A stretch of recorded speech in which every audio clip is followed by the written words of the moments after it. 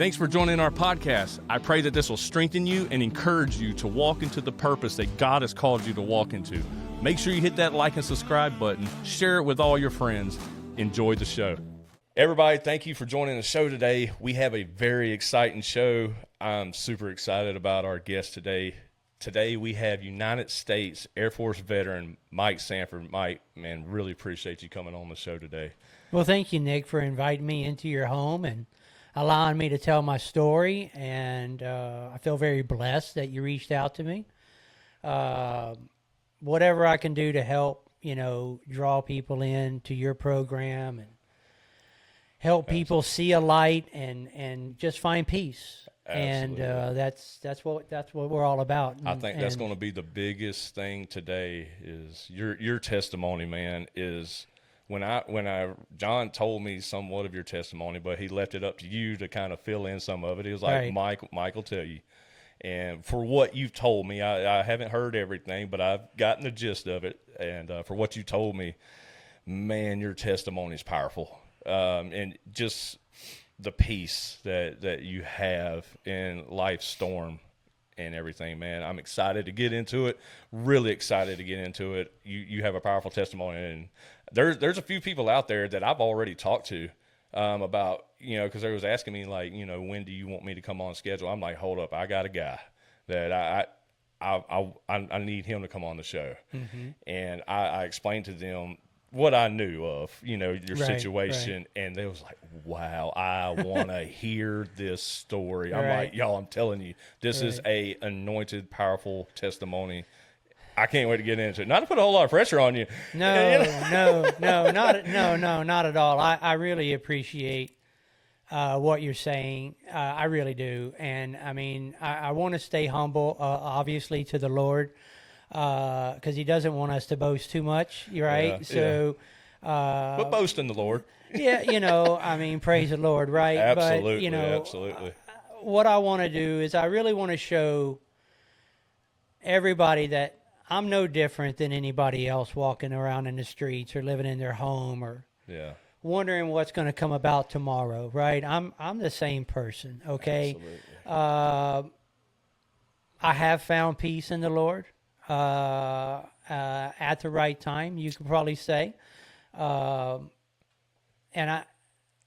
my biggest challenge that I want for people to come away from this particular podcast and what I have to say is you're not alone. You're never going to be alone. Yes. And you can always find peace within your life despite what's going on. And stay true to your faith. Yes. Because it will be a rocky road, but there will be a smooth lake at the end. Come on. And it's all due to the Lord. Absolutely. And he's going to test you.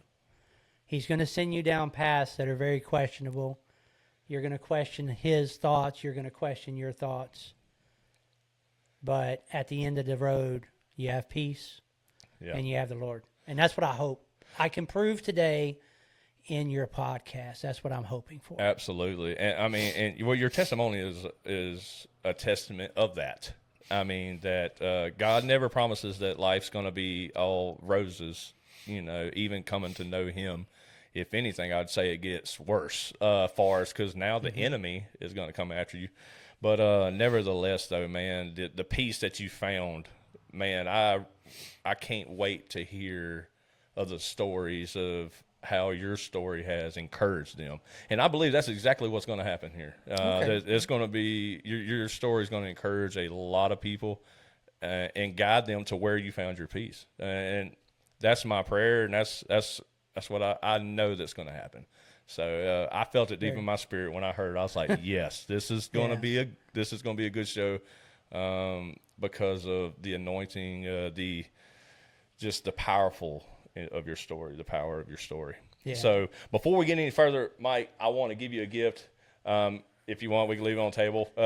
Sure. I know we got water bottles and all that. So this is from the Hero Company. This is concentrated coffee, and that little coffee right there will put some hair on your chest. I'm going to go Is that ahead right? and tell you that right now. I mixed a little bit more when I drunk it. I mixed a little bit more than it says to. Okay. And I was like, wow, I didn't go to sleep. So, That's okay. I don't sleep a lot nowadays anyway. yeah, well, so- hey, look, that one little bottle makes 24 servings. Oh, my Lord. Oh, yeah, and you serve by the cap. It tells Oh, you my like it Lord. tells you like 3 caps, and I did like 5. And it was like I took some pre-workout. You were ready to go that day. I was ready to go. I was ready to go, man. But, Awesome. But that's from the Well, Hero thank you. Company. Thank you very much. Hey, absolutely. Yeah, absolutely. Um, I'm going to get this so I don't drop it. yeah, there you go. It is glass. So, but yeah, man. Thank you very much. I appreciate that, and thank you for your support of the military. Oh man, I appreciate it. I wanted to be a Marine, or I wanted to be one of the bad boys, I guess you could say, whoever it is. To me, they're all, everybody's got their own job and they're bad boys. But Except for the Air I'm big Force. and ugly, so I was like Marine or SEAL. That's where I need to go. Right. But anyways, I wanted to be, and I've went over this enough. Everybody's heard enough about it. So, but anyways, I get to support them now. So No, that's good. Well, Anyways. I take my beatings from being in the Air Force, which is okay. And, I'm sure you're going to have some listeners that were in the Army or the Marines or the Navy. yeah. And, they're going to claim that the Air Force is really not a division of the United States government. Look, they say that, but they that's feel okay. at peace knowing your guys are up there watching, That's all right. Hey, protecting. We know what our purpose is. Absolutely. Well, hey, look at it this way. We're a lot closer to the Lord than they are. There you go. I don't know any other service that can fly 50,000 feet up in Come the on. air. So there you go. The speed of light, too. That's right. That's right. Yes, that's right. I like that. That's I like good stuff. But, I hear a lot of jokes about Marines eating crayons. I don't know why that's become such a big joke. I can't personally make that joke because I didn't serve. So I was never aware of Marines eating crayons till probably about 2 or 3 years ago. Really? And it was brought up to me because I had hired a Marine that was an intern at my branch, and they started talking about buying crayons. And I just didn't know the Marine and crayon deal. But, if you want to ask me about Marines, I'd go back to the mid-'80s, and I tell you, they eat a lot of bananas, and we can get into that joke one day. We're going to get there. But We're gonna get I didn't there. know about no crayons, but that's okay. Yeah. Well, I'm sure we're going to get there. I'm sure you got plenty of stories. We we're can gonna- touch lightly on it. Yeah. We don't want to offend anybody. Yeah, I can't wait to hear about it, man. Just So, maybe you won't have a lot of female listeners. okay. So for those of y'all that are church going, just know that, hey, this is going to be a very authentic show today. Yeah, I'll give you a G-rated version. Okay. Hey, just as long as you're yourself, man. Yeah, I just absolutely. want you to be you. That's Absolutely. the most important thing, yeah, man. no problem. So, like I said, United States Air Force veteran Mike Sanford.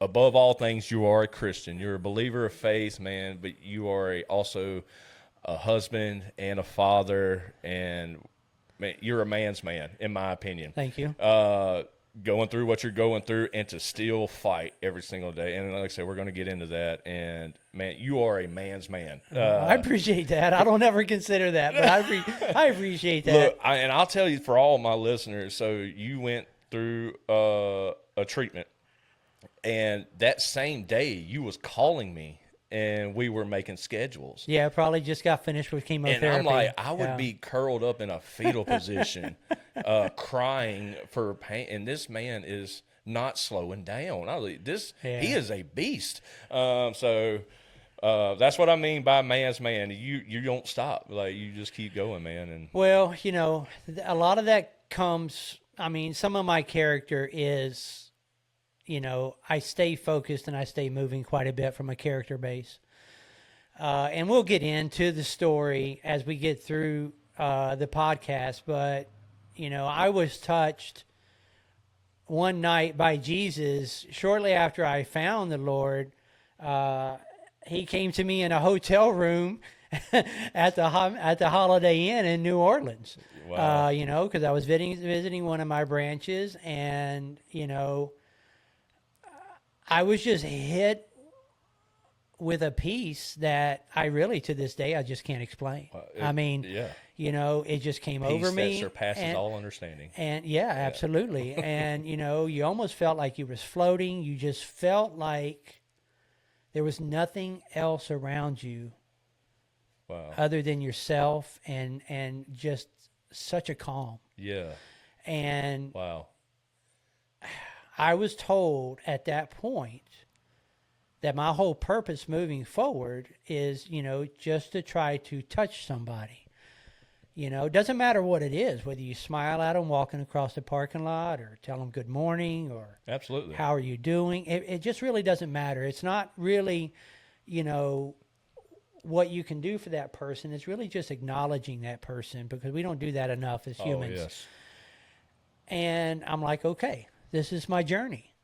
Yeah. This is my journey. Yeah. I'm not, that's what it is. And, I incorporate a lot of that in my world, now, because even though I am going through stage 4 renal cell carcinoma, and I do go through chemotherapy, and I do pick up the phone and call you to do schedules.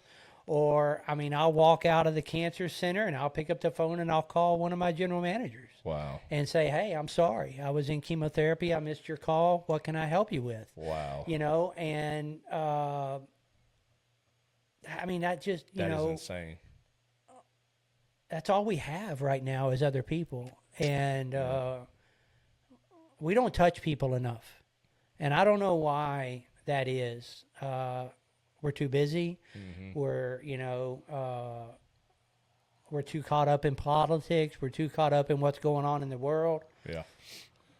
And it's a shame. Yeah. And, one thing the Lord has taught me is the beauty of another human. Mm. And if you don't stop long enough to take that in, you're missing a whole nother world. Wow.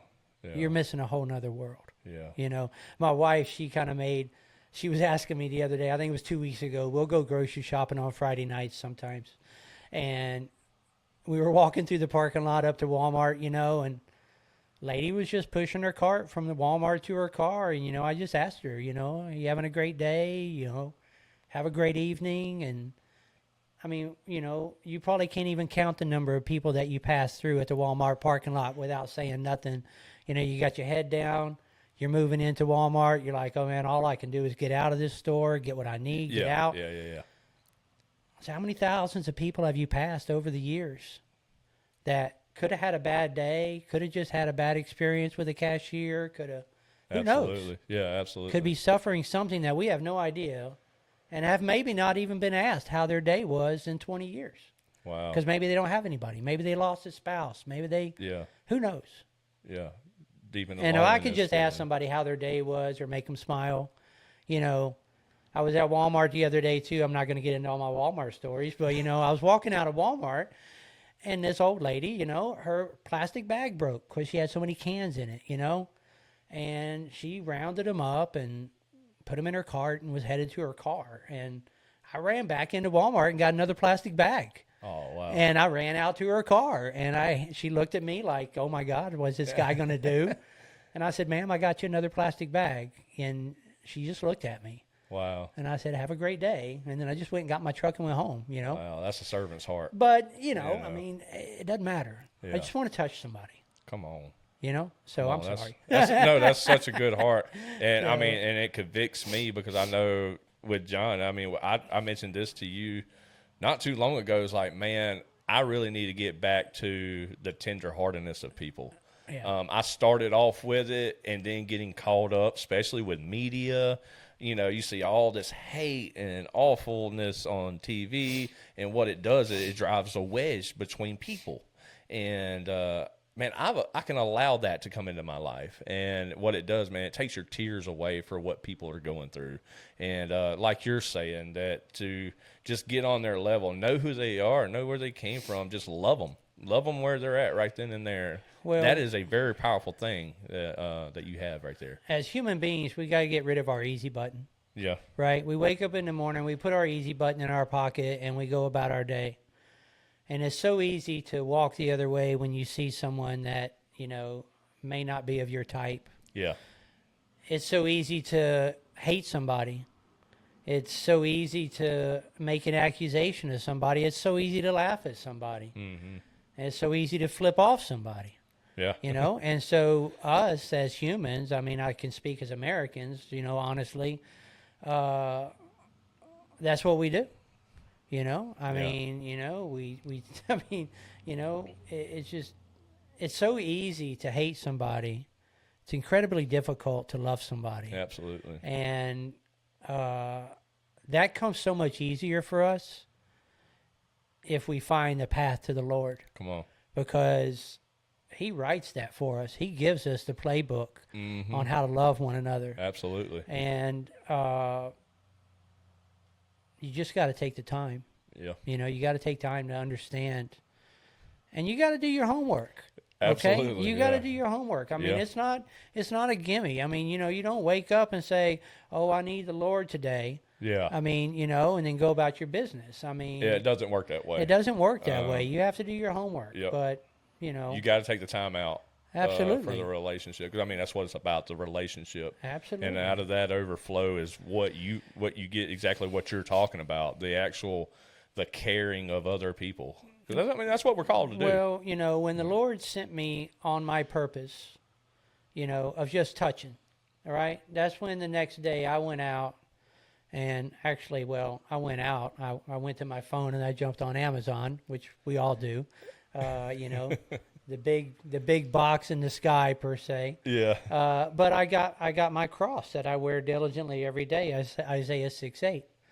And I really felt close to Isaiah 6:8, okay? Because, you know, for we heard the word of the Lord say, "Who can we send?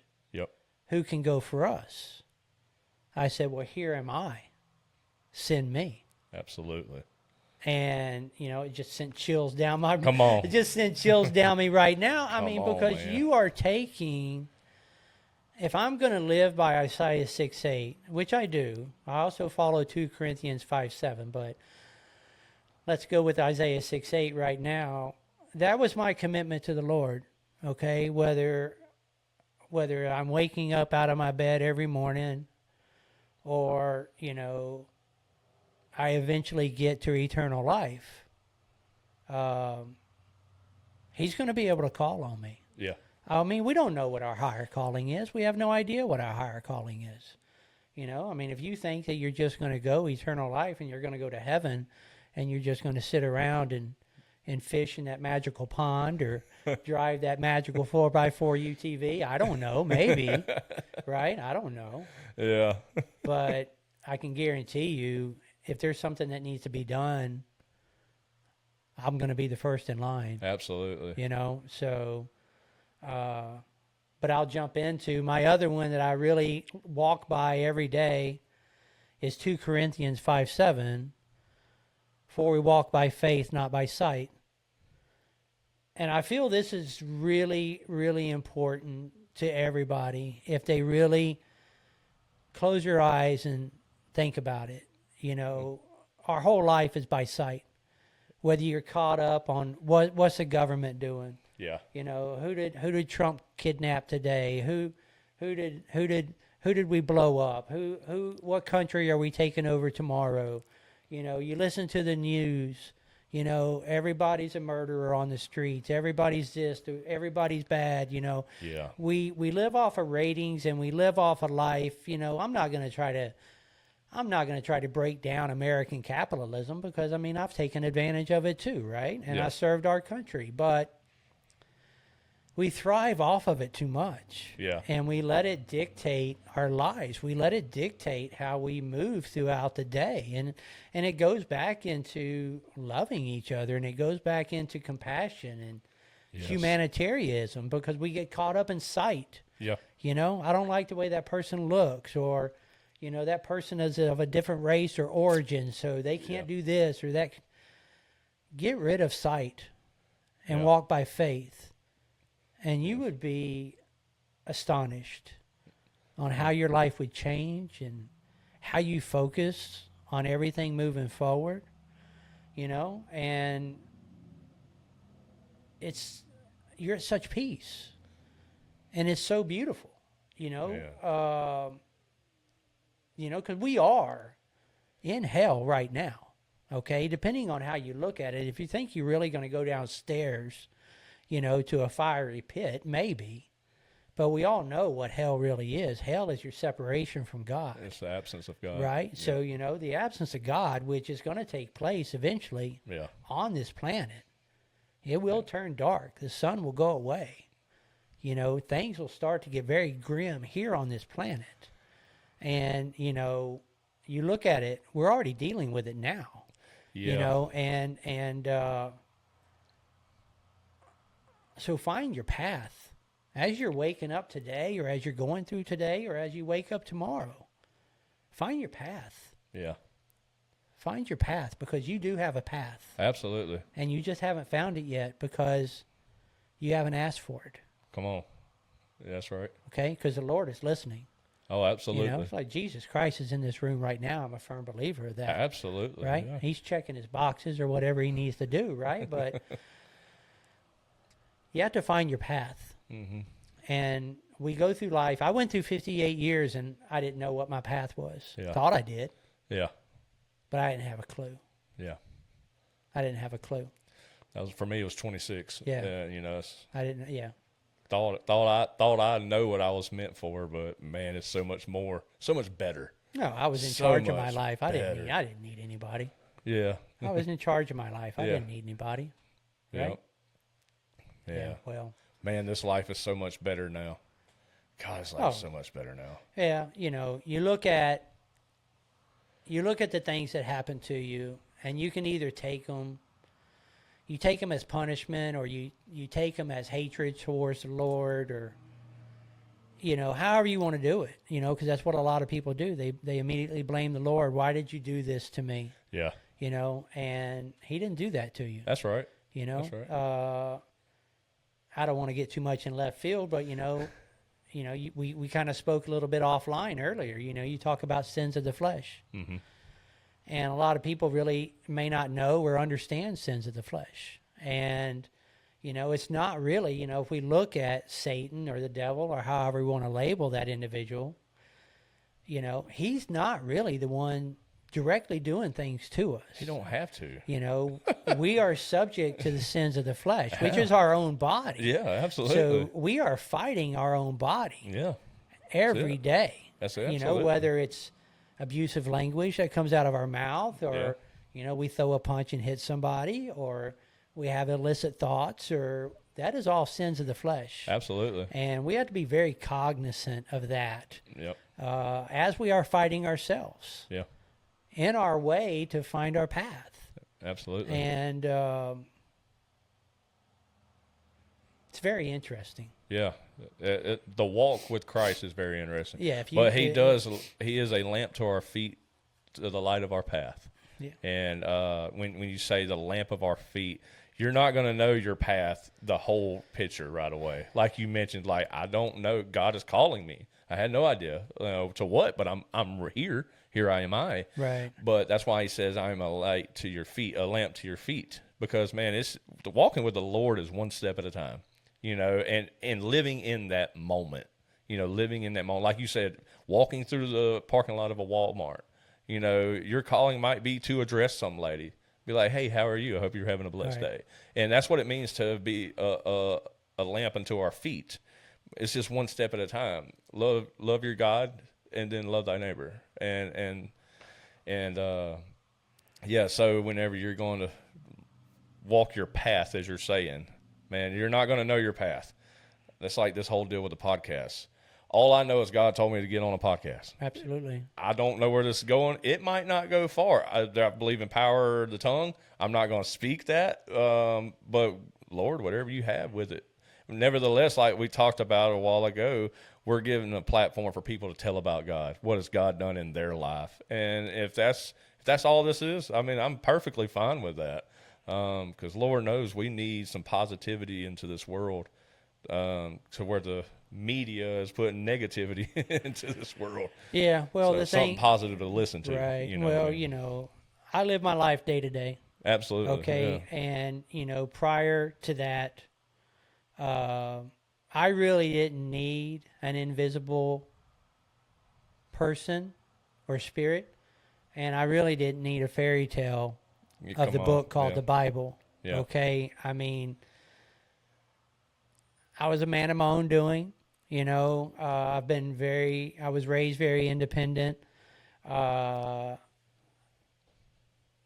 the military taught me that, you know, I can do whatever I want, whenever I want, and however I want, you know, because that's one basis of the military, Yeah. right? Yeah. You know, they get you in as a broken individual, you go through basic training, and the military's job is to build you into somebody that is an indestructible machine. Yep. Okay, that's their whole purpose. It's not going Yeah. to do any good to put you in the field or on a tarmac or in a tank, or it doesn't matter. Yeah. If you don't walk out of basic training feeling like you're an indestructible, then they haven't done their job, Yeah. right? So I get into my life and I'm the only person I need, you know. And blessed my wife of 35 years, she knows that. She knows she married a very independent person, Yeah, you yeah. know. But, you know, and I'm the family patriarch, right? So I make the decisions. I handle finances. You know, what are we eating? I don't know, wherever you want to eat. Okay, well, that's where I'm going to eat. You know, and you know, it just, you get to a point in your life where you're like, I don't need anybody. I got me. Yeah. And a lot of people that know me, I mean, they'll be like, oh, yeah, Mike, yeah, you didn't tell Mike a whole lot of stuff. Yeah. Mike controlled himself. He controlled the environment. But I also did not do it in a selfish way to where I still cared for everybody that was either an employee of mine or what have you, right? I still had Gotcha. that caring heart. But from my own right, my own individual person, I didn't take time for myself. I didn't understand my own thoughts. I didn't understand my own character. And so technically I was destroying myself as I thought I was building myself up. Completely oblivious to the whole situation. Yes. Which then would get me to the point that we'll discuss, I'm sure, in a little bit, Yeah. of where I found the Lord. Yeah. I definitely. Right? I want to hear that. Yeah. It's amazing what we do as human beings, and it's amazing how smart we think we are, and we don't even have a clue. I'm telling you. Yes. We don't even have a clue. Almost like teenagers. You think you got it figured out when you're a teenager, right? But you have no have no idea. No idea. Well, you know just yeah. enough to be dumb.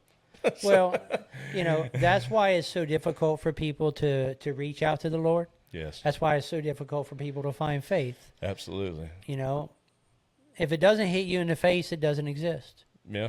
And if you got to do too much homework, well, then that's too much for me to have to deal with.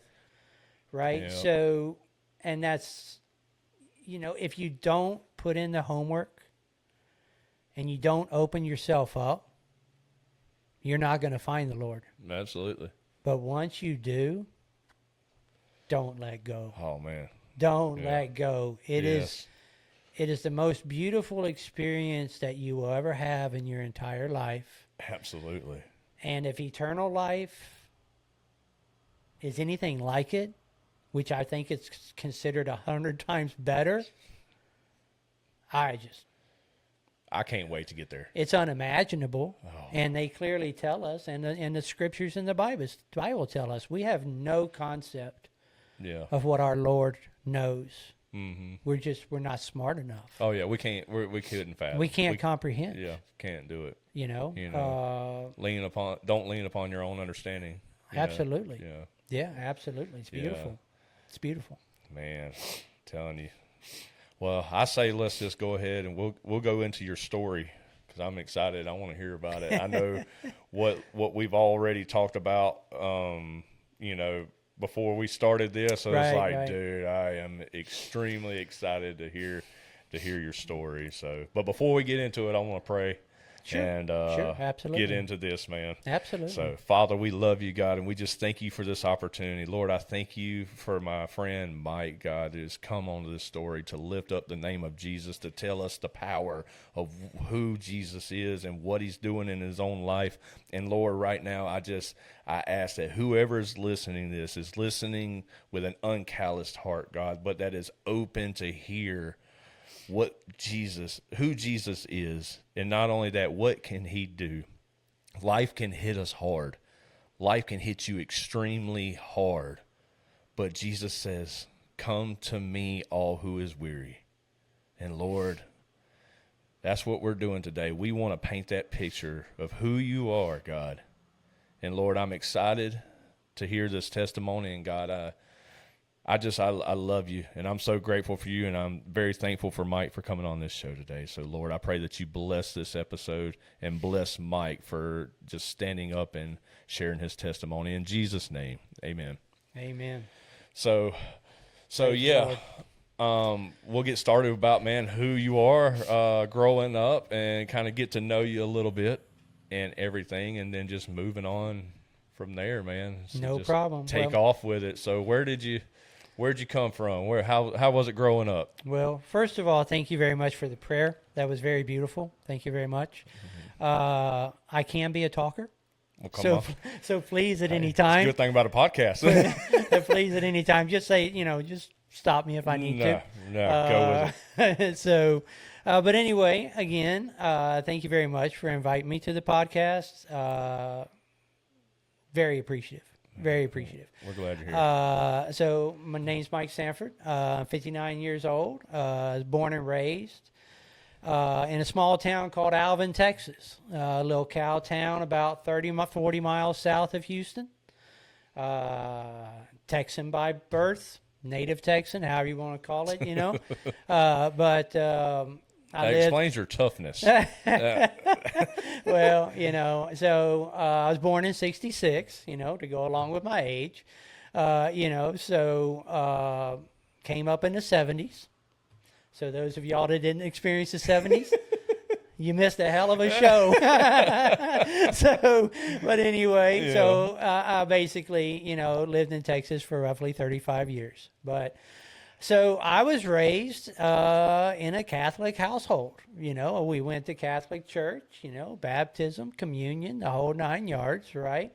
But, I also was raised by the basic standard American family, which means we had a separation. Yeah. Dad left or mom left, and stepbrothers, stepsisters come about, so which left for a lot of trying times, right? So, I guess really the first obstacle in my life, but I really didn't understand it because I was 1 year old. But my father, bless him in heaven, he left me when I was 1. He worked for the Army Corps of Engineers. I didn't know him, but he built military bases, designed military bases for the Saudi princes. Oh, wow. So he spent a lot of time in Saudi Arabia. Wow. So he left. He has passed. My mom, she has passed, bless her heart. Love her to death. And she had some difficulties when I was young. I don't know all the stories, but she kept a lot of those stories from me. Yeah. But I lived with my grandparents quite a bit. So I was actually raised more of a Tyler than I was of a Sanford. I have an older brother, about 5 years older than me, biological brother, and then I had a stepbrother, stepsister that came from another marriage, obviously, with my mother. Gotcha. But I was really raised a rice farmer in South Texas. So I lived with my grandparents for a while, several years, raised a rice farmer. We had about 850 acres of rice. If you ever ate That's a Texamati lot of rice. Yeah, if you ever ate Texamati rice, then we farmed Texamati rice. It very likely came from you. It's possible. Well, if you That's a look lot at of all, rice. if you go back a few years, they've changed it. But if you go back a few years and you find a jar of Texamati rice, it will say Alvin, Texas on the back of it. Yeah. Because that's the rice dryer it come from. Wow. So I worked in the rice fields quite a bit. I drove tractors that had tires on them that were bigger than me, and I usually was in the tractor pulling the little auger machine that they would dump the rice in from the combines, right? Yeah. And then we would take it and we would dump it into the rice trucks that would then make their way to the rice dryer and then put rice on people's tables. Wow. We made like a popcorn rice. It was a little bitty rice kernel. Had a little taste to it, but we made popcorn rice. And, while we were doing the rice, we set out our trout lines across the rice canals, and we would catch big old 5-pound bullfrogs, basically, and a lot of catfish.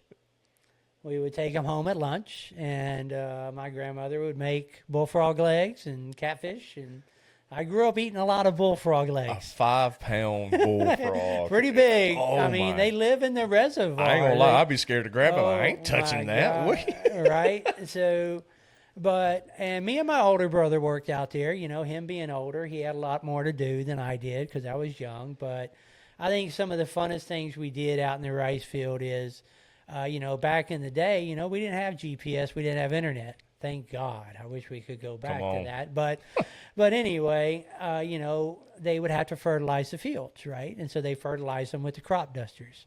Well, me and my brother would each of us get a red flag. We would separate ourselves by like 100 yards, and we would take a certain amount of steps across the right field, and we'd hold up our flags, and then the crop duster would come down and fertilize the field. So ain't nothing like a biplane coming about 5 foot over you, when you're 8 or 9 years old. And you're like the marker. You're the marker. He's lining up between me and my brother, and we're the marker. And, you got rubber boots on. Your rubber boots are full of rice. Yeah. You're just getting poured with rice all day long. And then, we would take another 50 or 60 steps, and we'd hand up our flags, and crop duster would come back around. Wow. And that's how we fertilize the fields, right? No wonder you went to the Air Force. This was the beginning. Right. So, and then it got really interesting, right? Because I don't know if you're ever familiar with rice farming, but, it's all done with levees and water, right? So we would build our levees, with the tractors. And we would take a 55-gallon drum, and you cut that drum in half, and then you cut it in half again, so you got 4 quarters, right, top and bottom. And we would go out to the levees, and we cut like a 3-foot section out of the levee, and we put each corner of that bucket, of that barrel, into each corner of the levee, and then we take some stakes, and we stake them down, and then we put like 2x4s or 2x6s in between those, and that's how we build our dams between each of the levees, and then we pull them boards up as we want to water certain parts of the field. Yeah. That's pretty cool. Created our reservoir. Yeah, that's system. pretty cool. Well, we're in the 70s, right? We're still loving life because we ain't got all this fancy stuff, Absolutely, right? yeah. But during the farming season, rattlesnakes would find their home in there. Oh, wow. All right. So, of course, when it got to harvest, we had to go out there and pull all them buckets. You can't get them caught up in the combines, because then you're tearing up a $20,000 or $30,000 header can't let that happen. off of a combine, right? And 20 or 30,000 back in '75, that's a lot of money, right? Yeah. So we would go out there. We go out there with a 22, and we go out there with a shovel, right? And you swing that shovel down, and you hook it on the end of that freaking bucket or that barrel, and you pull it back, and I tell you, there are probably 20 or 30 rattlesnakes in there. No kidding. And you just get to firing. Wow. Just unload. So we had to take all the buckets off the field, so they could farm, and harvest the rice, and that didn't even include the hurricanes. When you had hurricanes, we were out there. We'd be out there 12 hours before an incoming storm. Yeah. And taking all the boards out because we had to keep the water off the field because if the water would lay down the rice and then you'd lose your crop. So you didn't need to dam it, in other words. No, you had to let the water off the field, Yeah, because you didn't want your sense. rice to lay down, and your rice lay down, and you don't have a harvest, and you could lose a lot of money. Yeah. But what was great about being a child back then is, that's back in the day when Christmas really meant something, and stuff like that. And, we would always go hang out at my grandparents' house, and we always had rattlesnake rattlers in our stockings, from all the rattlesnakes that we would catch out in the rice field. And my grandfather would put rattlesnake rattlers in everybody's stocking. I just get emotional thinking about it because, we'd all run in there and we get our stockings at Christmas, and we pull out all our rattlers, and we put one in each hand. And, man, we would be like a bunch of rattlesnakes running around my grandmother's house, just running, rattling with them rattlesnake rattlers, And, Wow. it was amazing, right? And then, we'd go outside and we'd play Houston Oilers football, back when Houston had the Oilers, Dan Pastorini and Earl Campbell, everybody was Earl Campbell, Yeah. and we'd smash each other in the backyard, and then we'd go inside and eat Christmas dinner, right? Yeah. And, Yeah. my grandmother's such a beautiful lady, once they got out of part of rice farming, she became an artist. She became you want to talk about what do you do once you reach 60? My grandmother didn't become an accomplished artist till she was like 58 or 59 years old. Huh. And, she was painting. I mean, she was just like, what am I going to do? So she became an accomplished artist. So, when I was little, I used to go with her to hang her paintings, in the grocery stores or different things. Yeah. And I tell you a crazy story, Facebook, it's probably about 2 or 3 years ago. I think this lady kind of messaged us. I don't know how she found us, but she kind of messaged us on Facebook. And she says, does anybody know Faye Tyler? Because I found a painting in my grandmother's house that had a signature of Faye Tyler on it. And, I responded to her and I said, well, Faye Tyler was my grandmother. And she's like, there's no way. Can you tell me about this lady that painted this beautiful painting? Because my grandmother was just absolutely in love with her. And I was like, well, did your grandmother live around Alvin, Texas? Did she go shopping at these stores and all that? It was just amazing connection of humans, Yeah. and so it was just awesome. But that was some of my younger years, but growing up in a split household, we had stories where, we had plates that fly across the kitchen because, maybe my stepbrother didn't have as many green beans on his plate as I did, and that's a true story. And that plate would go flying across the kitchen all because I had 17 green beans and he only had 15. Oh, wow.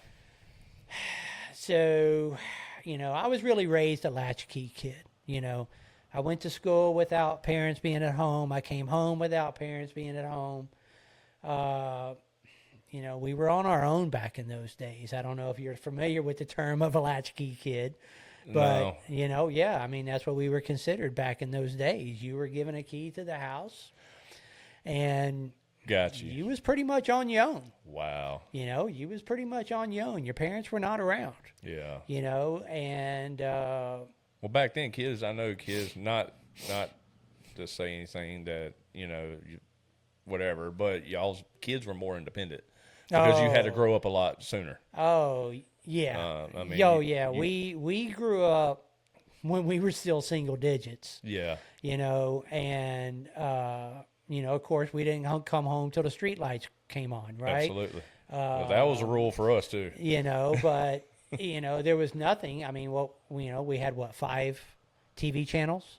Once you got tired of watching cartoons or Houston wrestling with Paul Bosch, you got on your bicycle, you hollered at your mom and said, I'm leaving. And you may have got an okay. And then you was gone. You were gone. They had no idea. Yeah. They really didn't bother to know. And Well- you was gone. They wouldn't see you for 12, 14 hours. You had no cell phone. You had no GPS. If you went to somebody's house, maybe you could get a phone call from their landline, but Yeah. maybe not. I mean, just didn't worry about it. We usually didn't have a lunch or anything, so we found what we could. I think they make I do mean, what you got. yeah, I mean, that's what you did, Wow. and we did a lot of dangerous stuff. We all grew up in the times of Evel Knievel, Oh, so, wow. we all built ramps. I fixate the ramps. We built ramps over stuff that probably would scare grown adults nowadays. And it didn't matter. You jumped it. For instance, ramping little creeks and canals. It doing didn't any matter. Of that? You jumped it. We would build, you get, a lot of streets. Some of my friends lived on a lot of dead ends, and you always had, a 4 or 5 foot high wooden barrier, that the city put in, not to drive into the ditch at the end of the road. Man, we put a piece of plywood on that sucker. You're flying over that ditch. Yeah. you know. Y'all know what would be cool if we just put a little piece of plywood right here. right. So after, back up a little bit on you, I would probably say after 3 or 4, I moved away from the Christian church, obviously in coordination with my parents or what have you. And God was not a part of me at all. Yeah. Not even a thought. Not even a thought. Not even remotely. I was having fun. Yeah. Right. So, so I get into my school years, and I guess my first real friendship in school came, I tried to be a friend with some kids on my street. I don't know why. I ended up picking a fight with the biggest kid on the street. He pummeled me, right? I can't tell you why. He pummeled me, and but then we became great friends. Oh, really? So had a little street cred, right? So this kid's got some cojones, right? y'all. You got to take it for what it is, because back in the day, your city, your neighborhood block was your street cred, that was your street cred. So, but then I met my most beautiful friend in 3rd grade. His name was Greg Schrei. And he had a walker, right? And he was using a walker to get around. And, I really didn't think much of it. I just wanted to be friends, right? And I had a sensitive heart. So we became dear friends, and the gist of it was he had muscular dystrophy. I didn't know what that was, right? And then as we come up, he quickly progressed into a wheelchair, and we were progressing through the grades and all that. Progressed from a push around wheelchair, and then progressed into an electric wheelchair, and he was the poster child for Houston. Right now, I'm a lot older than you guys, but anybody remember Jerry Lewis, the comedian? Oh, yeah. Anybody remember the Labor Day Jerry Lewis telethons that used to be on TV for like 2 or 3 days straight? No, I don't know that one. All right, well, maybe some of your listeners I know will. the name. Yeah, well, can't be as fortunate to live in the days that I did. But anyway, Jerry Lewis was a comedian back in the day, and he used to have telethons. This was on nationwide primetime TV. Go to figure, right? No crime shows, no blowing stuff up, no whatever. We actually had decent television, So he had like 2 or 3 day long Labor Day telethons, and he would raise money, for muscular dystrophy. And he would have a lot, you would have very famous singers on there, very famous comedians, and we're talking all the old guys that Rat Pack or whatever you want to call it back in the day. Your 50 or 60-year-old listeners, they'll be like, I know what that guy's talking about. But anyway, each city would kind of have a poster child, and so he was the poster child for Houston. And so I would go with him. I was really the only person that his parents would allow me to drive his special van, and so we would go to the Jerry Lewis telethons, and I would escort him and stuff like that, and we'd go around because, he was on TV, and we were just great friends. And, I helped him, had to help him out of his chair, help him change clothes, whatever. He was, he was good with his arms, good with his upper chest, but his legs have hardly, Gotcha. muscular dystrophy had taken out his legs. And, so, I think I was getting around 16 years of age, and, he was 16 also. But I was starting to get into my cool stage, right? It's like, hey man, them guys are pretty cool over there. They're hanging out with some chicks and, all this type of stuff, and started separating a little bit. And he wanted me to go camping with him one day, him and his dad. He's like, hey, you want to go camping? I was like, you know, had a couple of other friends, you know, they're going out with some chicks, and it's like, yeah, I can't go camping. Well, his dad ended up breaking his leg, getting him out of the wheelchair one night, right? His leg got caught on one of the foot things or something, and his leg just snapped. I mean, his bones were brittle anyway, so his leg just snapped. So, you know, I don't know if it would have made a difference if I was there or not. I mean, it may have happened if I would have done it. You know, who knows? I don't know. But anyway, so he ended up dying from that broken leg. Wow. His body just couldn't. It was just such a traumatic deal for his body. Wow. He just couldn't take it. So he ended up dying, 16 years of age. Dang.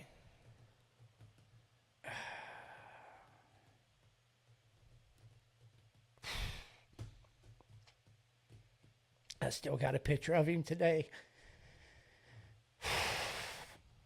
that I keep with me. But I'm sorry. No, you're fine. So obviously we had to go to his funeral, right? And you know, his mother, you know, she wanted us to dress like we would have dressed if we was hanging out, right? So I went to his funeral, blue jeans, Ocean Pacific T-shirt, you know, like we was hanging out in the 80s, right? You know, I mean, just beach, whatever, you know, it's the 80s. Yeah. We dressed stupid anyway, you know, parachute pants, bandanas, whatever. You know, it was the 80s. Go watch YouTube. You can look at it and be like, what kind of planet are these guys from? But, you know, hey, we invented video games, so, you know. Hey, we're grateful. But anyway, we went to the funeral. I ended up, I lost it. After the funeral, I lost it. I bet. You know, I went back to school, and I started seeing him everywhere. Coming around the corner in his wheelchair. I saw him in class.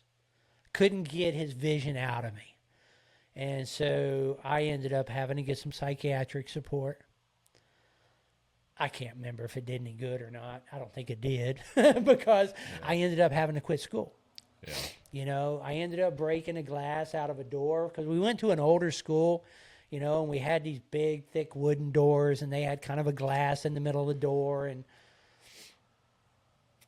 one day, my teacher, you know, they were like giving me a hard time. You know, I didn't have a pass or something because I'd been gone a couple of days, you know, because I was having a hard time dealing with the death, and I just didn't want to hear it.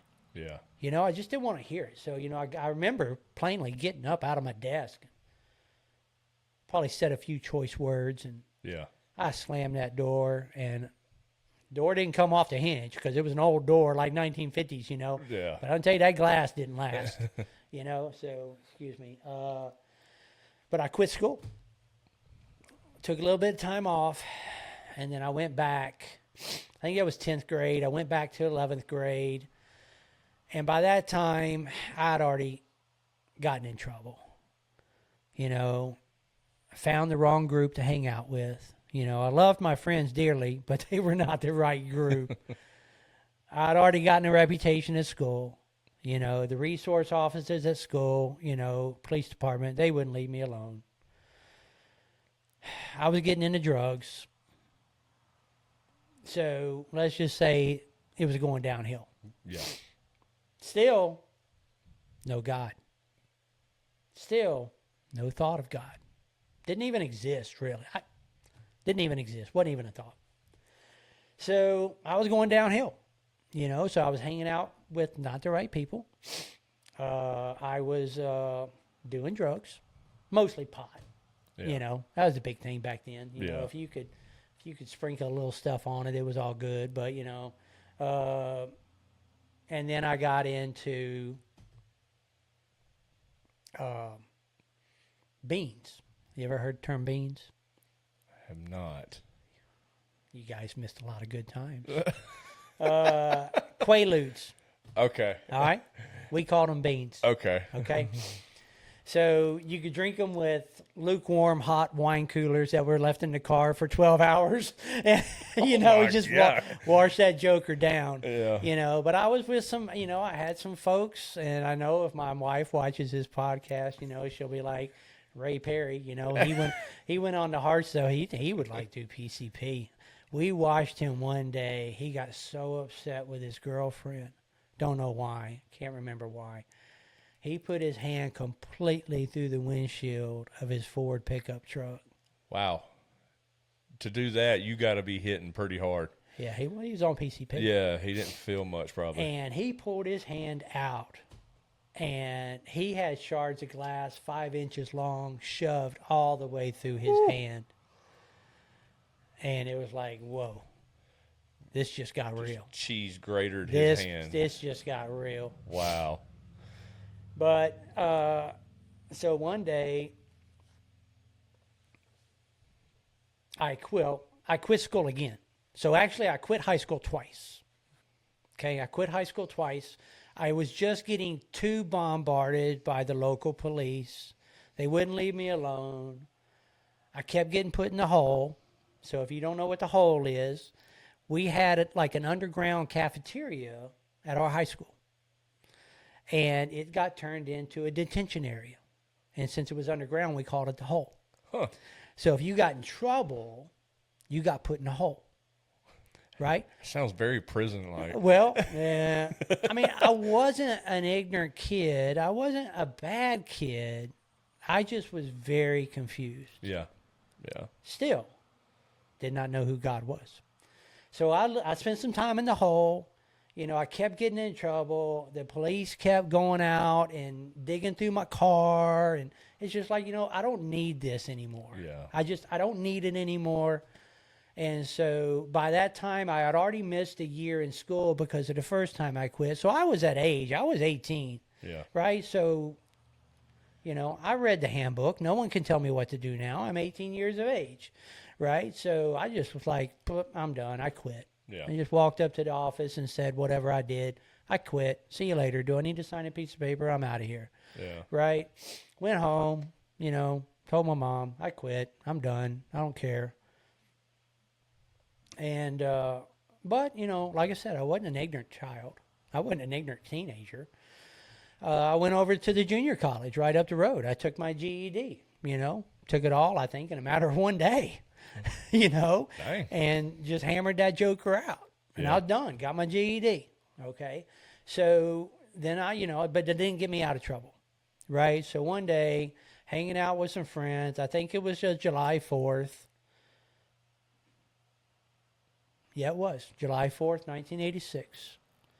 Because we went downtown. We went to the local mall down in Clear Lake, Texas, hung around there, did stupid stuff, did a couple of beans, probably smoked a few joints.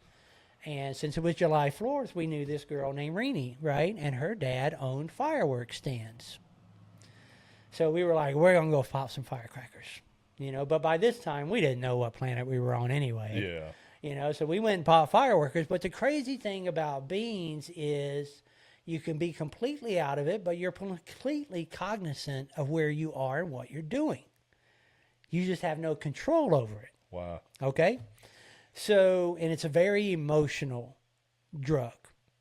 We can be laughing, and then 5 minutes later, we're throwing punches. Wow. And we don't know why. Okay? But anyway. Sounds like Xanaxes and liquor. Maybe. That's right? I don't know. What it was for right? us. That So Xanaxes anyway, and liquor for us. we went and popped firecrackers at Renee's dad's firecracker stands, and I had ran into the bumper of a car or something. And so the police came, and they're like, "Well, you're drunk." I wasn't drunk. I was on beans, right? So they took me all the way to the police station in the police car, tested me, and I passed. I wasn't drunk. I was on beans. So they took me back to my car and dropped me off. They're like, you're not drunk. All right, see you later. I mean, so we continued popping firecrackers. Well, then we were going to go and take firecrackers, and we went to some other party. And now we were in Manville, Texas, which is outside of Alvin, but it's a really country town, and a lot of country roads, a lot of gravel roads. That's where I met my wife in Manville. She's from Manville. And so we went out there. we were popping firecrackers, I remember, because the firecrackers were blowing off in my hand, because your timing was way off. You light the firecracker, you look at it for 3 or 4 minutes, and then, you can't, you can't even comprehend to throw it as being the next step. And so you're like, wow, These beans were something, this man. this thing is lit up, and boom, and you're like, holy cow. This So is anyway, pretty. But my friends tell me I got really mad. They said I got really mad. I got in my car and I took off. And they don't know why I got mad. But anyway, I went down a country road that I've been down a million times. Million times. It's probably 10 or 11 o'clock at night now. I don't know what happened. But anyway, I jumped my car over a ditch. And luckily, maybe God was with me that night. He wasn't in my mind, but maybe he was with me that night. My car landed perfectly. Front bumper and back bumper landed perfectly on each edge of that ditch because the ditch was 8 foot deep. Yeah. So if I'd have gone down front end first, I probably would have gone through the windshield. So the front bumper was on one end and the back car bumper perfectly straddled the ditch. No kidding. Perfectly straddled. Yeah, because I opened the door to get out and I fell 8 feet down in the ditch. So the only thing I remember after that is I remember coming home in a wrecker truck. And then 2 or 3 days later, my driver's license was mailed to me from somebody that said, this was in my front yard. You came knocking on my door asking for help. I don't remember none of that. So I woke up 3 days later. And my mom was a registered nurse. She worked intensive care for years down in Galveston. And so I woke up and, I was like, what's going on? And my mom was like, you've been asleep for 3 days. So I walk up, I go outside, I look at my car. One wheel's pointing right, the other wheel's pointing left. It's like, this thing's done. Wow. So, there's no doubt that God was looking over you. He may have. In that point. But it's still at that point, there was no indication that God ever existed. Yeah.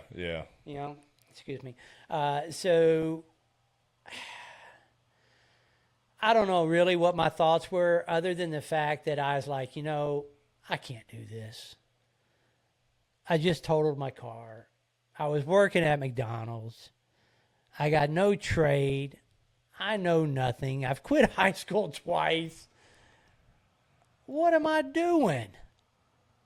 I'm like, so I just asked my mom. I said, hey, can I borrow your car? And she's like, well, what are you doing? I said, I don't know. Yeah. I said, I don't know. And to this day, I don't even know what directed me. I knew I only had one path and one path only. I drove up to the shopping mall. I walked into the Air Force recruiter's office. I said, I need to join the military. Why? I said, I have nothing else in my life. I've destroyed my life. I have nothing else. Were you in trouble with the law? I said, no, I'm not in trouble with the law. I said, I have nothing else in my life. I have nowhere to go. I have no skill. I have no nothing. And he's like, sign this paper. So, Perfect candidate. So, he's like, the problem is you don't have a high school diploma. I said, no, I don't. I said, I have a GED. He said, well, the only way you're going to get into the Air Force is for you to score higher on your ASVAB test than any regular high school graduate. I said, okay. I said, well, let's do it. So I think I ended up having to go to Houston to take my ASVAB test. So anyway, I took my ASVAB test, which is your military entry test, Yeah, and that's really what they use to place you. Yeah. To say, hey, you can be a nuclear engineer, you can be a pilot, you can carry a shovel the rest of your life, That was me. Right? So or that would have been me. Right. So I took my ASVAB and I scored higher on my ASVAB than the average high school graduate. That was the only way I was going to get in the Air Force. Yeah. So they were like, okay, you're good to go. So they're like, we're going to send you to basic training in 2 weeks. So I went home And I told my mom, I said, hey, I'm leaving in 2 weeks. And she's like, well, what are you doing? I said, I don't know. I just joined the military. I said, I don't have a clue. Yeah. You know, I said, I know I'm going to San Antonio.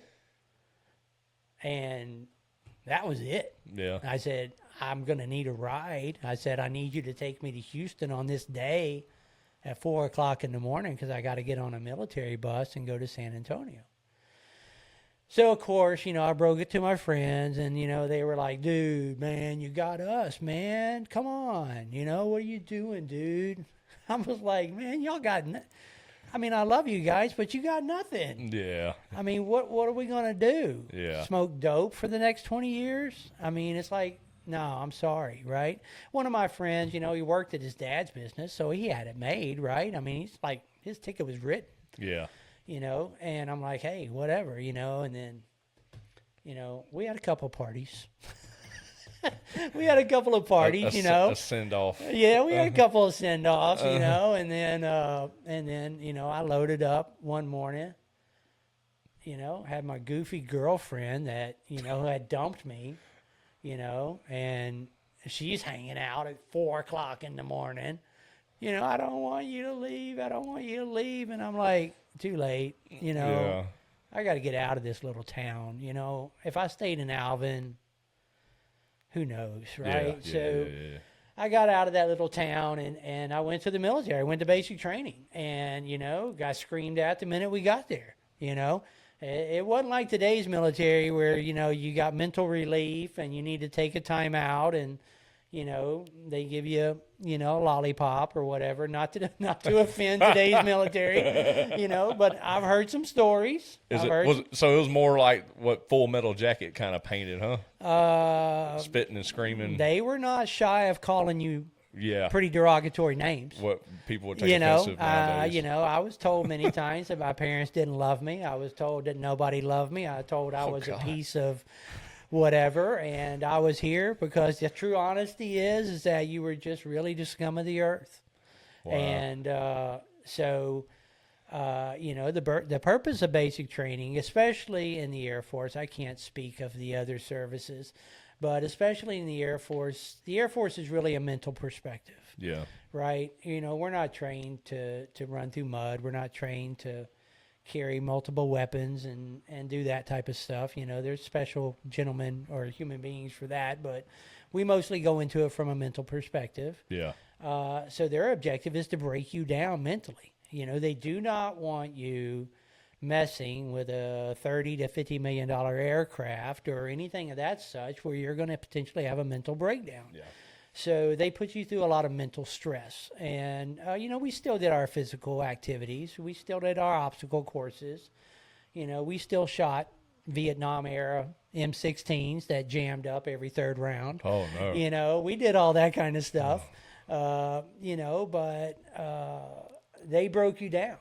I've heard that. I've been told that the concept, and this was from a Marine, and he said the concept of the military is to mentally and physically break you down and build you and mold you into their kind of soldier. Yeah, absolutely. Yeah, you know, because it was my second day in basic training, and I was like, what in the hell did I do? Yeah. And I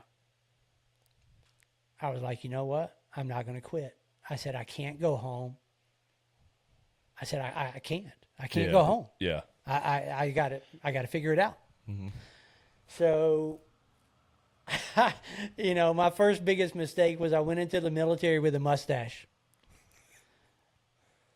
Don't go into the military with a mustache. Oh, it's cool now. Well, it wasn't back then. For Air Force. Okay, so I went into basic training of August of 1986. Okay, so I had my total destruction of my life in July of 1986 with the fireworks. I went into basic training in August of 1986, just a month later. Yeah. Right? So, and it was San Antonio. You know, so it's 180 degrees outside. You know, so I went into basic training, didn't know what the hell I was doing, but I had to shave my mustache in like 6 seconds. It didn't go well. Wow. It didn't go well. I cut the living hell out of myself. Oh my God. But, but so we went through basic training, and if we got off the bus and they love it, you get off the bus, they're screaming at you, get off my bus, bleep, bleep, bleep, you piece of bleep, bleep, bleep, Yeah. Get off my bus. And so you're getting out there, you're standing in line, you don't know what you're doing, they make you stand at attention, and you got your two bags, right? And one in each and left arm, and you're sitting there, and you got 60, 70 people around you. They all don't know what you're doing.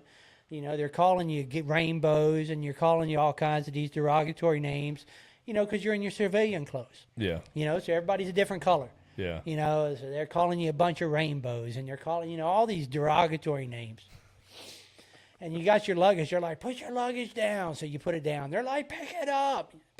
Then you put it down, pick it up, put it down, pick it up, put it. I must have picked up my bags and put them down 100 times, And then they go through there, they're like, who the hell you think you are? What are you doing, And then you got the tough guys, you got the tough guys that come from New York, I was raised in the Bronx, man, come from, and they're down here in Texas.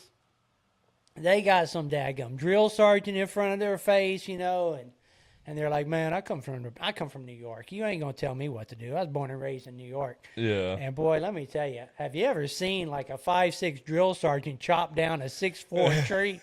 Holy cow, dude! Let me tell you, they put them in their place like within nothing. Yeah.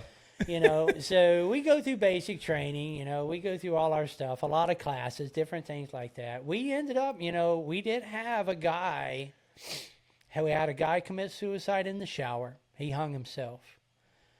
We had a guy try to blow us all up because, we would go to the BX because we had to buy razors and stuff like that. He bought lighter fluid. We caught him one night pouring lighter fluid all over everybody's bed. He was going to light the whole place up. What? Oh, yeah. And what in the world? Oh yeah, This dude, guy's got to go. I had a 26-year-old guy that slept next to me. He cried every night. He Really? cried every night. But they would either send these guys to mental health or they would recycle you. Once you signed your contract, you were not going home. They would recycle you. I mean, we were 10 or 12 weeks of basic training. Can't truly remember. You could get into week 11 and be 1 week from graduation, and they would recycle you back to week 1. Really? Oh, yeah. Is it based on an evaluation? It would be based on an evaluation, or it would be based on something as ignorant as the fact that 2 guys that I know that got recycled back to week 1, they cut their own hair. They cut their own hair. We went to the military barber on base, right? And they decided that they was going to cut their own hair. And just not knowing better, I guess. Yeah. Well, I don't know. A lot of people were very arrogant, and they got recycled back to week 1. Wow. You got a lot of guys that got cycled out to mental health. Also, they just got sent home. I was not going to get sent home. Yeah. I was not. That wasn't an option for you. Right? It wasn't an option because no one was going to ask me, why are you home? And then I was going to say I couldn't handle basic training. Yeah. It wasn't going to happen. I get that. It just wasn't going to happen. Now, I will tell you, I did see God when I was in basic training. But the only reason I did was because I went to church on Sundays, because that got me out of the training for 2 hours every Sunday. So when they came around and they're like, who's going to church? I was like, Yep, I'm get me in. out. So I would go to church for 2 hours to get 2 hours apiece. But to There tell you you go. what I did in the cathedral, I have no idea. Yeah, I just wanted 2 hours away from basic training. I get it. So, I get it. Shame. I'm sorry, Lord. I really am. I'm Hey, sorry. You know what? There was probably seeds planted we don't even know about. So yeah, he wanted that little mustard seed of faith, and he wasn't going to get it from me. But anyway, basic training was crazy. We would perform what they call fire watch, and you took your turns at night, and you would be up all night with a flashlight, and you had to walk around the dorm. And that's where we found the guy pouring lighter fluid all everybody. And we found the guy in the shower that had hung himself. Wow. And, it's very mental. I mean, it's very mental. We had a locker, and you had a foot locker at the very bottom. Foot locker was 12 by 12. okay? And we all had locks around our neck. We had a key around our neck. And it was the type of lock that once you put your key in, the key would not come out of the lock until it was locked. So you carried your lock and key around your neck. And they put the foot locker at the bottom on the floor. That way they could degrade you, because you had to physically lay on the floor with your key. You weren't allowed to take off your neck. Oh. And you're really kissing the ground, and you're trying to unlock your lock. Huh. And so that was a form of degrading, right? But you had a 12 by 12 foot locker. So you had socks, you had underwear, and you had T-shirts. So you had to fold each one of those items into a 4-inch square to perfectly fit into your foot locker. So you try to fold a piece of underwear where the open crotch area is perfectly centered into that 4-inch, or even fold a T-shirt that the crock of the T-shirt or whatever is perfectly centered within that 4-inch. To this day, I can't do it. I've tried. Oh, I can't tell you how many times I've tried to perfectly fold. Yeah. Yeah, it doesn't work. And you I'm had going to to have write, wrinkles. You had to write down all the serial numbers of everybody, your money, all your dollar bills. You had to write down all the serial numbers, and then your shaving cream. They would pop the top off your shaving cream. If there was any drop of shaving cream in the top, after you sprayed it and put it on your hands, then you would fail. And then all your military uniforms, you had your dress uniform, and you had your, what we call battle dress or PT uniform. Yeah. And, your pants had to be folded over the chair. It had to be exactly 1 inch from the top of the chair. And then your military top or whatever had to be perfectly folded over your chair, where the arms were a certain amount of distance from the floor, whatever. And then everything had to be lined up in your locker with your pants and different things. And then you had your dress shoes, you had your tennis shoes for PT, and then you had your combat boots. And they were all lined up near the front of your bed, all in perfect line towards where the opening was between all the beds. The drill sergeant would come through in the middle of the night, and he would kick your stuff, right? And then he would come over, and he would pick your bed up and slam your bed down and, be like, "Soldier, Airman Sanford, get your bleepity bleep out of this bed." And you'd be like, "Sir, Airman Sanford reports his orders, sir." He's like, "What the hell is your combat boot doing all the way across my damn dormitory?" Wow. And you're like, "Sir, I don't know, sir." You kicked it. Yeah, he kicked it, right? You don't tell him that. Oh, my God. Oh, my God. So, you dealt with that, Well, can I ask you a question on that? I mean, do you think, obviously they do that for disciplinary or whatever, but do you think, is that to, pay attention to detail kind of a thing?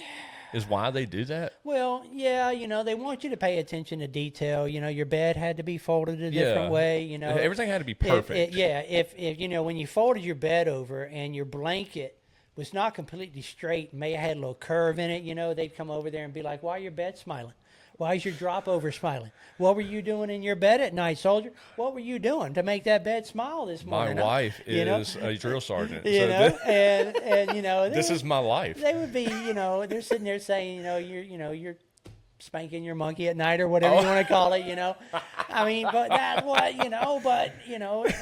you hear all Y'all this better go outside for that. you hear all the stories, and I'm a firm believer. A lot of people say it's a joke, but it wasn't a joke. They did put saltpeter in your food. I guarantee you, they put saltpeter in your food, because I can tell you. Oh my God! I mean, I probably didn't take a number 2 in basic training for 3 weeks, and I can tell you, thinking about anything else was not going to happen. Absolutely. Right? So.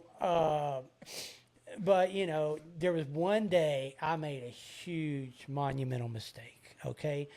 Usually on Sundays, we would straighten up our foot lockers, make sure all our stuff was right. And so, you would have your lock around your neck with your key. And the drill sergeant called, Airman Lanford. We had a Lanford. He called Airman Lanford. I thought he said Sanford. And so, boy, I high beat it up to the drill sergeant's office, and I was standing there, "Sir, Airman Sanford reports his orders, sir." He's like, "I didn't call your stupid whatever." And I said, "Sir, yes, sir." And I turned around, did my facing movements, and I walked out of his office. He said, "Turn your ass around." I said, "Sir, yes, sir." He's like, "What is hanging around your neck?" And I knew. My heart just dropped. It was my lock. Oh. My foot locker was now unsecured. Uh-oh. And boy, let me tell you, he went around there and I went around there with him. He grabbed that foot locker and I tell you, he chunked it. What do we do with an unsecured foot locker? He chunked that sucker.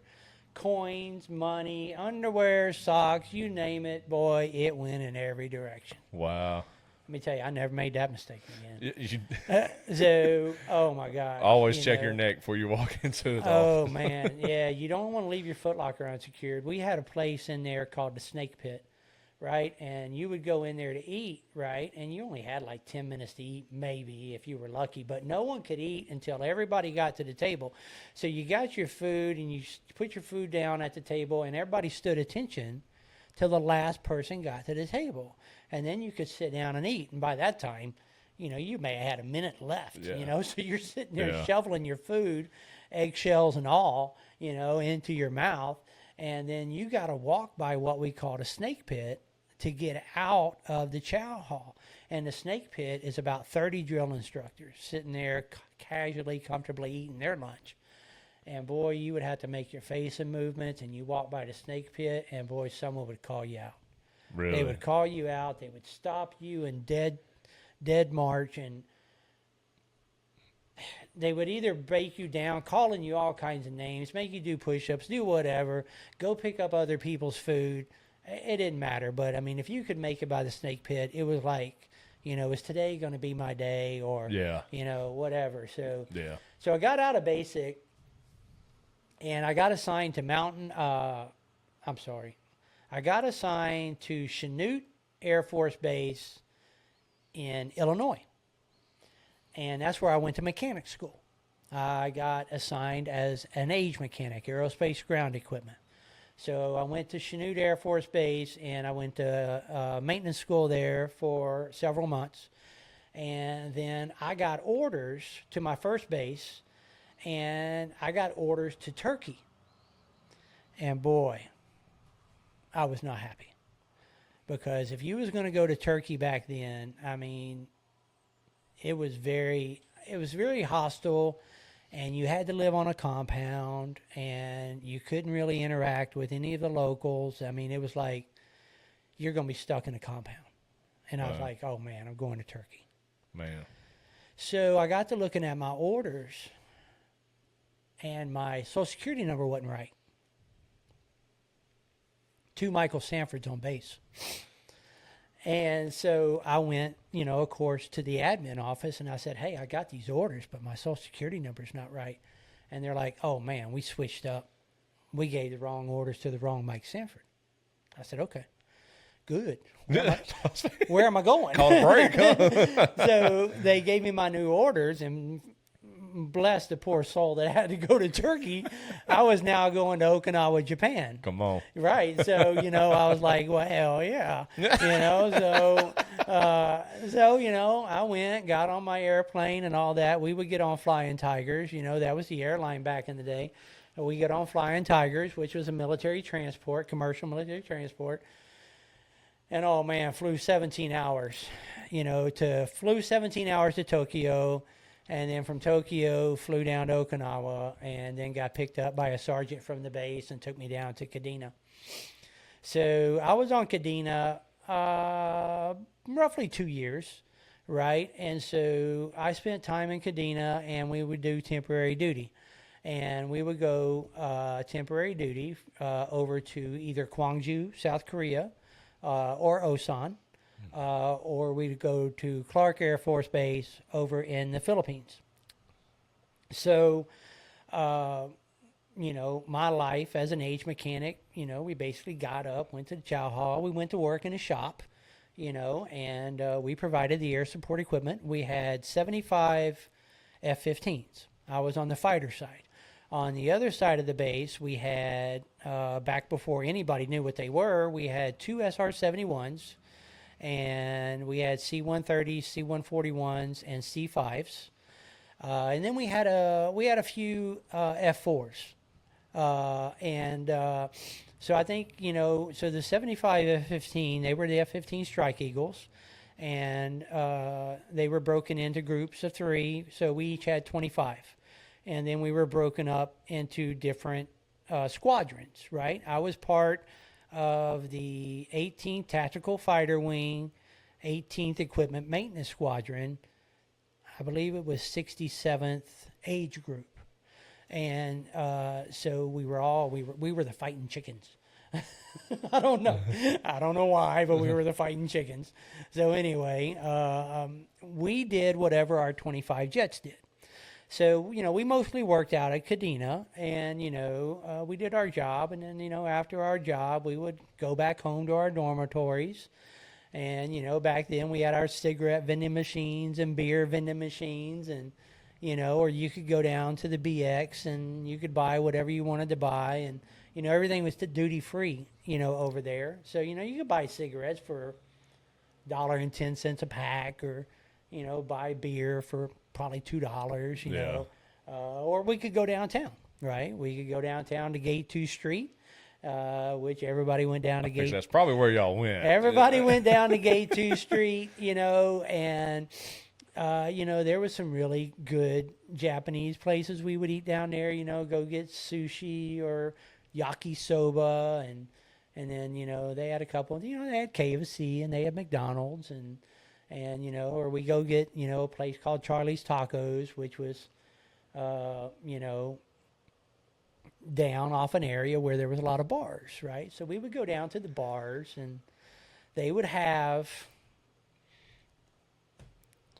women of the evening that, you could deal with. You could get, but you go down there and you go to the bars. A lot of Filipino women hang out at the Japanese bars. They would come over from the Philippines, and, they would entertain the GIs.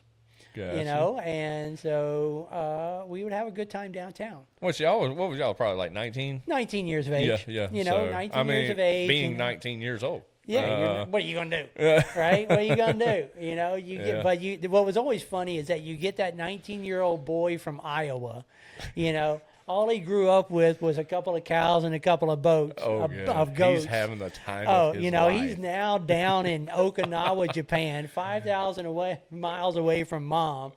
And he's got girls half stripped, and he's like, holy cow. He was probably a Mormon or something.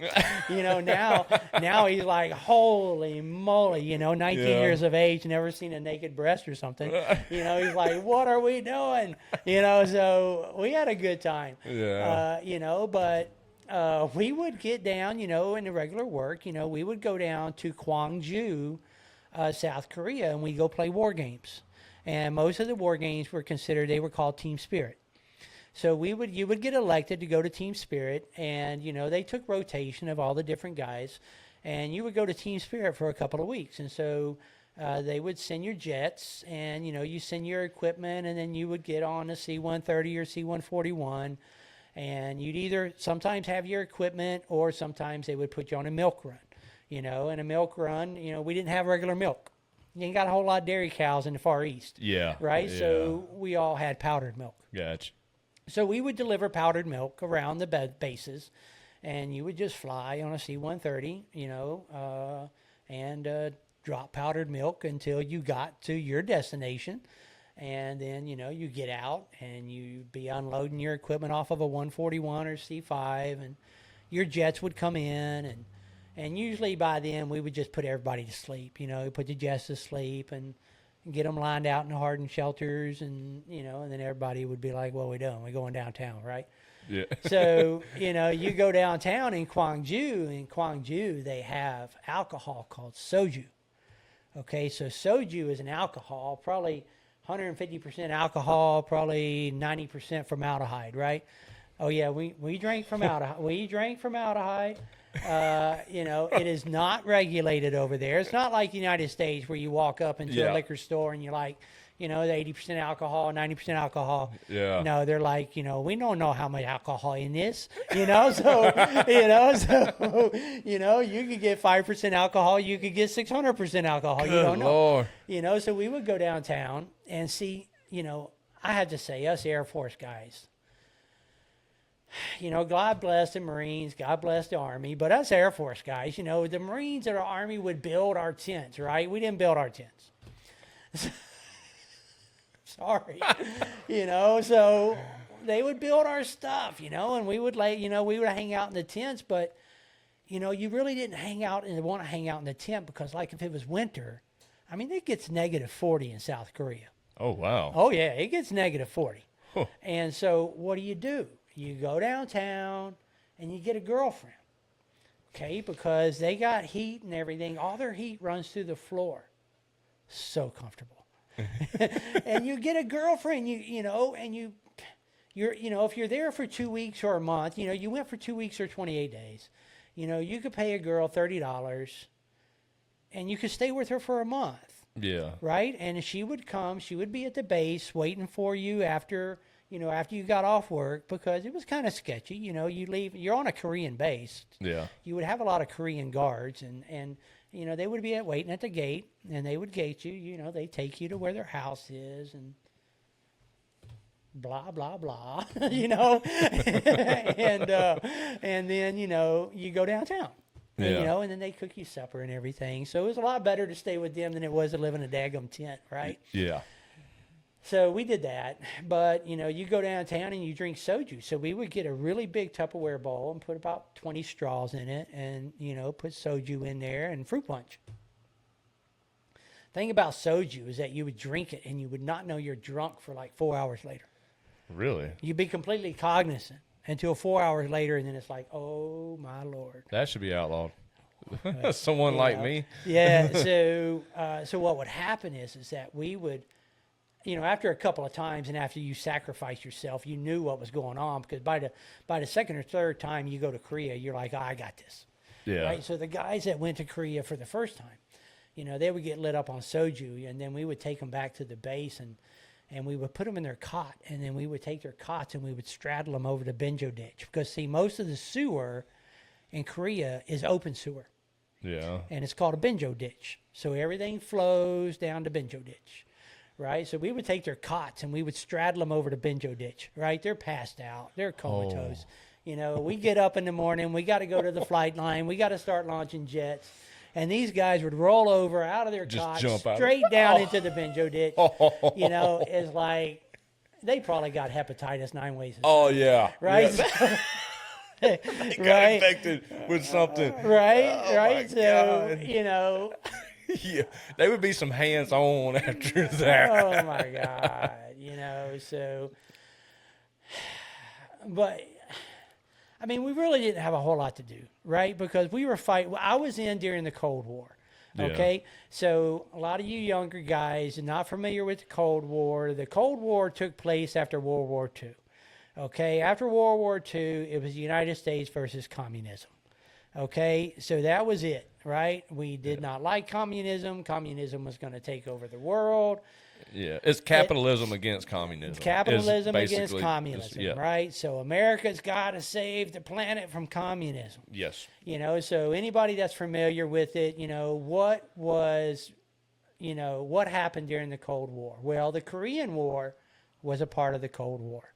Vietnam was a part of the Cold War. A lot of people ask, why did we even do Vietnam? Very controversial war. Yeah. And horrible war, too. God bless, all the men that lost their lives. Yeah, and the children and the women, is brutal. But it was part of the Cold War. Yeah. Communist North Vietnamese and China and everybody. I know tension stayed high because like you said, it was right after went to war with Germany. Right. But Russia, what was his name? Stalin. Mm-hmm. He I get that wrong every time, but he was trying to match the atom bomb, if I'm not mistaken, and so he actually put Russia into a depression, trying to build this bomb, and he ended up doing. They said this bomb was like equivalent to 22,000 sticks of dynamite. Wow. Yeah, and I was like, wow. But he put Russia in a depression.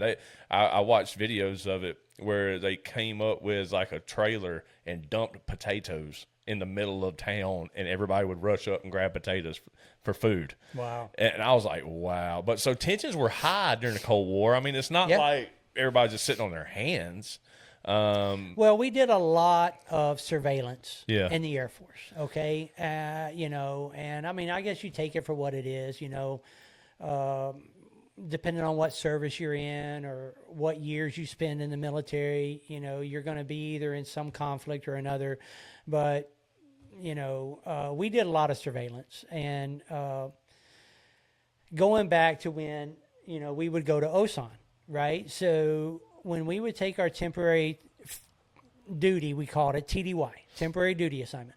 We would take TDY, and sometimes you would be selected not only to go to Gwangju for war games, we would go to OSAN.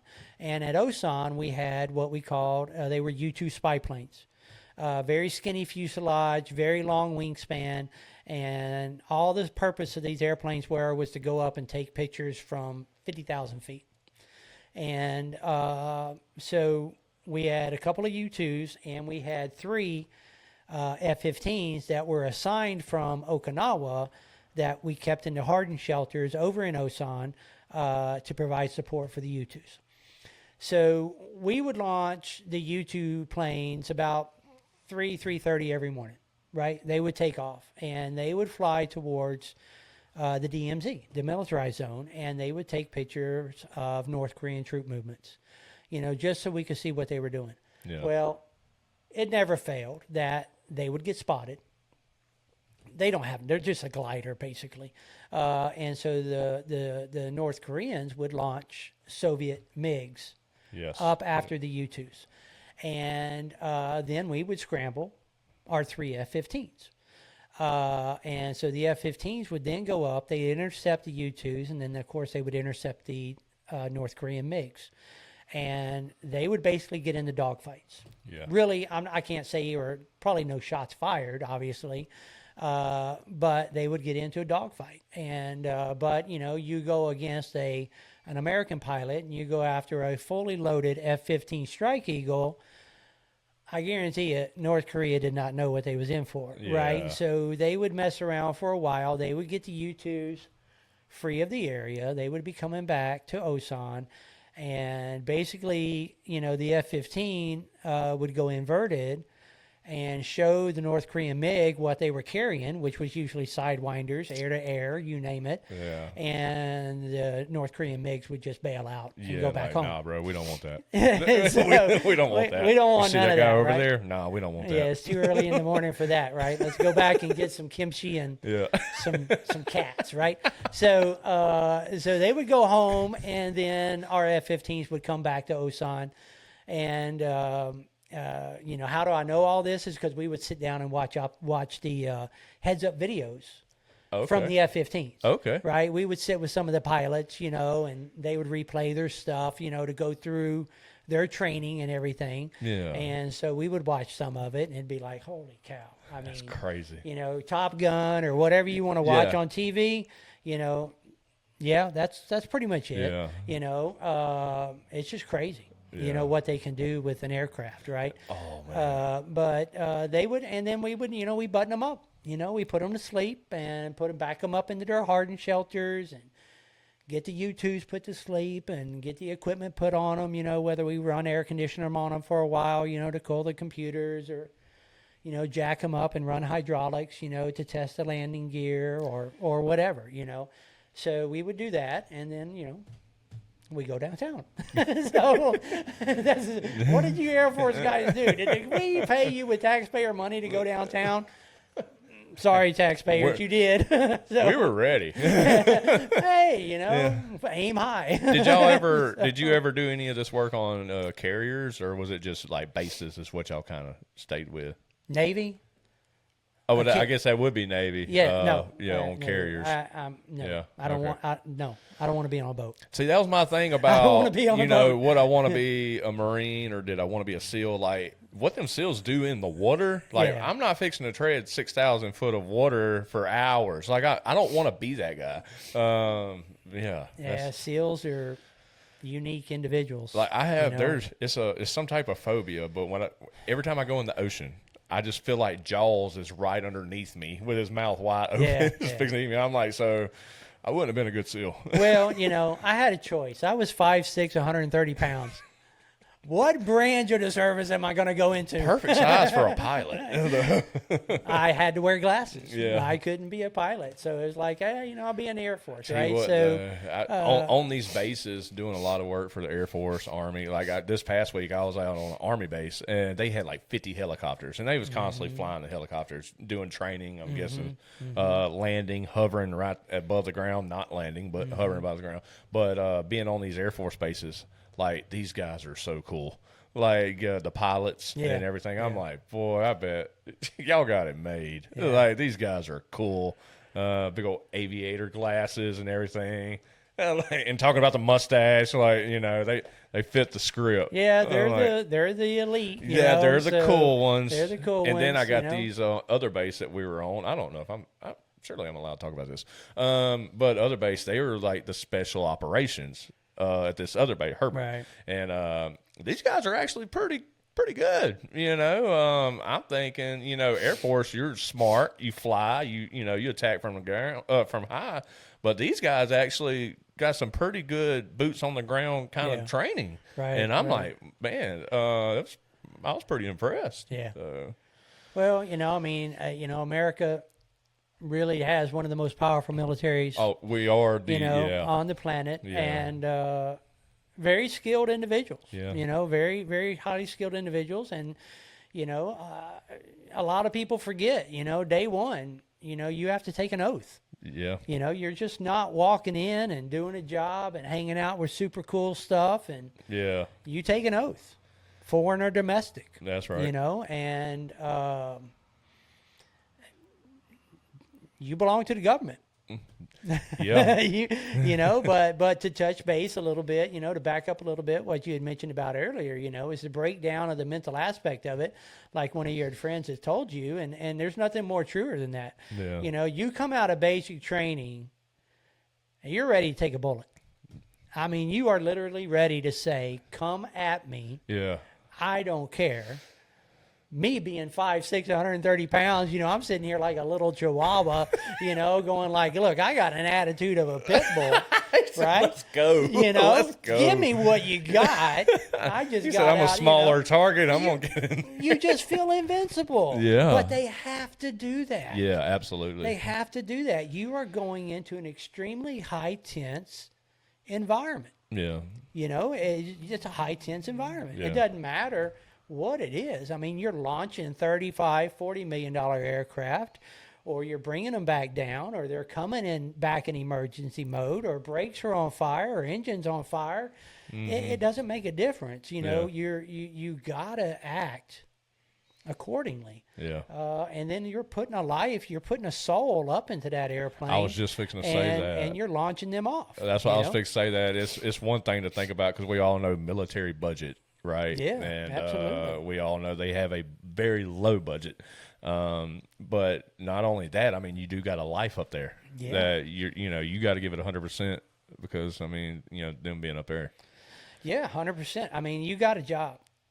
They're dependent on whether you tighten up that screw. What did the airframe and power plant type mechanics do, or even the age mechanics? Did we leave something on the ground? Yeah. That's then going to suck up into that engine and take that engine out. It's not like they're just hovering at 50 miles per hour either. No, they're moving. So, and you do a lot of experimental stuff in the military.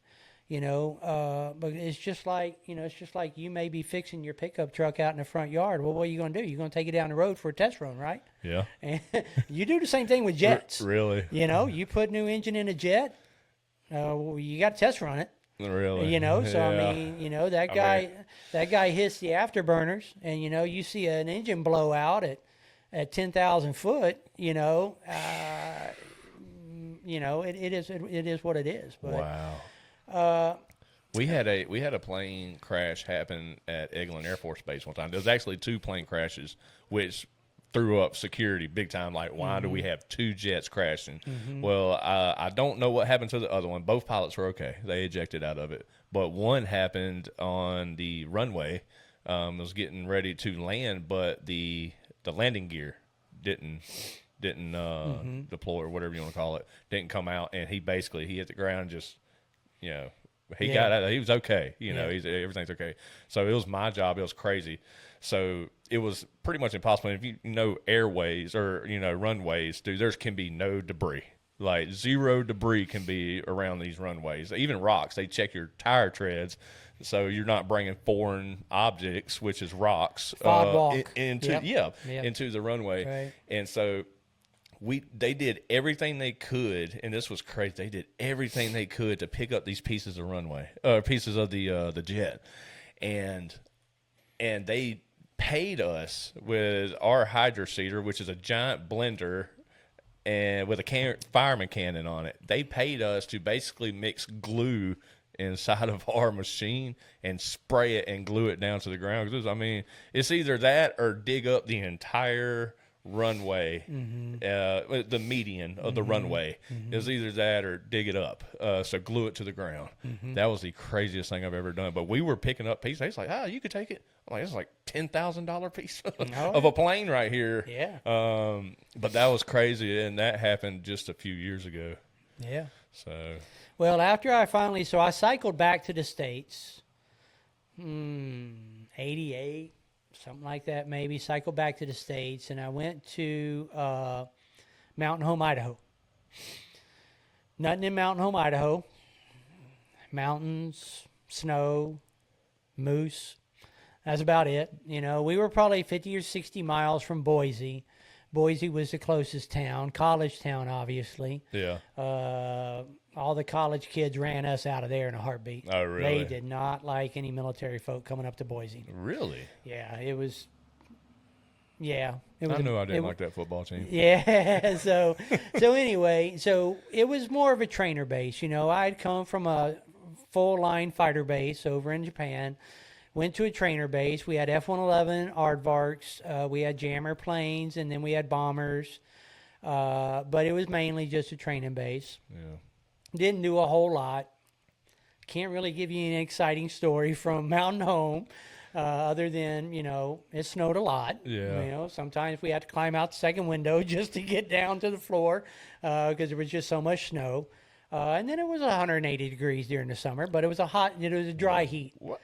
You know, it was a dry heat. 180 degrees. You know, but that was it. I mean, if you were a big game hunter, you would have loved it. If you Yeah. were not, if you were, Hey, I thought about it, you man, know, because though a whole lot different than a deer we got here. We got swamp goats up there. They're like mule deer. oh, they're massive. Yeah. They're massive. The animals up there are huge. Yeah. But I wasn't a hunter, you know, Yeah. and so I tried to get out of Mountain Home.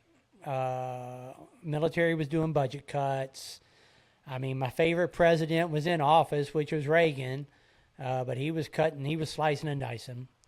They wouldn't send me back overseas. They gave me the opportunity to stay in Mountain Home. I was like, I can't do this, Yeah. you know, and so I just went ahead and got out. Gotcha. Came back to Texas, and so I went after my airframe and power plant license, and I was going to work with like Southwest or somebody like that. At that time, the airline industry started crashing, right? So this was 1991, maybe, something like that. Airline industry started crashing, very unsettled. And so I was like, man, I need a job. I need a job. So I rolled up to this. I didn't even know construction rental equipment existed. I didn't even know what the hell a backhoe was. I didn't know a backhoe existed. Yeah. And to throw this in there, I still didn't know who God was. Yeah. Okay, so so I got a job. I rolled up to this rental equipment place, whatever, and I said, "Hey, you guys looking for mechanics?" They said, "You ever work on construction equipment?" I said, "No, I work on airplanes." And they said, "Well, that's good enough for us." And so You got the concept. Yeah. I started my first year of 36 years into the heavy equipment rental industry. Okay. You know, so as I'm going through there, you know, I meet my wife in 90, and when we start hanging out, we get married in 93. So we've been married 33 years, or about 33 years, been together 35, 36 years. She's from a small town just like me. And then we get into, well, you know, let's have a child. Okay. So, come to find out, she has, she's going to kill me because she's like, I told you this 100 times, but I'm sorry. I know she had endometriosis. She had some ovarian issues, different Okay. things. She did have some cysts at one time. Long story short, she went through several surgeries, and we went through several IUIs, which is uterine in vitro fertilization Gotcha. type stuff, right? You take the Gotcha. egg, you take the sperm, you put it together, it goes into the My woman. wife, my wife and I are familiar with that. Yeah. Okay, so we did that a lot, and it wasn't covered by insurance back then. Yeah, So yeah, may still not be covered now. not with ours. Yeah, so we roughly spent 6 years trying to have a child, and it finally got to the point I was working within the equipment industry, had gone through being a mechanic, gone through being what we call a rental coordinator, taking orders from customers, dispatching trucks, and even had just gotten into management and running my own branch. And so it was in 1999. We had been trying to have a child for like 6 years. And I was actually running a facility at Amoco Oil, which had just recently been bought out by BP, British Petroleum, in Tech City, Texas. And so the company came to me and said, hey, we just had a problem with the general manager in Orlando, Florida. Would you be willing to go run the Walt Disney World on site? So I went and talked to my wife about it, and it's like, look, let's get out of this honky-tonk town. We can't have a child. We've spent all our money. Yeah. Let's go to Orlando. I'm going to run Walt Disney World. What does this mean, right? So anyway, we packed up, and we went to Orlando in 99. And so I was running what we called back then on-site facilities. And so we managed the construction equipment that customer utilized to maintain their facility, whether it was a chemical plant or oil refinery, what have you. And so with Walt Disney World, we had two aspects. One, we had their construction side. They had their own construction company, which is called Buena Vista Construction Company, BVCC. And then they had equipment that they needed to shoot movies or commercials. And so I was basically the on-site manager for Walt Disney World. It had its coolness to it, right? So I had a security pass. Yeah. And, we'd go down the Disney West Side or Disney Downtown on the weekends, me and my wife, and, eat, mess around, go to comedy clubs. Yeah. And then I'd use my pass and, ain't nothing to say we wouldn't go to the Magic Kingdom on a Saturday and Come on. ride a couple of roller coasters and Yeah. maybe go eat lunch, and then we just go home by the evening. Yeah. Next weekend, what do you want to do? Oh, let's go to Epcot. So we'd go to Epcot and eat Japanese or something and then go home. It had its perks. Yeah. Saw a couple of famous people, but then comes the fact that you're dealing with the most dominant customer on the face of the earth, which is Walt Disney World. Yeah. Everything has to be perfect. Yeah. The only thing that Disney doesn't control is the weather. Other than that, they control everything else on the face of the earth. Yeah. And it becomes they are a very dominant customer. I heard he was very OCD too. They said that he would actually walk around, and this is just someone saying this, said that he would actually walk around and buy a snow cone, so to speak, and then just walk, and by the time he's done with the snow cone, he'd be like, well, now we need a trash can here. Yeah. Like, and he would do stuff like that, and I'm like, wow, that's pretty cool. It's brutal. Yeah. Okay. I mean, I know a lot of people love Disney. Excuse me, if you asked me to go to Disney, I don't have interest. I don't know what I would say to you, but it'd be like, no. I mean, I've seen the belly of the beast, right? Yeah. I'm like Jonah. I went inside the well, okay? I know what's happening inside Disney. Now, granted, and I'll throw this in, still no God in my life, right? So I've been, like you take the Magic Kingdom. Magic Kingdom's like 20 stories above the earth, right? It's got a massive city underground. Really? You know, that's where all the offices and everything like that is. So when we had meetings with Disney executives or, you know, planners or things like that, we would go downstairs underneath the Magic Kingdom and have meetings. I would walk by amongst pallets of money. I would probably walk by 10 or 20 million dollars Wow. worth of shrink wrap pallets, and they would bring Brinks trucks down into the tunnels, and they would just load them. Wow. Just load them. It was insane. It was absolutely insane. And I bet it's only gotten larger, like far as the Oh pallets. yeah, but you know, it was That's pretty visual. cool. You know, if Disney would be like, hey, you know, we got to get on top of Cinderella's castle because there's a light out, or, you know, whatever, we would. I mean, we'd go right in the middle of the park with 7,000 other families on vacation, and we would shoot lasers and get measurements, you know, and then we'd be like, okay, we'll deliver this equipment tonight, and they'd get up and fix, you know, that light at the top of the castle. Yeah. They had a place that was called Disney Horticulture, and Disney has 2 of everything. Okay, so at their horticulture center, they would have 2 of every tree, 4 foot, 6 foot, 10 foot, 20 foot, 2 of every plant, 2 of everything. So if you as a family, you know, went to Disney and, you know, you spent $5,000 for the vacation of a lifetime, they didn't want you to look at a dead tree or a dead plant.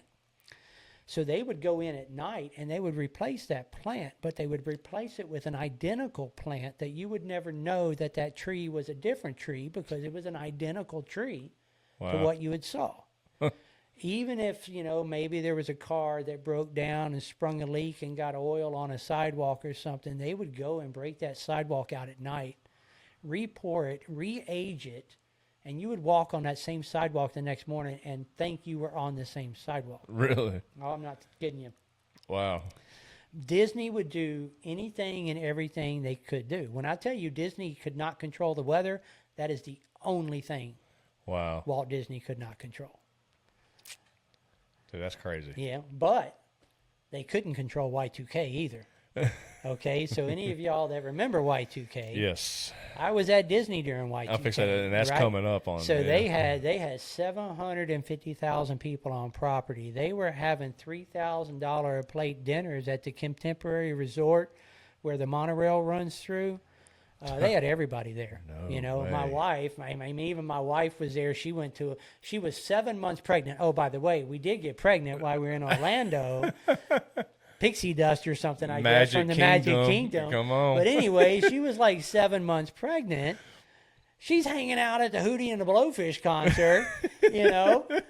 December 31st, we're about to turn into Y2K. I'm at work, right? Because, you know, the world's about to come to an end. Yeah. You Right? know? And, you know, we had provided, you know, I know, you know, 700 and something light towers, 500 and something generators, everything from a 5 kW to a 5 meg.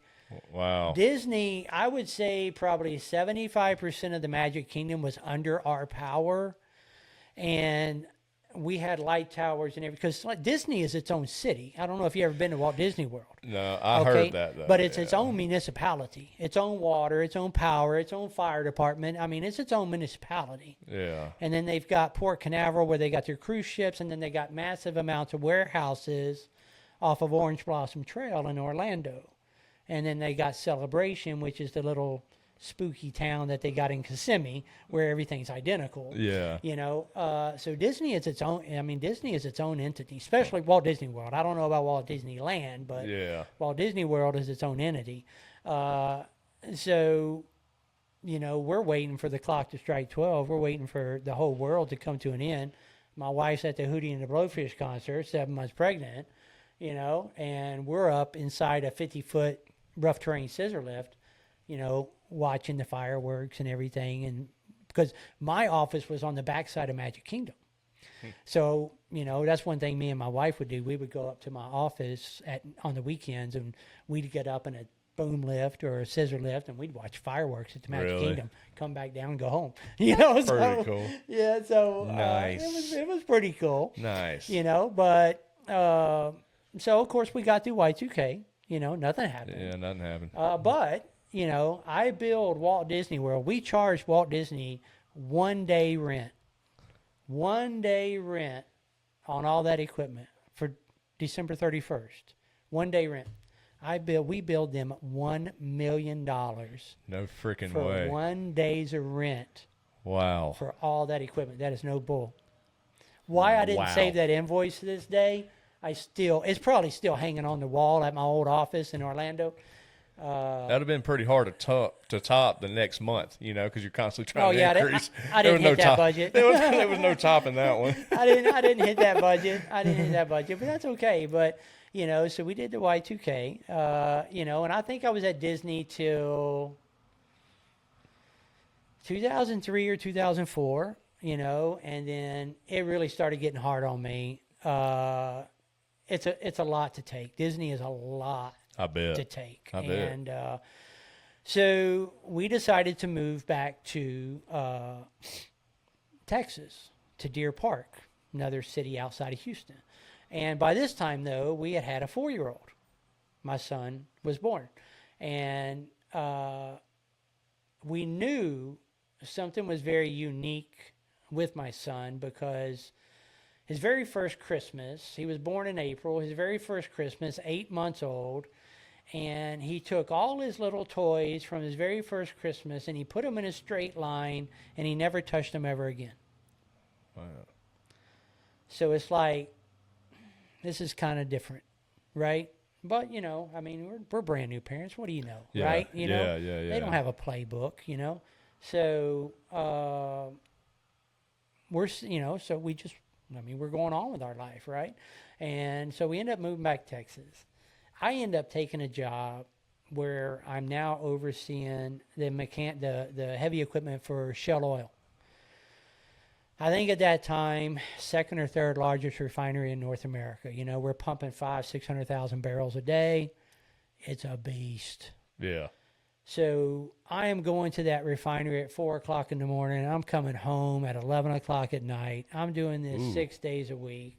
Wow. So basically, you have no idea what your family's doing. Yeah. Right? Yeah. So my marriage is coming to pieces. And I have no idea what's going on with my kid. When do I see my kid? Absolutely. Right? Yeah, When? Yeah. So my wife is sitting here hollering at me, and she's like, there's something wrong with our son. And I'm like, what do I know? I'm never home. I'm at the plant. Yeah. And so we take him to a pediatrician. And they're like, oh, he's got ADH. Is that the name of it? ADH? ADH, right? DH, Attention Deficit Disorder, ADHD, whatever. Yeah. We'll look at giving him, and I'm like, no. My kid's not hanging from the ceiling. He's not climbing the walls. Exactly. Yeah. This is not it, right? And so by that time, we're kind of bouncing around a little bit, and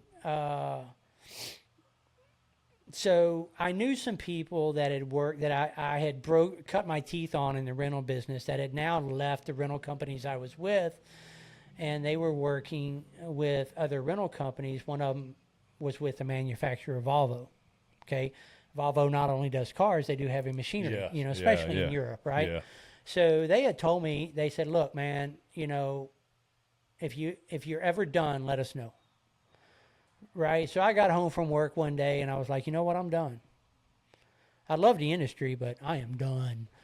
So I called them, stood out in my front yard, and I called them. I said, hey, man, you told me when I was done to call you. They said, all right, we'll get right back with you. So I was maybe a day or two. They called me back. They were like, hey, you want to go to Alabama?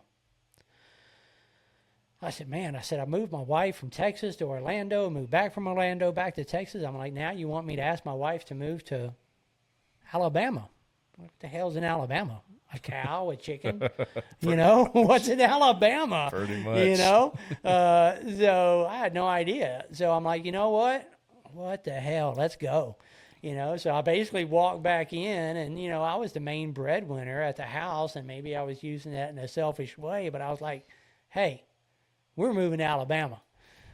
And my wife was like, oh, my God.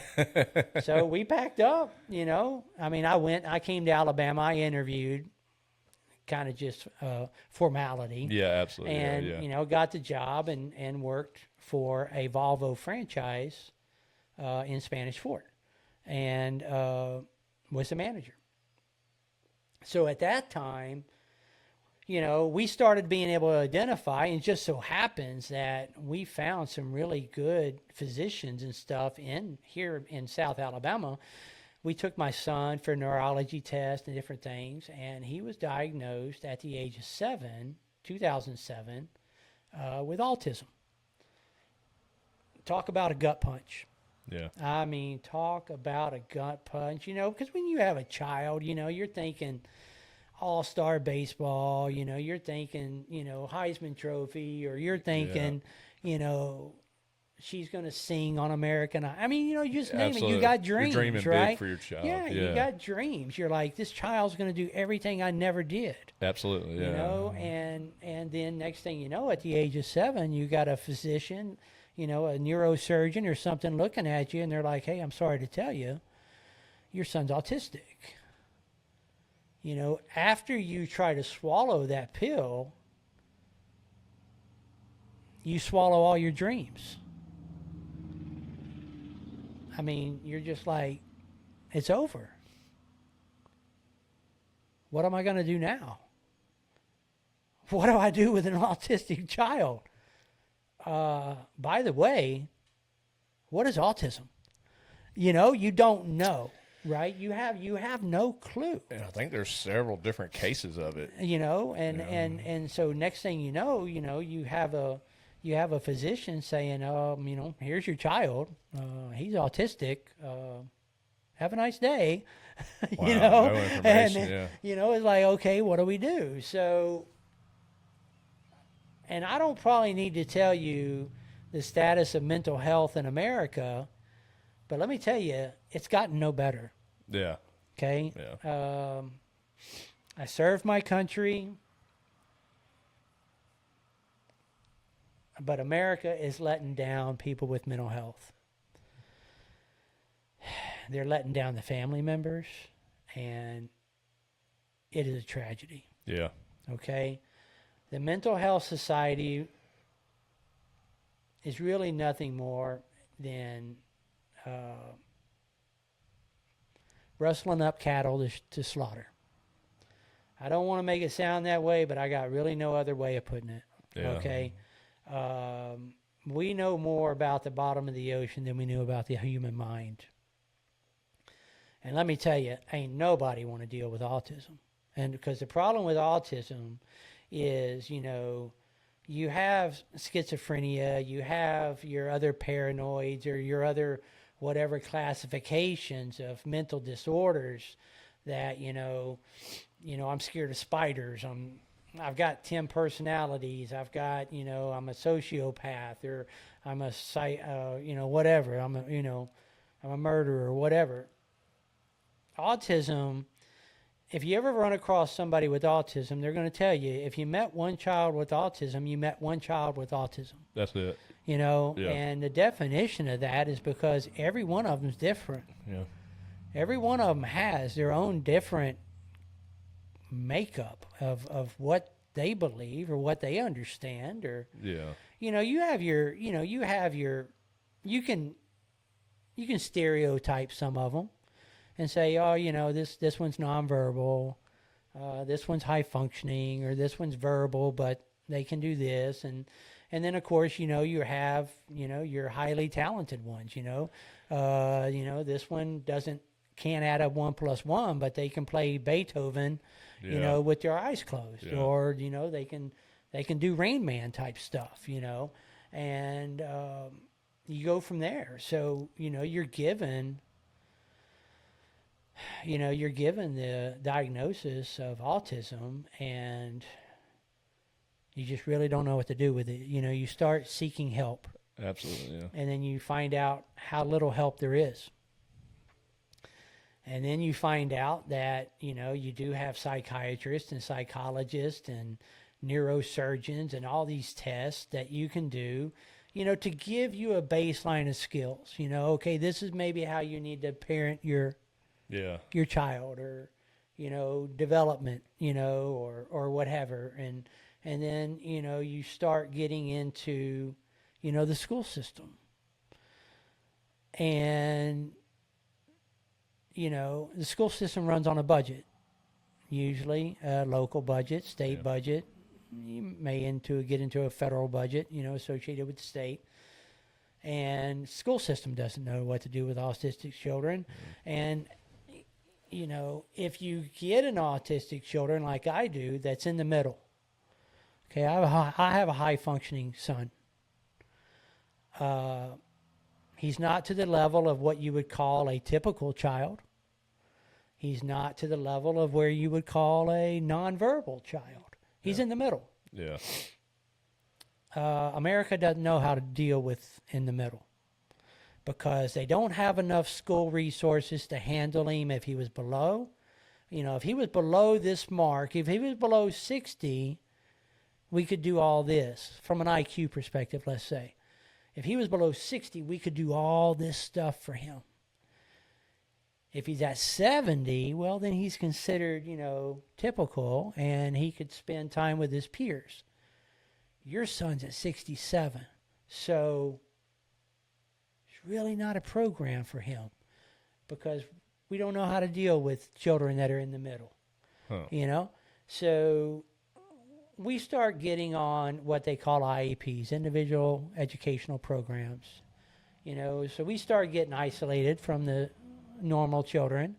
We go to special classes, we do special things, stuff like that.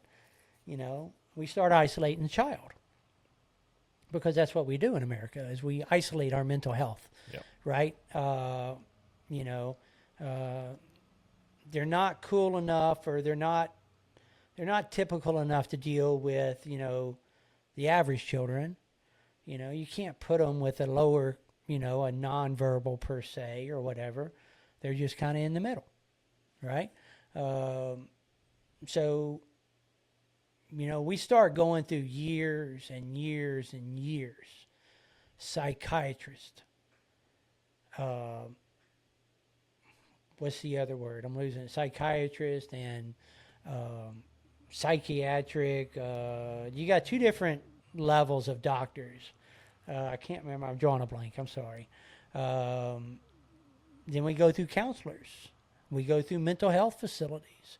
We go through occupational health. We go through dozens of teachers at school. We go through mental health counselors at school. We go to mental health counselors that are associated with state.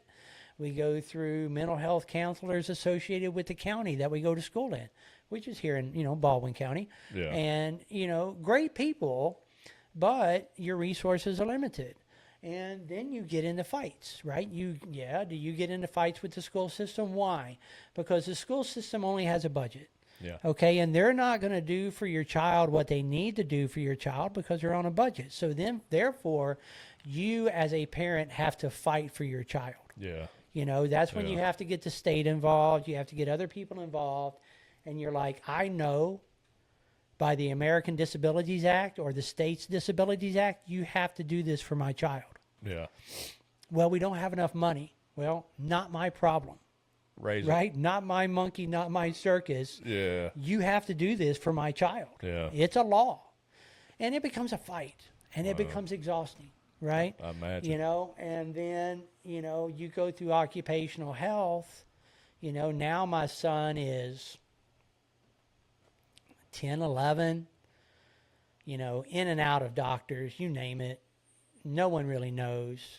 And, you have occupational therapists that are sitting in your own home, in your living room, on your couch, and they look at you and they're like, hey, you're going to have to take care of your son the rest of your life. He's no way self-sufficient. I probably said, okay. Do I know what that means? No. Yeah. Did it register? No. I can't even tell you. I mean, what do? You're going to have to take care of your son the rest of your life. What does that mean? I mean, I guess it could be pretty simple. I mean, I could probably go back to my teenage years when I had my best friend with muscular dystrophy. Pretty plain and simple. He's in a wheelchair. Yeah. Someone that is extremely mental challenged. They're in a home or whatever, then yeah, okay. But I've got a high-functioning child that if you looked at on any given day, you'd be like, Ain't nothing wrong with that kid, Yeah. right? So we took it, we ran with it when we still had to get through school, right? So in the meantime, you're dealing with a child that, an autistic child lives in two different worlds. They don't live in our world. They live in another world that becomes very protective to them. Yeah. My child was 300 years old. My child was Chinese. Me and my wife were not even his biological parents for 4 or 5 years. He came into this world because his father was killed by a bear when they were hunting for food. My wife's hand come through a dark tornado, pulled him out of his world and put him into our world. Wow. That's how he came into existence with me and my wife. Yeah. We were not considered his biological parents. Now, we were. Yeah. Yeah. Right? It's just how my they wife see gave it. birth to him. It's just how they see it. Right. And, Yeah. and even I kind of skipped over that. His birth, my wife was high, I'm drawing a blank for words. What do you call it when a woman is going through pregnancy? High risk. High risk. High risk, right? So, he came a little bit early, not too bad, but, he stopped breathing. His heart stopped beating. They stuck wow. a very big needle into my wife to poke his skull to try to get his brain moving and his heart rate moving, and it wouldn't happen. And then all of a sudden, he took in all the meconium fluid. He was dying inside my wife. Oh, wow. And so they pulled him out by an emergency C-section. And, of course, when he came out, his scores were a little bit low, but he had 10 fingers, 10 toes. So Yeah. Dad was okay. Yeah. Right? Yeah. So that's kind of how his life started. Now, did that have anything to do with his autism? I don't know. Did the fact that we have to go to Mexico and get fertility medication? I don't know. Huh. But, we had given money. So the woman's clinic that we had gone to try to have a child, they said, hey, we're going to Mexico as a medical service to a lower income country. They said, you can give us some money. We can buy fertility drugs over there for 1/60th of the price in America. So they did. And it was a medical group. So they're like, no, it's all good. So they got us infertility medication in Mexico. I mean, the government now says it's Tylenol. Or, the government says, you drank too much Sprite. That's why you got an autistic child. Oh, I don't yeah, know. Who knows, right? We were on a lot of fertility medication. We had major complications, during birth. Who knows? I don't know. I don't have a clue other than the fact that I had an autistic child and we love him, plain and simple. Right? But, he grew up in a different world. And what's crazy is that my son was writing books at age 6 and 7. 10, 15-page books. He was writing. Really? He was a Chinese military general. Man. He was 300, 400 years old. He had fought all these wars. Be damned if he could tell you what 1 + 1 was, but he could damn sure tell you how many men died in the battle, what kind of guns he used, how much ammunition he used. He could tell you the whole story. But you asked him what 1 + 1 was, and then he sees and understands things that I have no idea. Yeah. Even to this day. Yeah. And it is frustrating, because we try to have conversations, and he's like, you don't know what you're talking about. And I'm like, you don't know what you're talking about, so, we have a common understanding that each one of us don't know what we're talking about. Right. So, God bless him. Right. But, absolutely. But, we had to go through school, and that was exhausting. So he ended up graduating with what is called a life essentials degree. He doesn't have a general education diploma. It wasn't going to happen. He's got a 3rd grade reading education. He's got a 3rd grade math education. He's got a general life degree, or life essentials degree, however you want to call it, that the state calls it. So individuals that are mentally challenged or mentally deficient can have some sort of diploma. Gotcha. Okay. What are we going to do with that? All right. So But anyway, you know, he graduates with a third grade reading level, graduates with third grade math at level. What are you going to do? Yeah. So this is where I start making my mistake, but I don't know it at this point, okay? My mistake is, what do I want to do? I want to expose my son to social behavior. I want to get him into the workforce. I want to get him friends. I mean, you're talking a child that's never had a birthday, Yeah. okay? He has never had a birthday. Okay, how many children do you think you could run across that says never had a birthday? Yeah. He couldn't handle it. I mean, we couldn't go to Walmart. We couldn't go out to eat. Be overwhelming for him. We couldn't get a haircut. Yeah. We couldn't do nothing.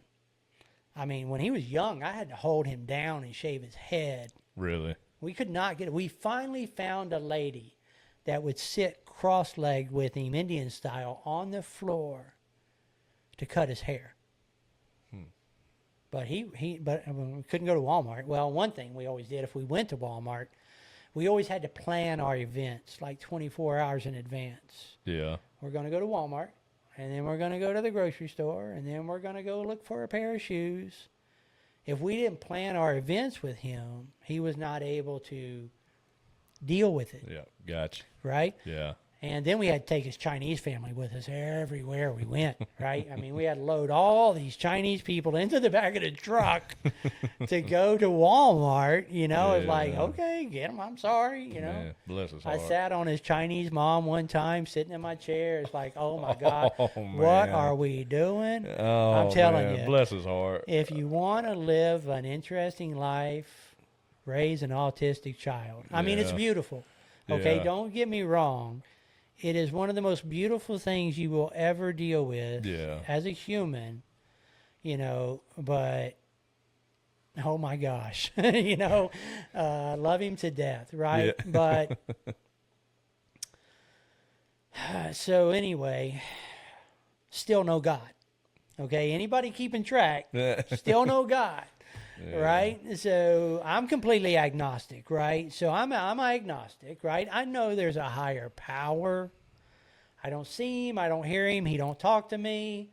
I don't see nothing crazy fall out the sky. But I know there's got to be something, because there's a lot of people that believe in something, Yeah. right? So I'm agnostic, right? I'm not going to sit there and say that I didn't get in a pickle and be like, oh, God, what do I need to do? Yeah. Right? So, but I was agnostic. I was my own. I didn't need anybody else. I could handle what I got going on. I was raised a latchkey kid. I was raised independent. I never asked my parents for money. I never asked anybody for anything. If I needed a job, I went and got it. If I needed to eat, I went and got it. If I needed money, I figured out a way to earn it. Yeah. I didn't need anybody. Right? I definitely didn't need God, because I never had any interaction, Yeah. right? So, I mean, You made it this far without. made it this far, Yeah. right? And I'm raising an autistic I child, know that. you know, so, Thought. I mean, what the heck do I need somebody else for? So, I was doing just fine. Yeah. So now we get into adulthood, right? You know, I'm doing my deal. I'm working. Everything's good. I'm making very good money. I'm taking care of my wife. You know, I'm living my life. I'm doing everything. You know, but let's kind of look at some of the details, right? I'm working. I'm a workaholic. People that know me know that my job is everything, all right? And I'd be ashamed to admit it. My job comes first. Money probably second, maybe my family third, maybe. You could ask my wife. My wife would tell you, if we finished third or fourth, be lucky. Yeah. All right, but my job was number one, okay? Number one. Anniversaries, I ain't got time. Wife birthday, I ain't got time. Why me and my wife are together after 35 years, about to be 36 in February? God bless her. Me and my wife, I mean, I think we were built for each other. You know, I met her in a gas station, right? Okay. Yeah, I walked in, redhead. Oh my gosh. Probably leave that alone as it is, right? Redhead, right? Why you got it there? You're gonna ask a redhead out for a date? What was I thinking? So I walk up to this cute redhead. She's behind the counter of Old Country gas station, and I'm like, "Hey, you want to go out?" Something like that. She's like, "I gotta look at my schedule." Well, I took that as a put off. I'm like, okay, you got to look at your schedule. I figured she was being sarcastic. Yeah. But she really had to look at her schedule, her work schedule. Right? I just got out the military. I still have my white walls and my haircut and all this. I just got out the military. I was living my life. I never had Filipino or Japanese women question me. I go back to America and I got this daggone redhead in a gas station that's like, I got to look at my schedule before I even consider going out with you. Right? And so, but hey, here we go. Right? So she goes out with me. I haven't really dealt with American women. I really hadn't dated much, and especially being in the military, So I started buying her 6 packs of beer. Maybe that'll entice her to find love in me. I don't know. Yeah. So we go through so much stuff. I got people like, you need to get away from that person. And I'm like, nah, there's something there. I buy her 6 packs and she don't show up. And I'm like, what am I doing? But I mean, if a guy gets into a courtship and, we're like a goofy puppy, or whatever. It's like, I don't know when to walk away. Absolutely. Just got your tongue hanging out. You're like, The Absolutely. girls just like, I got you. So anyway, we finally got together and, we dated for like 3 years before we got married. But, work was my priority, and I cared about work. I cared about retirement. I cared about making money, and I cared about what I was going to do when I retired. Yeah. I had a relationship with my wife, but I went east, she went west, I went north, she went south. I would see her for a few minutes. It'd be like she was tired from working. I was tired from working. If we sat down, we would say 5 words. We'd watch TV. We'd go to bed. Yeah. And even any type of relation that I had with her was not a love, compassion relation. It was like, it was like, a relationship you would, I'll say it as it is, let's call it a porn relationship. Yeah. Let's call it whatever. Let's call it a physical thing. Yeah, it's physical. Yeah. Hey, it's that time of the week. It's that time of the evening. Yeah. Let's get this done because the kid's in his room asleep. The dog's finally been to bed. Let's get this done. Come on. I mean, that was the relationship. Yeah. Let's get this done. But that was normal. Yeah. That was normal. My wife, she's not one that says a whole lot. I was running the show, because, I mean, that's just the way it was. I ran the finances. Yeah. I answered all the questions. I made the decisions of where we're going to eat. I made the decisions of what car we're going to buy, and I made all the decisions at work. This is what we're going to do. This is how we're going to run the branch. This is how we're going to do this. I mean, I was in control. Yeah. I was 100% in control. I had money in the bank. I had everything I needed. My health was good. I did not get sick. Yeah. I did not get sick. And if I got sick, I still didn't get sick. Yeah. Still working. I went to work. Yeah. Yeah. Right? I went to work. Sickness was weakness. Anything other than hardcore was weakness. Yeah. Yeah. And that was it. And I was hardcore. I mean, 5'6", 150, 160 pounds by then. I was hardcore.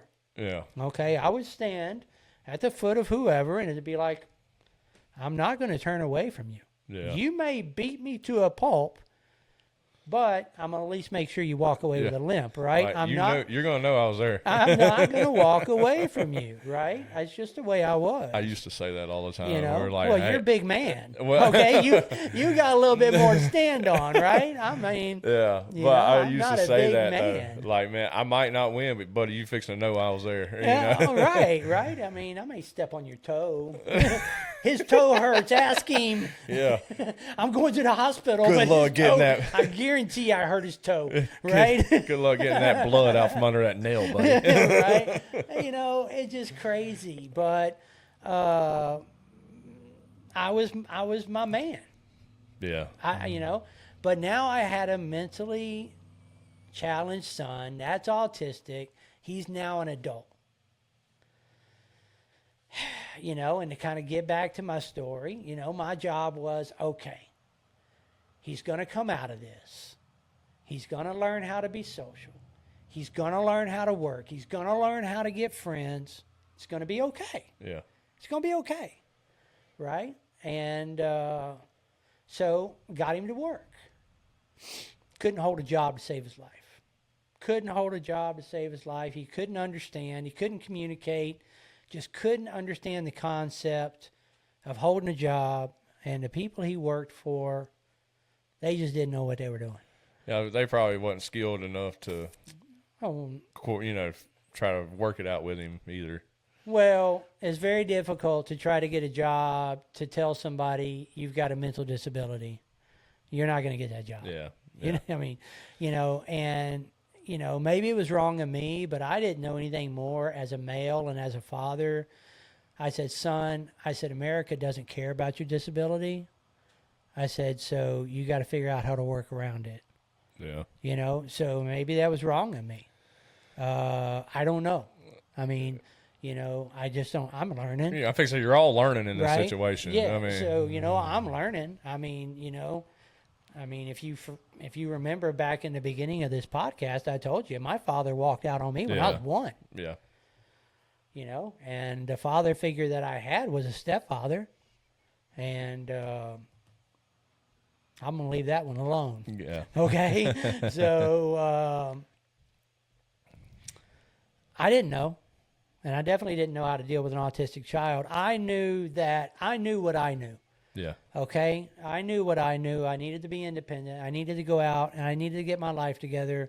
I needed to do things. That's what made me who I was. And so that's got to be what I need to do to my son.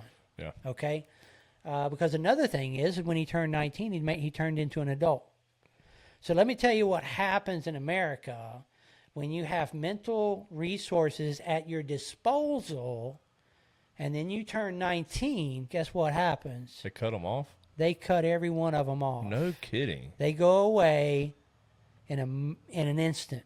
Wow. Well, you're an adult now. We don't have mental resources for adults. Oh. The only way that you have an opportunity to have true mental health resources as an adult, unless you have a lot of money, Yeah. is incarceration. Wow. I had the state of Alabama tell me on the telephone, Mr. Sanford, the only thing I can tell you is that you need to move to another state if you want help for your son. The state of Alabama told me that. Move to another state Wow. if you want help for your son. So, but I'm kind of getting ahead of myself a little bit. But anyway, so, That's insane. well, the problem you ever heard of HIPAA? Yeah. Yeah. Okay, well, as an adult, you now have HIPAA rights. Okay, so how can I, as a parent, working with an adult, violate his HIPAA rights Yeah. as an adult to try to get him support? Yeah. Okay, so when you're on the phone with a mental health clinic or you're on the phone with Alabama Disabilities or whatever, and you're talking to them and they're like, well, who are you? And you're like, well, I'm his father. They're like, well, I can't talk to you. Yeah, it's got to be him. It's got to be him. I'm like, well, my son can't talk to you on the phone. Yeah, that's not going to work. Okay, well, your son can't talk? I'm like, no, my son knows how to talk, but my son cannot verbally express to you what he needs to express. I need to talk to you. And they're like, well, we're not talking to you. Wow. What So a joke. just the phone hanging up, click after click after click after click. So what is my option? Okay. Well, my option is guardianship. Okay. You know, I could get a lawyer. I can go to court, go in front of judges. I can fight for guardianship. Okay. Well, you know, this may be a shortcoming of me. People can question me on that. It is what it is. I'm, like I said in the beginning of the podcast, I'm just a normal guy like everybody else, right? But why do I not want guardianship? Well, for one, whatever your child does, you're responsible. Yeah, you're responsible. You're responsible. Okay, your child commits a crime, you're responsible. Okay, doesn't matter. Whatever your child does, you're responsible. Now you're going to say, my child's not going to commit a crime. Okay, well, all right, you know, but you have a highly functioning child. He can drive. He's in the world. He's working. But I talked to this lady the other day, and she summed it up perfectly. Cognitive distortion. What does that mean? Well, you know what cognitive means. You know what cognitive understanding. If I sit here and say, hey, Nick, you got a cognitive understanding of how your podcast is put together. Okay, I got you got a cognitive understanding of the Bible. Yeah. Right? Yeah. But if you have a cognitive distortion, what does distortion mean? Distortion is a variant or a different way of how something is viewed. Mm-hmm. Look at a fun house, right? What happens if you go into the house of mirrors? Yeah. You know, it's a distortion. Yeah. My head's over here. My feet are over here. Gotcha. So this is a highly skilled therapist, right? And I'm like, what did you say? And she said cognitive distortion. I said, that's the first time I ever heard that word or those words put together. Yeah. I said, that fits perfect. Huh. I said, that fits perfect. Because if you're sitting here talking, if you would sit and talk to another autistic child, or you would even talk to my son, you'd be like, man, this dude ain't got nothing going on, right? You know what an airplane is? Yeah, I know what an airplane is. It flies through the sky. You know what it means to go to McDonald's and buy, fast food or Taco Bell or bean burrito or whatever. Yeah, I got, okay. But the distortion side of it, the understanding of what is the cognitive understanding of handing someone $5 to pay for that Happy Meal. What does that $5 mean? Well, to that person, that $5 may be $500. Yeah. Or the distortion understanding of, hey, trying to implement, why does a police officer do this? Or why does a teacher do this? Or even why does your boss do this? That's stupid, and that's one thing he had, with his employment. They want us to sweep the floor. Well, that's stupid. Why do I need to sweep the floor during the day? We'll just sweep it at night and do it all at one time. And it's like, well, you got to sweep it during the day, because it's safety and you want the place to stay that doesn't make sense to me. Well, do you know what it means to sweep a broom? Yeah, I know what it means. Yeah. Right? But their understanding and our understanding are two different things, right? Gotcha. So, and a lot of understanding with an autistic child, they have no empathy. So try raising a 25-year-old individual that has zero empathy. Try raising a child that will never tell you they love you. Try raising a child that will never reach out for a hug. Yeah. I mean, what is the epitome of raising? What's the baseline of raising a child? Love. Mm-hmm. Your kid running up to you and giving you a big daddy hug. Or, at night, and your kid like, I love you, daddy, whatever. Yeah. Take that away. Cut that part of your heart out as a parent. It's tough. Okay? You will never see that. You'll never hear that. Okay? Man. And then you have their reality. They have to protect themselves from society, because society doesn't mean the same to them. Yeah. They'll tell you it does. All right. So, and I'll get into this a little bit more, but, you know, but now you're raising an adult. All right. So now we're going to start getting into why we're here. Okay. I get him into society. Okay. I'm thinking I'm being a good father, right? And maybe I am. I don't know. Maybe I'm just questioning myself. Get him into society, get him jobs. He actually starts working with me. Okay. I can protect him that way, you know, but still it's like, call him every morning, you know, you got to get out of bed. Can you get up? You know, can you brush your teeth? Can you wash your face? You know, because they don't understand a lot of that stuff, you know, because we used to have to put 3x5 index cards in his bathroom. You know, put toothpaste on the toothbrush. You know, maybe run your toothbrush under water.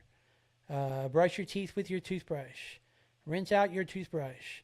Go get jommer pants on. Go get your jommer top on. You have to break it all out systematically. Yeah. Because a lot of times they have a card file, right? So if you imagine your brain as a card file, right? And if I ask you a question, hey, Nick, go turn on your microwave, right? You'll think, okay, I'm going to get up. I'm going to open the door. I'm going to put my food in there. I'm going to hit my start button, you know.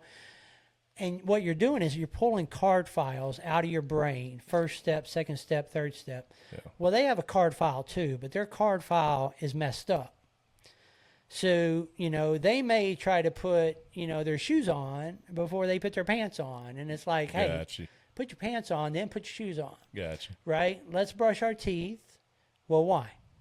Well, we have to do that every day. Well, that doesn't make any sense to me.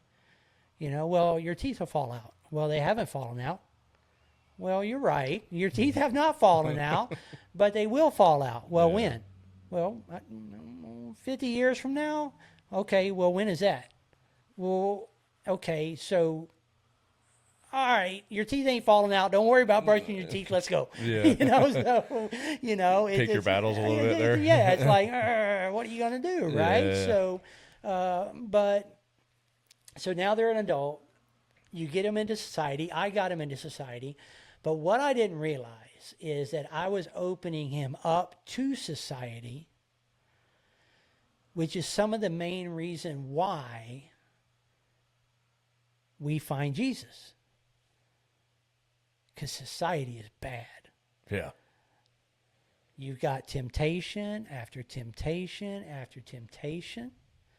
And I have just put a mentally deficient individual with autism that does not know most of right from wrong, but has a cognitive distortion of society and has zero social skills and zero empathy. I just pushed this individual into society. I just pushed him into the lake and told him to swim, and there's piranhas all in this lake, like you referenced earlier. I don't know if there's a shark down there. I don't know if I want to be a Navy SEAL because there's a shark down there, and he's going to eat me. Well, what did I just do? Right? So, I mean, you know, you could look at it 50-50. You know, you could say, well, what do you do as a father? Okay, he's 19. No one will help you from a mental standpoint, right? Yeah. What do you got? But you got nothing else to put him into society. What are you going to do with him? I can't put him in a group home. I can't wrap him in bubble wrap and lock him in a closet. Exactly. Right? Yeah. You got to try. You got to try. He's got every right to live a life as we do. Absolutely. Right? But how do you protect an adult? How do you protect an adult? He can drive. He's got a phone. You can only do so much. He's an adult, man. You can only do so much. Right. Right. But he's getting eaten up by society. Yeah. I'm working. You know, I already laid you out what I think about. I work and money, retirement. Family's down the list, right? And he's cranking. You know, I mean, I'm still looking. I'm still supporting him, you know, because we did get told a lot of years ago, you're going to have to support him for the rest of his life. I don't know what that means, okay? I still don't know what that means today, okay? Absolutely, yeah. And people may be like, hey, Goofy, it means you're going to support him, you know, but...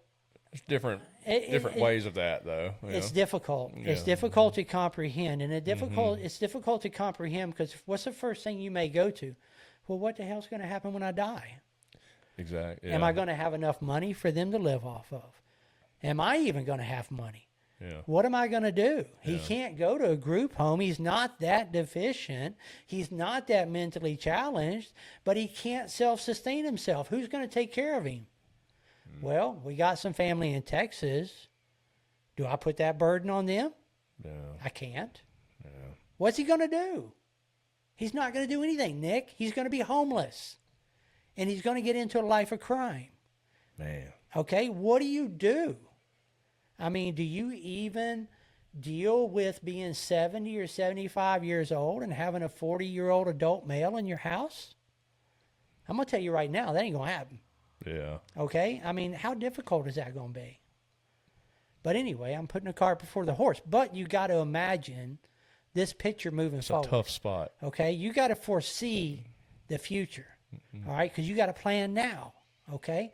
So he's getting into society. And, you know, what do kids do? They want girlfriends. They want all this other stuff, right?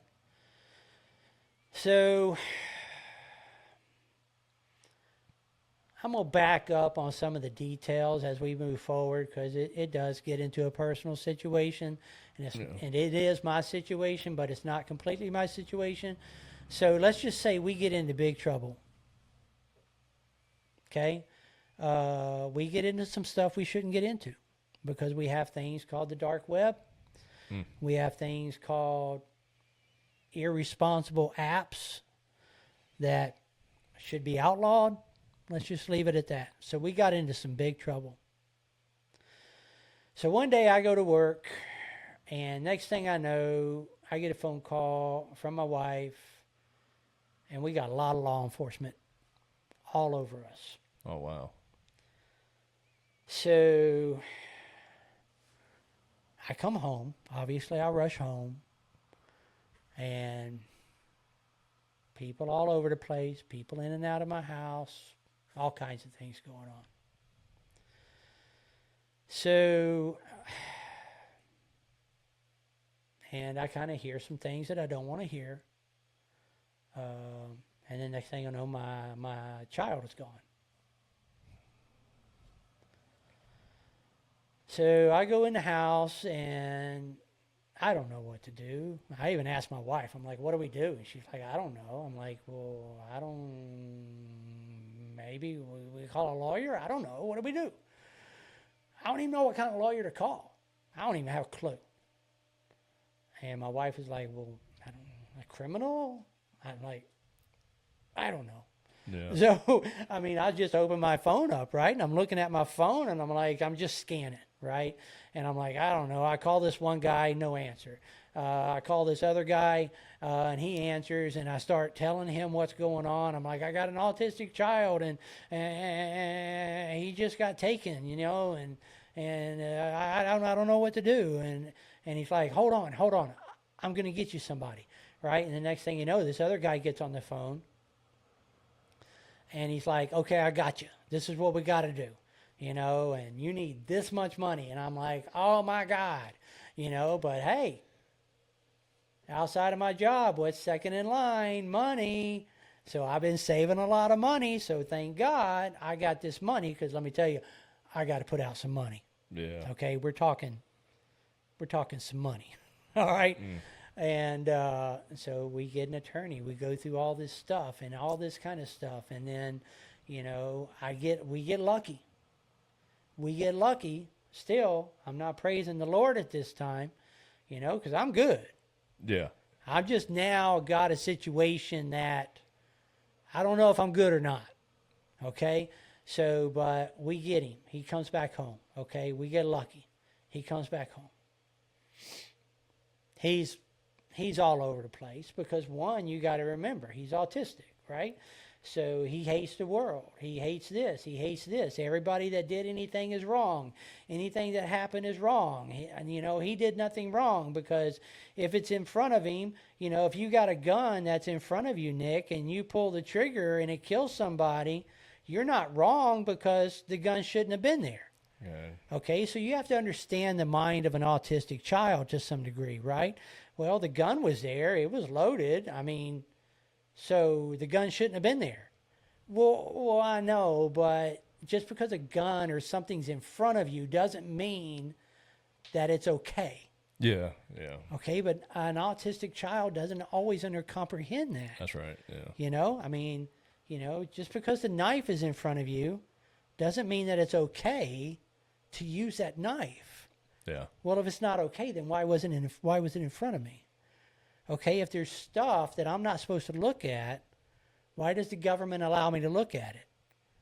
Well, we have what's called freedom. We have what's called constitutional rights. Well, that doesn't make sense to me because you're now telling me it's illegal.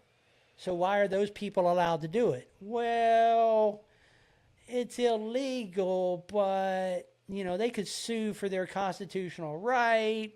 It's like, well, then why are we not North Korea?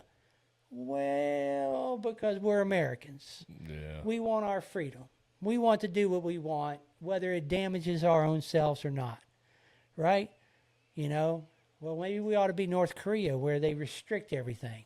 Well, I'm not going to deny that, but, we're Americans. Yeah. We fight for freedom. Your dad fought for freedom. Your dad took an oath, foreign or domestic. We're going to fight for freedom. And America gives you the choice to see what's good and bad. Okay? Yeah. But hold that thought. We do have the choice to see what's good and bad. But hold that thought because it's going to come into play just shortly, right? So we get through all that. 2 o'clock in the morning, I'm in my living room. I'm not sleeping. My wife's not sleeping. We don't know what to do. All of a sudden, our life has been flipped upside down. We're dealing with a criminal situation, what's going on, what's happening. And I'm like, I don't know what to do. First time, I don't know what to do. Yeah. I don't know what to do. So I go down a dark path. Well, I do have a .38 revolver in the bedroom. I got a 9mm in the closet. I know where my guns are. Yeah. So, and I'm beside myself. I mean, beyond comprehension beside myself. Yeah. Everything's gone. Okay, so think about the first part of the podcast, right? Oh, we're sorry, Mr. and Mrs. Sanford, your son has autism. All your dreams are shattered. Yeah. So now we fast forward, right? We now have a potential criminal situation. Those dreams or whatever are shattered again. All the work you've done between the psychiatrist and the counselors and you name it, your whole life, you're excruciatingly tired. Yeah. Okay, because you have been raising an autistic child all these years. You've given everything. You're tired. You've had no life on your own. Yeah. Everything has been that child, and now it's like, boom. You just got hit with probably the worst thing you could get hit with, because not only are they an adult, not only are they autistic, and not only are you your parents, you can do nothing. Yeah. They're an adult. Yeah. You can do nothing. Right? So you're finally at a point where you are 100% helpless, probably for the first time in your entire life. Wow. So I'm thinking, I got a .38 revolver. I could make this real easy. I could make this real easy right now. And this would go away. I had the conversation with my wife. What do I do? Take out the whole family? Well, I'm going to have to, right? I mean, you just can't walk away and take yourself and then leave your wife and kid, right? You got to take out the whole family, right? Yeah. I mean, I'm not saying that this was going to happen, but I'm sitting here saying it's 2 o'clock in the morning. I don't know what I'm going to do for the first time in my entire life. I have no idea. And I'm in a very dark spot. Yeah. I mean, I'm in a dark spot. And all of a sudden I said, God, I need your help. Probably the first time, Yeah. 30, 40 years, whatever, I stood there with a purpose and said, God, I need your help. I didn't know what else to do. Yeah. I mean, what else am I going to do? I got nothing else I'm going to do. I'm sitting here figuring out how I'm going to get out of this. The easiest way to get out of it is just to wipe everybody out. We're done. You know, it's over with. Boom, it's over with. We don't have to deal with this situation because I've had my whole life together. You know, I'll go ask Mike. Mike is super strong. Go ask Mike. Mike will have the answer. Go ask Mike. He'll tell you what to do. Go ask Mike. He'll know what to do. Yeah. You know, and you know, in the back of my mind, I'm sitting here like, quit asking Mike. Stop asking me. You're overwhelmed, huh? Stop asking me. Please. I don't express it. Yeah. But inside, I'm like, stop asking me questions. I don't know what I want to eat. Yeah. And why is it my decision to figure out what we're going to eat every Saturday? Yeah. Why is it my decision to figure out if we're going to go watch this on TV? Stop it. I don't want to do it no more. Yeah. Okay, but I never told anybody I don't want to do it no more. I just continued to do it. I was fighting with my inner self saying, I don't want to do this no more. But I had an obligation to the people around me. Okay, but that night I was standing in my living room. I died inside. Mm-hmm. I had nothing, and I wish there was a way verbally I could communicate that, and I don't know how to communicate it other than I died in that living room at 2:00 that morning. Nothing. I was at a point that I was willing to wipe everything out of existence that I had ever known, I had ever worked for, anybody that I'd ever met, anybody that I had friends with, the love of my child, the love of my wife. It didn't matter. I had to get away from the situation that was just presented to me because I couldn't take it anymore. Yeah.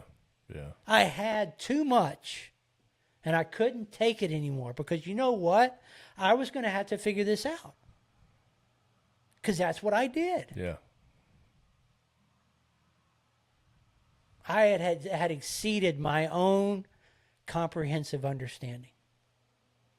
I don't know another way to put it, right? Yeah. Yeah. So I asked God for help. Probably sat down and maybe passed out and went to sleep. So we get up the next day. I can't really tell you. I probably really honestly can't tell you what happened over the next few days. But all I can tell you is I had to figure out what it meant with what I had just said. God, I need your help. Yeah. I didn't know how to talk to God. I don't know how God talked to us. How do I even accept I didn't God's even help? mention Jesus Christ because I couldn't even tell you the correlation between Jesus Christ and God. Yeah. I couldn't. I didn't know. Yeah. I just know that I had to do something. And, you know, so let me I'm just going to have to fast forward because there's a lot of space in there that it's really kind of a blank. Yeah. Yeah. You know? Yeah. And I do take chemotherapy, so I probably lost some of my memory. And so, but anyway, so, you know, we get to the situation where, you know, I'm traveling with my company, you know, and managing. I'm now manage like 10 branches, right? I got moved up. I manage like 10 branches, Lake Charles all the way to Mobile, Alabama. And so, you know, I go and see my branches, right? And stuff like that. So, you know, I'm starting to read scripture. I don't understand it. But I start watching a lot of YouTube. I start watching C.S. Lewis, okay? And then I start watching people that were atheist or agnostic. And, you know, they're telling their stories, you know. And I'm starting to try to put pieces together. Okay, who do I praise? Do I praise God, or do I praise this guy they call Jesus Christ? Or, why is he Lord and why is the other one Lord? Or why is he Father, but why is this other one Father? But then but who is Matthew and who is John? Who is Luke? Yeah. I don't know what these guys are doing and what do they mean with what they're saying. I had no idea. Okay, so I just started watching. I would sit in the hotel room at night, and I would watch videos. I would try to read the Bible app on my phone. What do? I start the 365 days or chronological Bible plan on your Bible app. Okay. Yeah, that's a tough one. It's a tough one. You start out with the Old Testament and you're like, okay, the sun came about and night came about. And, this snake was going through the garden and the snake stood up and started speaking. It's like, okay. You just don't know. Yeah. Right? And you're like, I know I got to believe in something. I know there's something here. It just don't make no sense to me. Yeah. Right? But again, like I'd mentioned when I got into the basic training, and I asked myself, what did I do? I asked myself again, I can't turn back. I cannot turn back. I have to press forward. Yeah. So it's crazy. If you look at things through your life, you're going to see where you repeat the same process you could have repeated 30 years apart. Yeah. It's insane how you relive the exact moments, but at a different time and a different place. Yeah. But you relive the exact moments. And it makes you think this moment 30 years ago was created for this moment 30 years now. It's insane, Yeah. right? Absolutely. And some people are like, woo, you're crazy, But hey, it is. I'm crazy. Whatever you want to call it, I'm crazy. But, I'm in love with the Lord. So Come on. blame me, right? But so anyway, time goes by. I'm learning. I'm reading. I'm praying. I don't know. And I'm telling the Lord. And, and at first I'm reading a lot of prayers out of Scripture. And, I finally watched one of these videos and they're like, you're doing it all wrong. All right, pray with your heart. Yeah. Tell the Lord what you feel. Pray with your heart. He doesn't necessarily want to hear the Lord's Prayer night after night after night. He's heard it 200 billion times. Yeah. Right? Why don't you tell him what's on your heart? So I started praying about what's on my heart. And next thing you know, I get touched, right? I'm in a hotel room in New Orleans, Sodom and Gomorrah, however you want to call it, Bourbon Street, right? That's my thoughts on it. But, New Orleans, I know you guys. You guys are good, right? I got Louisiana buddies. They're good. They say the same thing. Yeah. But, I just get a powerful, warm feeling over me. Yeah. It's just total warmth. I couldn't even tell you if I was standing on the floor of the hotel room. I couldn't tell you any of that. It stopped me in my tracks. Yeah. Just stopped me in my tracks. I wasn't even in that hotel room. Yeah. But I was cognizant of it. I think I ended up calling my wife that night, or it could have been the next night. And, because I called my wife at night before she went to bed. She worked for the school district, so she goes to bed pretty early. And I'm like, I was touched. Yeah. Now, you got to remember, I'm getting into Jesus. I didn't say my wife was. I'm getting into Jesus. My wife is like, look, if I find you at the corner of the street with a cardboard sign and you're screaming at people, we got a problem. I said, look, I'm not going to be the guy at the end of the street with the cardboard going, Jesus loves you and you better stop your car. Yeah. I said, that's not going to be me. I promise. She's like, do not get radical. I said, I'm not going to get radical. I said, but look, I got a path and I got to follow it. Yeah. Right? And so she reads the Bible more than I do now. Come on. Yeah, don't let me get that secret out, because she's like, I'm going to bed. And I'm like, where are you going to bed? And she's like, yeah, I'm going to read reading the Bible. Okay, yeah. So I won't let that secret out. Statistics will show that, was it 98% or 95 or something like that of Right. men that get saved, their family's going to follow. Oh yeah, I guess yeah, I mean, the absolutely right. statistics But are my high. wife, she was like, I don't get it. It don't make sense.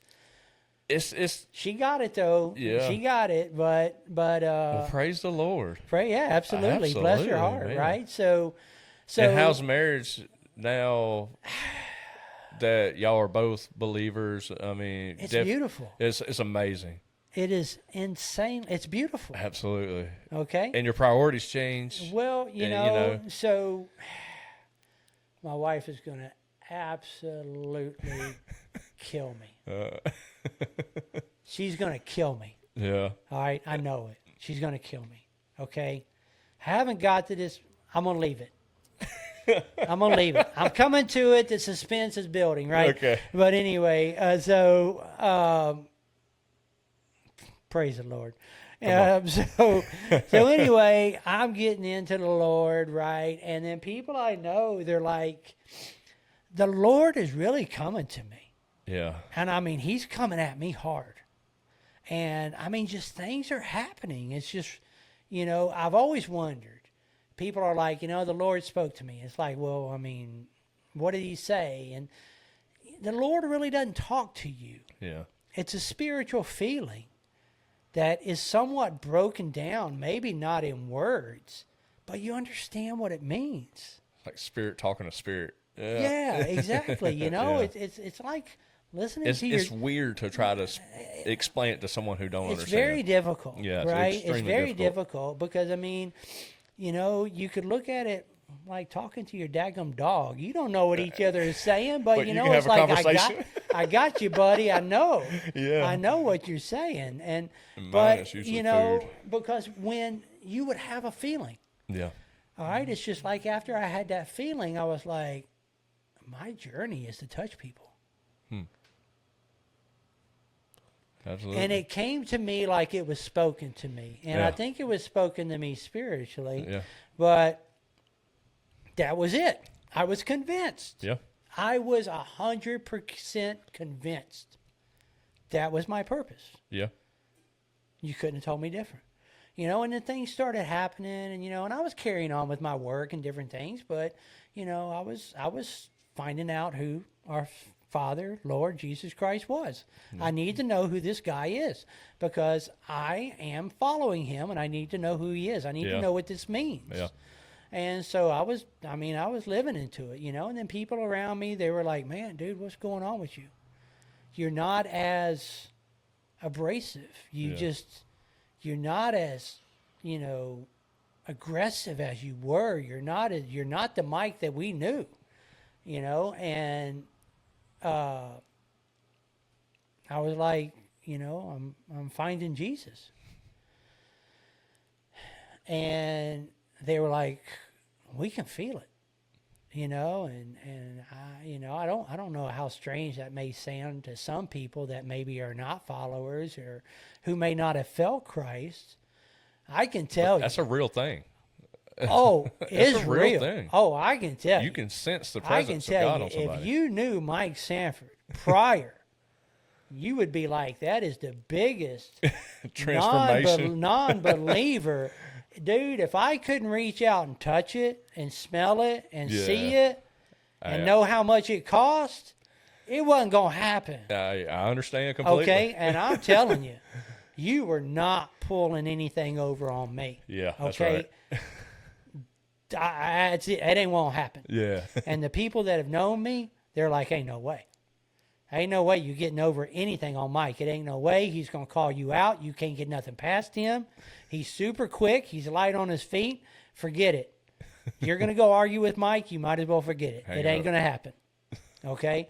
And it didn't even know if I didn't need the subject, know the subject. I'd make the subject in a way that I knew it, and you would still lose the argument. Right? You know, so now I'm sitting here and people are like, dude, what is up with you? You know, I walk in and I walked in with this one lady, parts lady, you know, and she's like, dude, there's something going on around you. I feel something around you. I said, well, I feel really good. She said, like, I can feel it. I said, well, that's great. I said, that's great. That's awesome. You know, and then, you know, I just run into other people that I work with, you know, colleagues and peers, and they're like, you have been touched. Boy. And there's no way that you are not touched, because you are so different. You are 180 degrees different. Come on. You know, and I'm like, you know, the world really doesn't matter to me. Only Jesus Christ matters to me right now. That's what I'm talking about. And they're like, oh, whoa.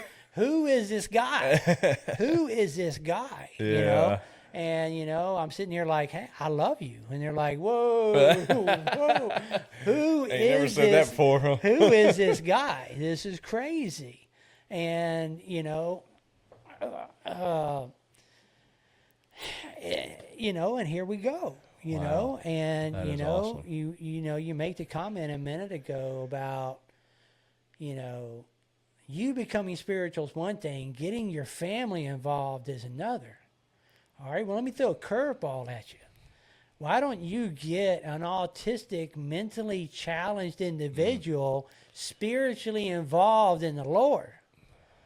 Okay, so, you know, my son, he's in trouble. Okay, he's still in trouble. All right, and he doesn't comprehend. Okay, so he says he doesn't. You know, it's a gray area, right?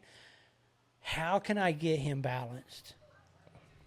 Okay, and this is shame on me too, because I mean, of course, hindsight's 20/20, but I could never find balance. You heard me say, as I was standing in the living room at 2:00 in the morning, Yeah. I was at my darkest point, because I never knew balance. Yeah. I let everybody ask me for me, and I never took it for myself. I never had balance until I found out that I was a complete disaster amongst controlledness that I had tried to exhibit. Yeah. And so now I'm like, what can I do for my son? I'm not going to say I wasn't really concerned about my wife. I was, but my son became my biggest focus. Absolutely. Right? And so I started breaking into, I knew if I got into something, he would follow, to some extent, he would follow me. Okay. So I was getting heavily into, you know, Jesus Christ. And you know, of course, him and his mama was kind of running the same show. They were like, oh my God, what is your father into? Where is this going to go? Done got in a cult. Right? Yeah, right. He's going to have all these weird people at the house, right? You know, and so he's going to be hanging on top of the roof going, praise the Lord. You know, I don't know, right? So anyway, you know, I just start sharing it. Yeah. Right? And I take my feedback, you know, from my family, and they're like, too weird for me. I'm going to the bedroom, you know, or whatever. And I keep just going. And then I'm watching movies. Yeah. I'm watching YouTube stuff, you know, and I'm reading, you know, and they're like, man, dude, what are you doing? You know, because I'm telling you, if I'm awake, I'm touching Christ. Yeah. Okay? I've given up. I can no longer watch blow up, shoot 'em up TV shows. I hardly can watch the news. Yeah. I cannot watch anything about, I can't watch anything. Yeah. Okay? If it has some type of spiritual nature to it, if it's a Christian based or something to that effect, I can watch it. Anything other than that, I have exited out of my life. It's good. Okay? So, excuse me. So, I'm living Christ 24/7, 365. Right? Yeah. And so I'm getting on people's nerves, right? But I don't care. I am going to learn who this guy is, because once you start researching, then you start feeling, because now you're opening your doors. Now you're taking away the brick walls. You're taking away everything that you had to keep the Lord into you, from you. You're taking that away. You're opening it. And so now the Lord is like, I can come in. Absolutely. You've invited me Absolutely. in, and so I'm coming. Okay? And so as you start learning, you now start picking up all the small things that Jesus was trying to give you all these years that you just blew off, Yeah. right? You That's just right. blew it off as, it's weird that that leaf flew by me, or it's weird that this happened, or it's weird that I got this icky feeling, or you just, Yeah. but now it all makes sense Yeah.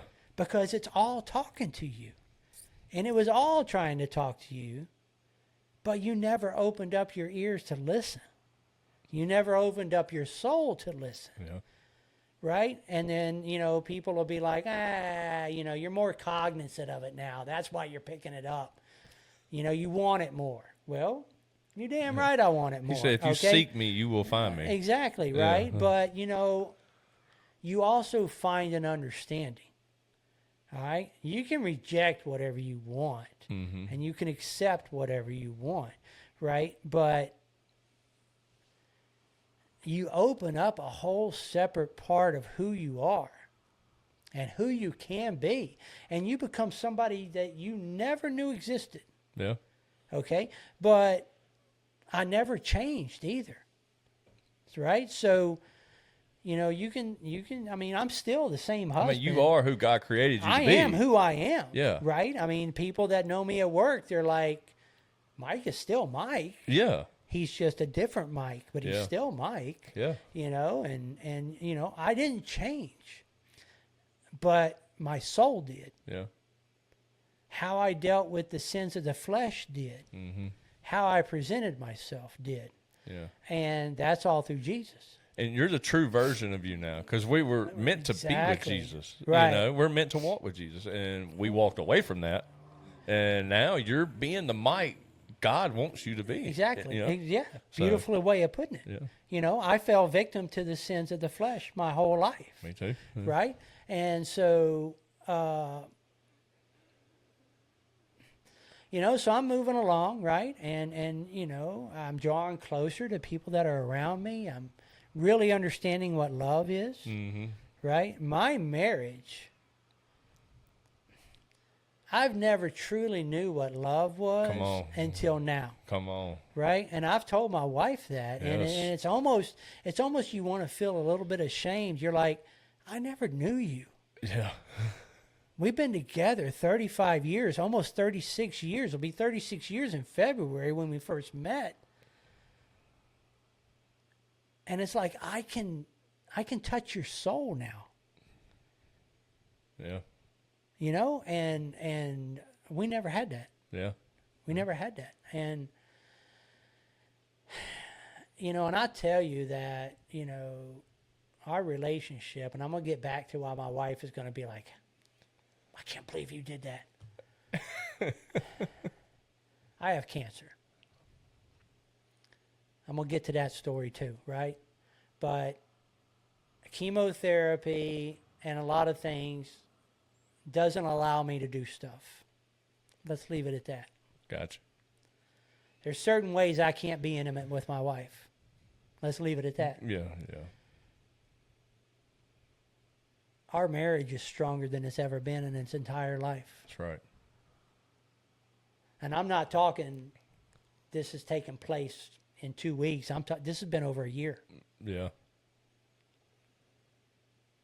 And it just goes to show you what Jesus can bring into your life Yes. and can bring into your complete existence and your involvement with other human beings. And then how can you find such compassion?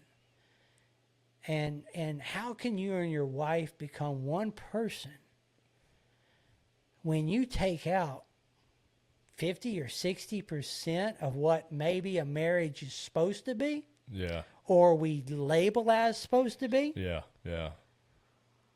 and it's completely out of the picture. And then you have two people that are loving each other, caring for each other. It's not even a topic of conversation, Yeah. Yeah. and yeah, it's just I don't know the word for it other than We just hit it amazing. we hit it on our first episode. Me and my wife did our first episode, and we hit it on our first episode, and we talked about it, man. Like we lived, because we got married at 19. We've been together since we were 16, and we lived a long time without Christ, and everything. And we had a pretty good marriage. I mean, I was an idiot for a lot of that time, but now we're 8 years into with Christ, and man, our marriage is so much better. Yeah. Like I love her so much because I know how to love. Yeah. And I care about her and what means to her. Before, I mean, for me, it was pretty much a selfish absolutely. kind of, like yeah. not that I didn't love her and I didn't care about her, but it was, how could this benefit me? Almost kind of situation. Yeah, exactly. I mean, I know what we're gonna do Saturday. Yeah, exactly. And so, but now, man, it's like, dude, I truly care. Like as Christ loves the church. I mean, and that's what Jesus does in marriages. And I tell that to everybody, man. Like, when that's having a rough go at it with the marriage, I'm like, dude, give Jesus a shot. I'm telling you. Because I got experience. It's not something I'm just reading out of a book. I'm telling you, like, it worked for me, and it's worked for a bunch of people. Yeah, but, it's truly amazing. Absolutely, right? Yeah. So we're moving forward. I'm working. We're still dealing with the situation. With law, different things. We're trying to figure things out. It's extremely stressful beyond belief. I mean, not only you don't want a loved one involved or in trouble with the law, and then you definitely don't want a loved one that's autistic and mentally challenged involved with the law. Yeah. And knowing that it's really out of your control. So we're cruising along, we're doing our thing, and then let's go to July 4th of 2025, right? July 4th weekend. Well, I'm not big into firecrackers. I'm not into all that stuff. Let's just have something decent to eat and just chill out in the house, maybe Netflix and chill or whatever they say, right? So, but I do have 2 big dogs, and they did tear the heck out of my backyard, and it is a 3-day weekend. So I'm like, you know what? We need to chunk some sod. We need to chunk some sod this weekend. We got an extra day. We can rest, go back to work. It's all good. So I called local sod farm. Hey, give me 3 pallets of sod. Let's go. I'm 1,500 square feet or something like that, backyard, 1,600 square feet. So I'm like, all right, we chunking sod. So we started on that Friday, July 4th. I think July 4th was on that Friday. We're chunking sod Friday and Saturday, July, South Alabama, 100 degrees, sweating your tail feathers off. You're drinking a lot of Gatorade and you're drinking a lot of water. Yeah. Right? So, I mean, my favorite Gatorade is fruit punch. So, I mean, we're just slamming, right? And, I'm 58 years old, and I'm known to do a lot more than what my 58-year-old body allows me to do. But you ain't going to stop me, okay? You ain't going to stop me. I'm going to do what I want. But keep in mind, I am now following Jesus, and I've got Jesus in me, and we're cooking. Yeah. All right? Me and Jesus got a plan. Yeah. I mean, we got to lay some sod right now, but we got a plan, right? So we're moving right along. So we're chunking sod, and so Saturday evening, I go to the bathroom, pee a little bit red, right? And I'm like, I drank too much red Gatorade. I'm guilty. I didn't drink enough water. I feel great. Yeah. I had nothing, I feel great. So I'm like, I'm going to drink some water, right? So I told my wife, maybe I didn't tell her. I was like, just a little pink, right? So, so then Sunday, I got up, went to the bathroom normal. I guess all the water I put in, everything was normal. So I was just doing a couple of things. And then about Sunday around lunch, I really passed red. I'm like, okay. Oh, wow. This is not Gatorade. Yeah. This is red. And then I started passing clumps. Oh, no. I mean, like coagulated blood. Oh, wow. Coming. And I'm like, whoa. Yeah. So I got done. I went out back into the living room. I told my wife, I said, I think I got to go to the emergency room. I said, I'm literally peeing blood. Yeah. I said, it's probably 100%. Wow. And I'm like, I don't know what's going on. Yeah. And she's like, okay, so we load up. You know, luckily the the emergency room is only like 10, 15 minutes from the house, probably 10 minutes really. And so we go to the emergency room, you know, and I'm like, hey, don't know what's going on. I said, I am bleeding. I am passing 100% blood. And they're like, okay. So they get me in there, stuff like that. So, you know, the nurses and stuff come in and they're like, you know, give us a urine sample. So I give them a sample, and by now it's purple. Wow. Okay, it's purple. So it's getting worse and worse. It is purple. Wow. And I put it in the room where they got me, right? And I'm sitting there. I mean, I don't know what's happening. And so the nurse comes in. I got a male nurse and I got a female nurse. So the male nurse comes in. He's kind of a comic. You know, we're sitting there jawing back and forth, you know, and he looks and he's like, is that your urine sample? I'm like, yeah. He's like, it's purple, dark purple.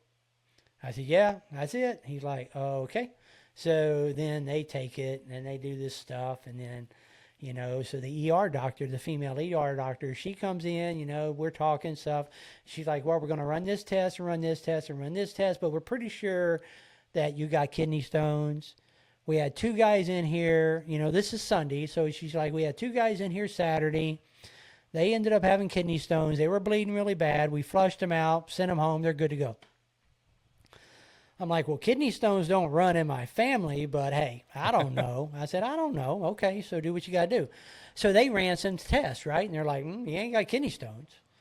And so they brought up this weird name, kind of like a virus or bacterial or something. They're like, hey, we're going to check you for this because this can really mess things up. It's like a viral or bacterial problem. And then they ran tests on that, and they're like, hey, you ain't got that. I'm like, okay. They're like, we're going to run another test. So they ran another test, and they're like, you ain't got that.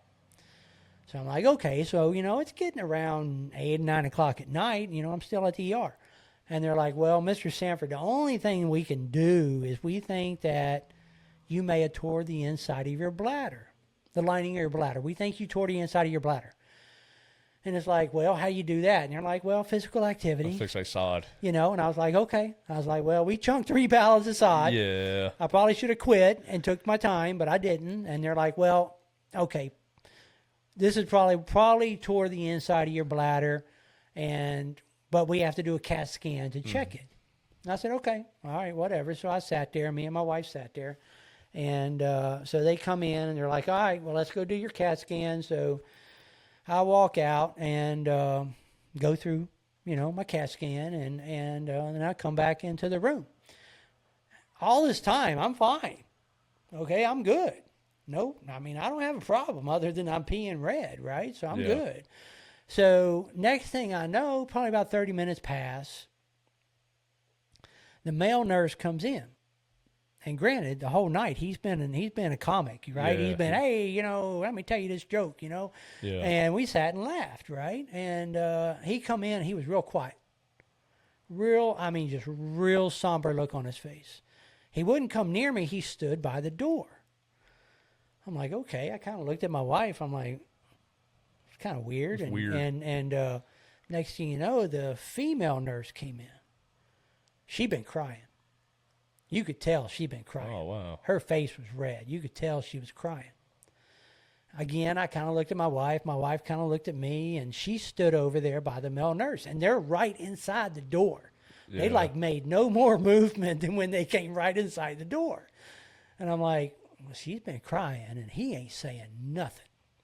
Yeah. And this is a guy that was coming in, and he was like, hey, Mr. Sanford, we're gonna put this in your booty or whatever. You know, he was just making jokes, and I was making jokes. I was making jokes with him, you know. Yeah. It's like, you know, I like having a good time. Absolutely, you know? yeah. And so next thing I know, the female ER doctor comes in.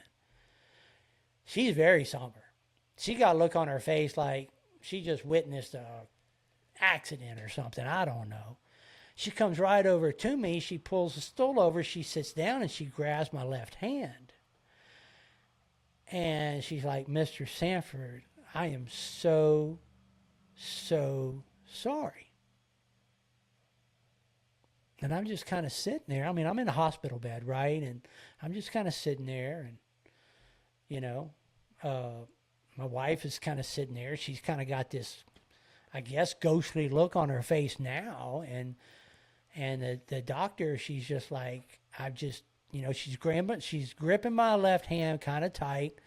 And she's just like, I'm so, so sorry. And I'm like, well, what's going on? And she's like, well, we did your CAT scan, and you got stage 4 renal cell carcinoma. So immediately,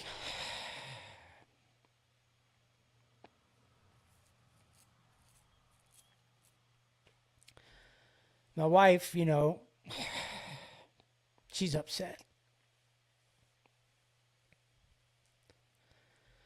I don't really get upset. I'm upset now. I'm sorry. No, you're but fine. Man. You're good. I don't really get upset, and I don't know what compelled me. I do know what compelled me, and this is true.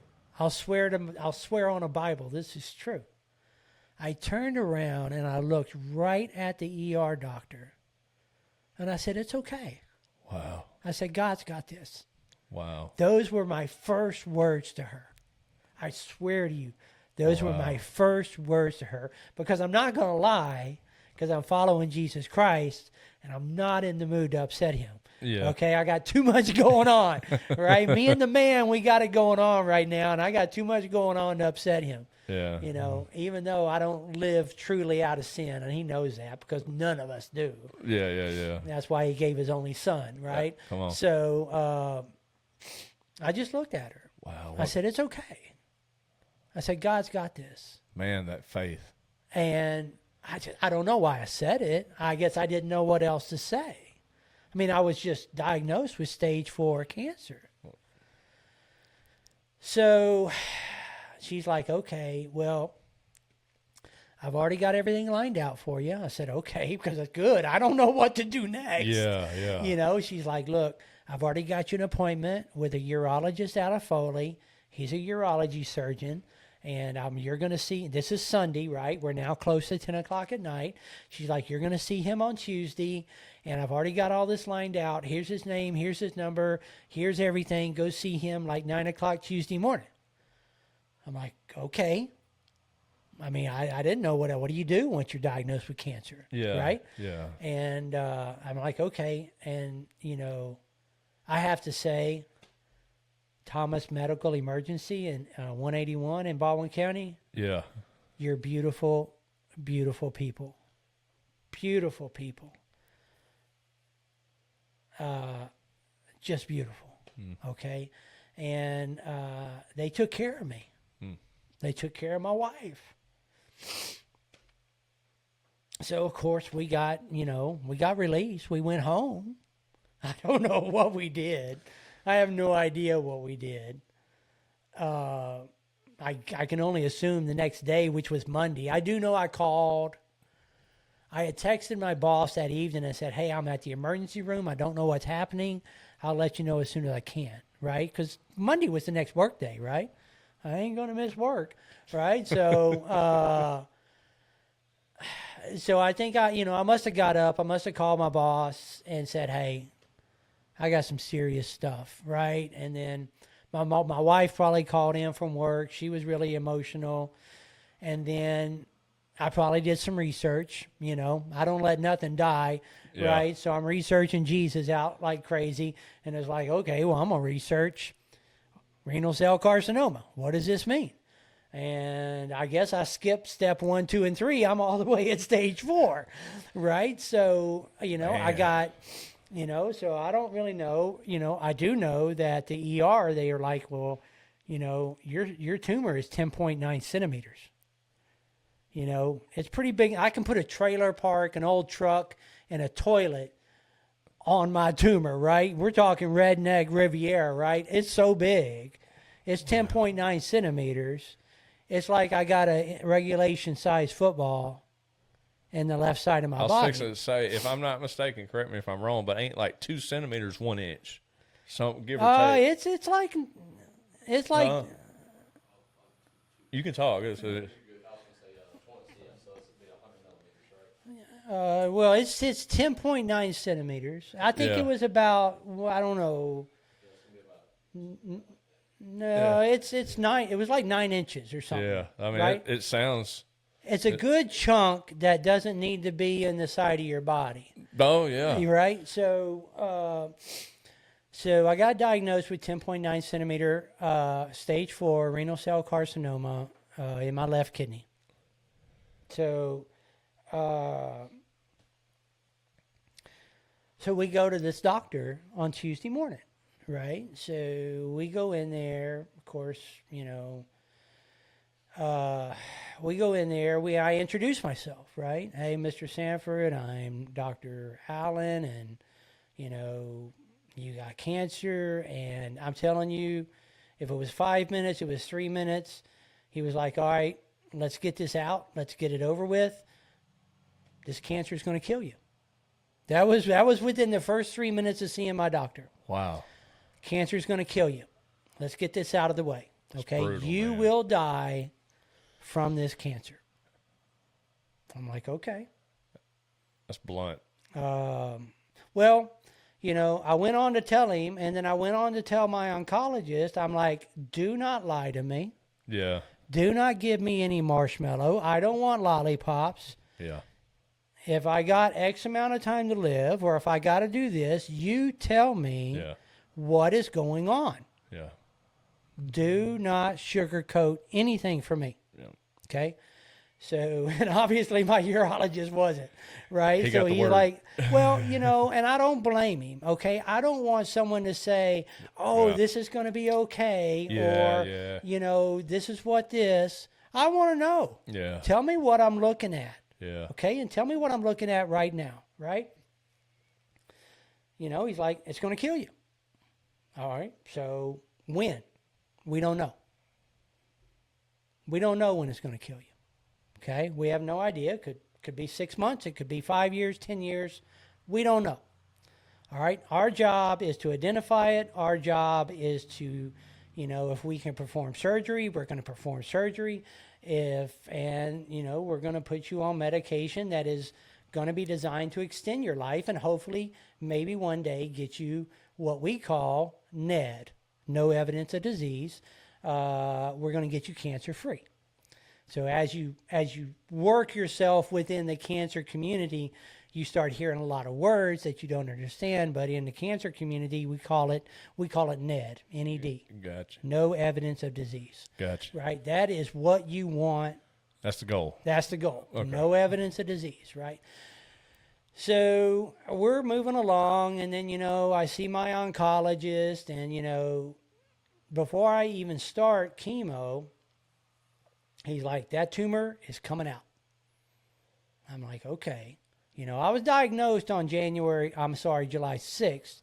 We're now coming up. And so one thing we got to do is I got to get a medical stent put in my left kidney because I'm starting to have all kinds of problems. I can't go to the bathroom. Yeah. I'm starting to have all kinds of bladder spasms and Gotcha. kidney spasms. And, you get a kidney spasm when you got a tumor, it's like, oh, my Lord, it's like I'm having a baby. Really? Right? And it's just like, so I start getting on all this medication, right? it just starts piling up, right? And so they're like, okay, we're going to do, so my urologist really didn't want to do surgery. He's like, I want you on chemotherapy. And then my oncologist says, nope, we're not doing chemotherapy. That tumor is coming out, and it's coming out now. Yeah. Right? Because it's stage 4. It's renal cell carcinoma, right? He wants it out now. So he talks my urologist into doing the surgery. Now, my urologist has done thousands of these surgeries, so it's not like he's being forced into anything. So then I start prepping for surgery. Now, I've already done another procedure because they put a medical stent in me. And what that stent does is it helps my kidney work. because right now my right kidney's at 62% function. My left kidney's at 38% function, but the only reason it's at 38% function is because I got a medical device in it that's keeping it at 38%. Wow. Okay, but as soon as they put all that medical device out, that kidney's going to die. It's completely fail. But it's already died anyway. It doesn't matter. The whole kidney's coming out anyway. So that's the plan, to take the whole kidney out. yeah, we're going to get there here in just a second. Okay. So anyway, they go to do surgery on July 28th, right? Prep, all this stuff, MRIs, CAT scans, you name it. I've gone through the whole gamut. And we go in for surgery, and basically I'm sitting there about 7 o'clock in the morning, Thomas Hospital, or I'm sorry, maybe Baldwin Hospital, I can't remember. And, you know, my urologist is like, Mr. Sanford, come 12 o'clock, you're going to be cancer-free. I'm like, hell yeah, let's do it. Let's do it, right? Yeah. And so, you know, next thing I know, the anesthesiologist is over there. Next thing I know, I'm out. I'm sitting here, and, you know, I'm halfway in, halfway out. I kind of visually see my wife. I kind of see a nurse. They're talking, and I'm kind of coming out of my anesthesia, right? And so I'm hearing my wife. She's talking concrete. I'm like, why are we talking about She's got me a to-do list coming on. Well, right. So, you know, why are we talking about concrete? You know, I'm in the heavy equipment business. I deal with contractors every day. Well, concrete, you know, I mean, maybe I'm out of it. I don't know. Yeah. You know, I'm like, what's going on, right? You know, and then I hear the nurse talking, and then my wife is like, well, the doctor told me concrete. And I'm like, so I finally come out of it enough. I'm like, I'm getting mad. I don't know why, but I'm getting mad, you know? And I know I've been cut open because I can feel it, right? Yeah. I got like 5 or 6 or 7 cut opens in me because they went in with a robot, right? They do, everything's done by robot now. Really? Oh yeah, they go I did in. not know that. Oh yeah, they'll cut you open with 5 or 6 slits, and then they put these 5 different robot arms in each one of those slits. And then your surgeon's over there with, like, you know, a PlayStation joystick. No freaking way. Oh yeah. And they're controlling this robot as the robot is operating on you. And it is considered more precise, more intrinsically safe. Your recovery is like cut in half. I mean, it's like state of the art. Wow. And your surgeon's over there in some cubicle, and he's like playing Call of Duty. I suck at Call of Duty. Well, you then don't be. So yeah, they're doing everything by robot. Wow, I did not know that, man. Oh yeah, they're doing it all by robot, and they make all these little bitty incisions instead of a big one, right? And so anyway, so I'm coming out of it enough to where I'm like, what are you talking about concrete? You know, and then I'm like, you know, what are we talking about, right? I probably said a few other things, I don't remember. But then the nurse was like, we were unable to do your surgery. Oh. I'm like, whoa, time out. Mike's getting upset, right? He's coming out of anesthesia, and Mike is upset, okay? Yeah. Because I was told I'm cancer free. Yeah. And they're like, no, Mr. Sanford, you're not cancer free. We had to stop your surgery. And I'm looking at my wife, and my wife is like, I don't know. They were talking about concrete. The surgeon said something about concrete, and they had to sew you back up. I don't know. I don't understand, right? And I'm like, someone better get me something. I didn't know what's going on. Yeah, get in here. I was getting upset. Yeah, right? absolutely. Because my cancer was supposed to be gone. All right, you done prepped me. I done gone through all these dang tests. I'm cut I open. done put stuff in my body that I don't care to put in my body, Yeah. and you're not telling me that my surgery did not work. Yeah. Okay, we're not going here. Okay, and so, but yeah, we were because my surgeon come in and he's like, Mr. Sanford, we cannot do your surgery. I'm like, well, someone better explain this to me, okay? And so they were like, well, your tumor is extremely large. Your tumor is literally hard as concrete. They said it is a solid concrete block. They said it is so full of veins that it is solid as can be. What? And they said we tried to peel it off of they said it is attached to your aorta and it is attached to your colon. And it will not move. and we tried to peel it away from your colon, and your colon ended up getting cut open. And we had to rush in a general surgeon to fix your colon. Wow. And it's completely full of blood vessels. We're talking hundreds, if probably not thousands of blood vessels. And the only other thing we could do was try to keep peeling it, but it's attached to your aorta. So they had got on the phone with, I think, a couple of surgeons over at University of South Alabama, and they were like, no, Stop. you stop right now. Wow. Don't touch anything else. Sew him up and don't do nothing. So that's what they did. They took out the robot, I guess, whatever. They sewed me back up and, of course, sent me to recovery. And he's like, we can't do surgery. Wow.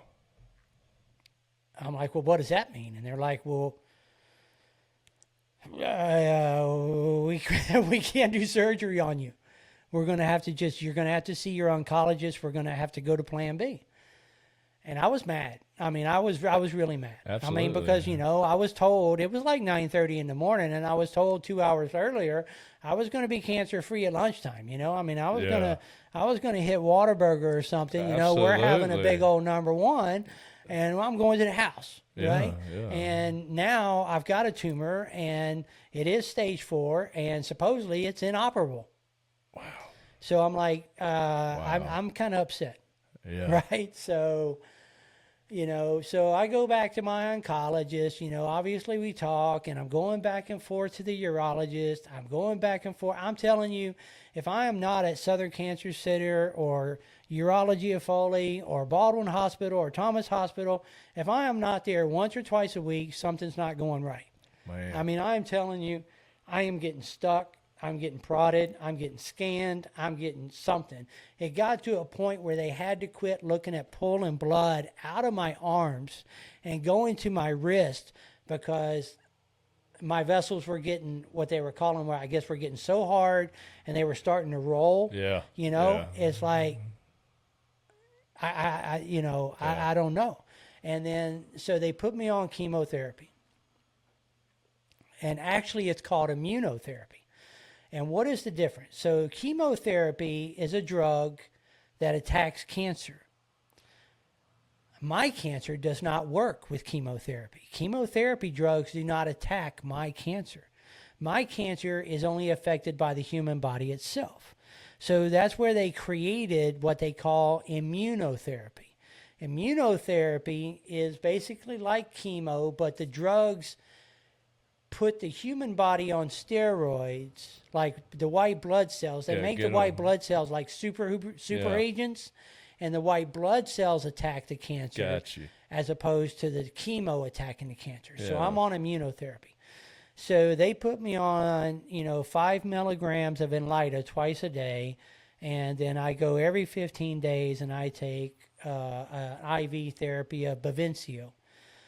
I won't even get into the whole story of how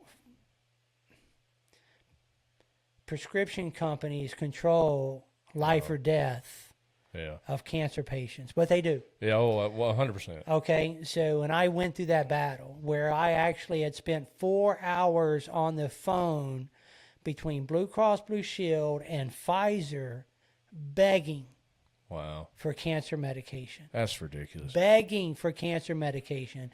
And then I had to get on the phone again, and God bless, I'm not going to dispute Pfizer. My medicine was $10,000 a month.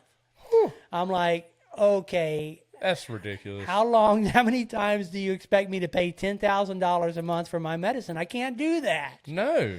So after hours and hours and hours, I went through 4 different pharmaceutical type companies that are like individual little companies that eventually work with the big manufacturers. I had to go through all these little companies, and then Pfizer was finally like, well, Mr. Sanford, we're going to give you a virtual credit card. I said, okay, well, what does that mean? They're like, we're going to give you a virtual credit card, and we're going to pay for your cancer medication, which was the Inlita. I was like, okay. And I was like, well, thank you. And they're like, well, we're going to put you on a yearly cycle. So we're going to cover all your cancer medication until May or something of 2026. So I get that, and then I got to go back through all these other these other pharmaceutical companies, which you got like called Express Script, and then you got like another one called, I think it's called like Script Hurry Up or Script Up, and then you got this other company called Accredo. And Accredo is a specialized pharmaceutical company that works with the manufacturers, and they deal with these specialized drugs that you can't get at Walgreens or Walmart because they send all this stuff FedEx, right? So I'm like, okay, you're going to send me some high power chemotherapy drugs that cost $10,000 a month, and they're like, yeah, we're going to FedEx it to you.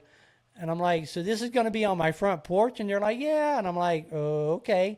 So Frank Zucker with a security guard. right. So I go through all this, and so yeah, they're like, yeah, we're going to FedEx it to you. So I'm like, okay. So what they'll do is, so now, they send me a text message and they're like, hey, you ready for a refill? And I'm like, yeah. And so they FedEx my cancer drug to me. Yeah. Now my Bavencio, my IV therapy, that's got to be distributed from Southern Cancer Center. Yeah. And so they do that in house, but Do you go to Birmingham for that? no, I go right up. I go right there in Baldwin County. Okay, yeah, they got Southern Cancer Center right there in Baldwin County, and Angels. They're all Angels. So if anybody from Southern Cancer Center gets on this podcast, I love you to death. You know that. So I'm on 5 milligram Inlida, right? And I'm cruising along, and then I'm on, I think it's 20 milligram Bavencio, and I'm on that. Every 15 days. The Inlida I take twice a day, oral medication, and the Inlida is that's the heavy meds, right? That's the one that I gotta take. Yeah. And so I start my therapy. So I'm on Inlida twice a day, morning and evening. My total's now coming up. I'm now on like 17 meds a day. Oh wow! All right, and that includes everything, right? I'm on statins, I'm on blood pressure medication, I'm on medication to go to the bathroom, I'm on anxiety I'm on all this stuff, right? So I'm just piling them up, and like 2 of them are supplements because I take ginseng complex and I take a B complex. Those help because I have no immune system. My immune system is destroyed. And then they help with focus and brain function since I'm on so many hard level drugs. Yeah. Right? So I take those. I'm cruising along, and then I start getting into just some severe side effects, right? My mouth is like battery acid. Anything I put into it's like full-blown battery acid. I can't eat. I've got rheumatoid arthritis in my right hip and my right knee. I got these skin rashes. I got the mouth sores. I don't understand where I'm at. I'm getting dizzy. And the coup de grace, the skin on my feet starts peeling off. The skin literally starts peeling off the bottom of my feet. Wow. And I'm like, okay, it's like I'm walking on sharded glass that's been on fire. Oh, wow. And with battery acid poured on it. It's just so painful. Dang. And, it's like, you got to love cancer medication. You're either going to die from the cancer or you're going to die from the cancer meds. Yeah. You take your choice, right? So that's a lot of things you'll understand as you may inquire or get to know more cancer people, and you'll see or hear cancer patients, they'll be like, I'm done. Yeah. I want to die. Okay, I'm no longer taking my cancer medications. I get it. Yeah. I understand completely. And so I go to my oncologist and I'm like, dude, my skin is coming off my feet. It's crazy. And then the top of my head, you've been sunburned where you feel like your head's peeling. Yeah, I'm bald. Yeah, you're bald. I'm bald, right? Yeah. And so, I was telling my wife 2 or 3 weeks in advance, I'm like, man, my head is just peeling. And she's like, well, what do you mean? I said, it feels like I'm sunburned, right? I just feel like my head's peeling. And then the skin started peeling off my feet, and I couldn't walk. So I go to my oncologist, and he's like, well, you got head and foot disease. I'm like, well, what is that? And he's like, well, it's a side effect of, the cancer meds. And I'm like, okay. And he's like, here's a steroid. And, oh, and by the way, I forgot the cancer meds already took out my thyroid. Thyroid's gone. What? Yeah, so took out my thyroid, so now I'm on lifetime thyroid medication. Yeah. But see, I go every week or every other week to get blood tests because the Enlita will take out your thyroid. It'll create all the arthritis. It'll take out your thyroid. It takes out your liver. You got the mouth sores. You got all this other stuff. I mean, there's like a laundry list of stuff, right? So it took out my thyroid. We found that on a blood test because my thyroid was like way off, and they're like, your thyroid's gone. And it's like, okay, so here's thyroid medication. So, so I got the skin peeling off of me and all this type of stuff. So now my doctor, my oncologist, he's like, hey, we're going to take you off your chemotherapy, immunotherapy for 2.5 weeks. You got to get healthy, right? So I'm off of that, and I had already lost like 40 pounds, like damn near overnight. Couldn't eat. Yeah, and so, and you look at me losing 40 pounds. It's like, dude, you ain't got 40 pounds to lose, right? So I was just frail. I was looking like a skeleton. I couldn't do anything. And so there was one night, we were probably about 2 months ago, maybe 3 months ago. I was having a really bad Sunday. It was really bad. And I was hurting, just in pain, sick to my stomach. I'm sitting here popping, the nausea medicine that dissolves under your tongue. I'm dying. Yeah. And so I go in the bedroom and I really just break down, and I'm saying, Lord, I told him, I said, if you need to take me tonight, take me. Yeah. I said, I'm ready to go. I said, if you can take me tonight, take me tonight. This was probably about 2 or 3 months ago. And I said, I don't want to be here. Yeah. I said, I said, I can't do this anymore. I said, it just hurts. My body hurts, and I don't feel good. And, you wake up every day and I'm sorry. No, go ahead. You're fine. Take your time. You just feel bad every day. You just feel bad every day, right? You can't wake up without feeling bad. Yeah. It doesn't matter what it is. It's just like, you just feel bad. And maybe you wake up and you eat a good breakfast and you're like, man, this is going to be a great day. And then come lunch, you're throwing up. Wow.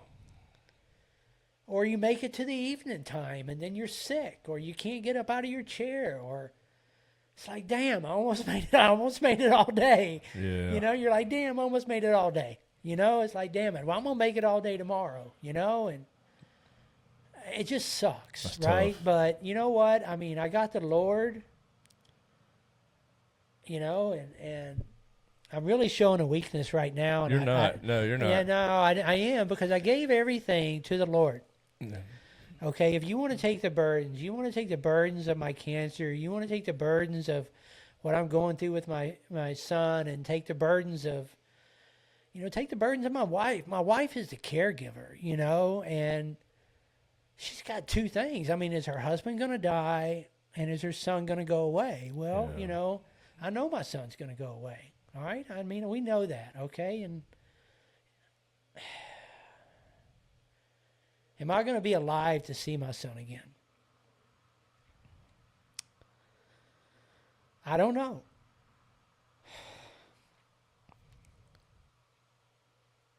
I could be here 20 years and it may be okay. I don't know. Yeah. Right? So when I started investigating my estranged father about how he died, I talked to his wife, obviously, She wasn't my mom. His ex was, they separated, whatever. I don't know what you call that. Stepmom or whatever she is. Yeah. I called her and I said, well, what did my father die from? I said, I don't know my father. I said, what did he die from? And she's like, he died from renal cell carcinoma. I was like, well, that's great. I'm like, that's awesome. I'm like, it's okay. It's okay. It's awesome, right? It's like, all right, thank you. But she's like, he was 78. Okay. He was 78. I'm 58. He had 20 years on me and he did give up. Okay. And I understand. He told me, he's like, I'm not taking any more cancer drugs. I'm done. I'm not doing it. I didn't really comprehend at that time because I didn't have cancer. Yeah. I didn't even know cancer was in the family. Yeah. Right? Sanfords die of heart attacks. Right? We get one heart attack and we die of heart attacks, and that's it. We get one heart attack and that's it. Right? So, I got renal cell carcinoma, stage 4. No one can tell me what it is. Well, I mean, that's the wrong word. I don't know. I don't know how long I got. Okay? I don't know. I'm not going to get, I don't know. I can't answer that question, right? So, so now we get towards where I'm at now, right? I went and saw another surgeon this week. Very intelligent individual. Very smart. He's over in Mobile. We got surgery scheduled for February 23rd. It's going to be brutal. Yeah. So February 23rd, I go into surgery. Oh, I'm sorry. I go into surgery. They're going to have to take out the tumor, obviously. They're going to take out the kidney. It's going to be very vascular. I have a lot of veins. My tumor has taken over my kidney, and it took over and created its own vascular system. So the cancer is kind of like, it's created its own buffet table. Yeah. And so if I put like 1,000 calories into me, my cancer is going to take 600 and it's going to leave 400 for my body. What? Yeah, the cancer is a monster. Wow. It has no forgiving. Yeah. It does not. It doesn't care. Yeah. So it is attached to my renal artery, which is directly attached off your aorta. Your renal artery feeds off your aorta into the kidney area. And so my tumor broke through what's called it's called a grota fascia. And we're all born with it. It is like bubble wrap around your kidney. Okay? And we're all born with it, and we're born with it for the reason of whether you're playing sports, riding your bicycle, getting a car accident, it protects your kidney from impact. Okay? And my tumor broke through that. Oh. Attached itself to my colon, attached itself to my renal artery, and created its own blood vessel system. And also has metastasized into lymph nodes. And then I've got 3 nodules in my lungs. So, hell, I went for a biopsy. Whenever you get diagnosed with cancer, they want you to do a biopsy, right? Biopsy wants to prove 2 things. One, what stage you are, and then what they want to grade it, right? So your stage tells you where you at in your cancer, and then the grade tells you how aggressive your cancer is. Yeah. And they could not grade mine because even when I went for my biopsy, the surgeon came in and said, Mr. Sanford, your biopsy is going to be high risk because you have a chance to bleed out. I said, okay. And so they're like, well, we got to try to do the biopsy because we're trying to figure out this cancer. Yeah. Even though they knew it was a renal cell carcinoma, they knew it was stage 4. They wanted to try to grade it because that's how you figure out how aggressive it is. Yeah. Yeah. So they couldn't even grade it because they went to do the biopsy, which is like 3 18-gauge needles into the side of your body. They couldn't grade it because they were afraid I was going to bleed out. They had to pull out of the biopsy.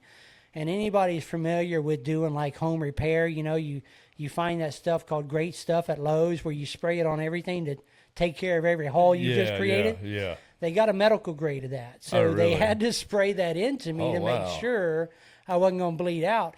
And what's crazy is they kept me at the hospital for like 3 to 4 hours, and they came over to me and they're like, "Hey, Mr. Sanford, are you ready to go home?" And I said, "Yeah, I'm ready to go." They're like, "You feel okay?" I said, "Yeah, I feel okay." And I was like, "Well, what do I need to do when I get home?"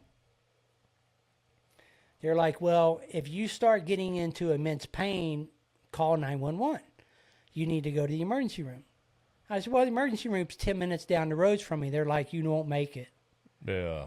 I'm like, "Well, what do you mean?" They're like, "If you get into immense pain, that means you're bleeding out. Call 911. You're not going to make it to the emergency room." Wow. I'm like, "Well, that's some really Less good than- go home instructions, right?" Less than 10 minutes. Yeah. Wow. So I'm going home. Me and my wife, we go home, and I'm like, well, let's hope I don't go into pain tonight. Yeah. Obviously I didn't, but so I'm gonna have surgery on the 23rd of February. It's gonna be 5 hours, 6 hours. They're gonna pull out the tumor. They're gonna pull out the kidney. They're gonna have to cauterize a ton of blood vessels. Yeah. Figure out what they're gonna do with the renal artery, and if they can't get the tumor separated from the colon, they're gonna have to take out part of my colon, which means I'll have a lovely bag attached to this side of my body for at least 6 or 7 weeks. Yeah. And they'll take out some lymph nodes. And they're going to try to do all this robotically.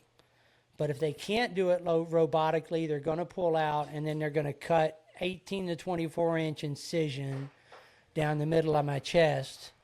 And I told the surgeon, I said, "I don't care if you got to cut me in half. Yeah. Just open me up enough where you can get everything out." Yeah. So Yeah, you don't want to have to go through anything again, huh? well, Yeah. that's going to happen, because even if they do get everything out and they don't have to cut my colon in half, then I'll have a 6-week to 2-month recovery. Gotcha. If they do have to cut my colon, then after 6 weeks of recovering from that surgery, I'm gonna have to go back in, and they're gonna have to try to piece my colon back together. Yeah. So I'll have recovery from that. So I'm not going to be cancer free. So I probably may never be cancer free, because this cancer has a 90% chance of coming back. Really? Yeah. So, I will be on cancer medication for at least another minimum of a year, most likely 3 to 5 years.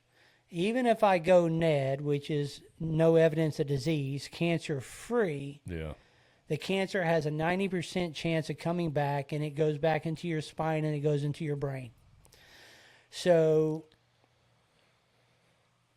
you can read all kinds of stories, right? It can come back in 6 months. It can come back in 5 years. Yeah. Come back in 10 years. Yeah. You don't know. So, Man. you basically will live with this cancer. Whether I eventually get off medicine, that's one thing, but I will always live with a lifetime of scans. Yeah. And then you get what they call scanxiety, which becomes an emotional deal where every 3 months you start worrying about your scans. What are they going to find? Mm-hmm. Are they going to find cancer in the brain? Are they going to find cancer in my spine? Are they going to find cancer in the only other kidney I have left? Yeah. Where are they going to find it? Because it is going to come back. Yeah. And, then I get into radiation, and I get into a lot harder stuff. Man. And then you start getting into the point of, it's almost over. Yeah.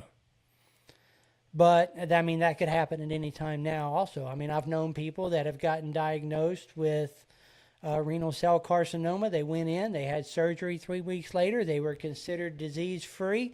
2 years later, they now got it all in their brain, and they got 6 months. Wow.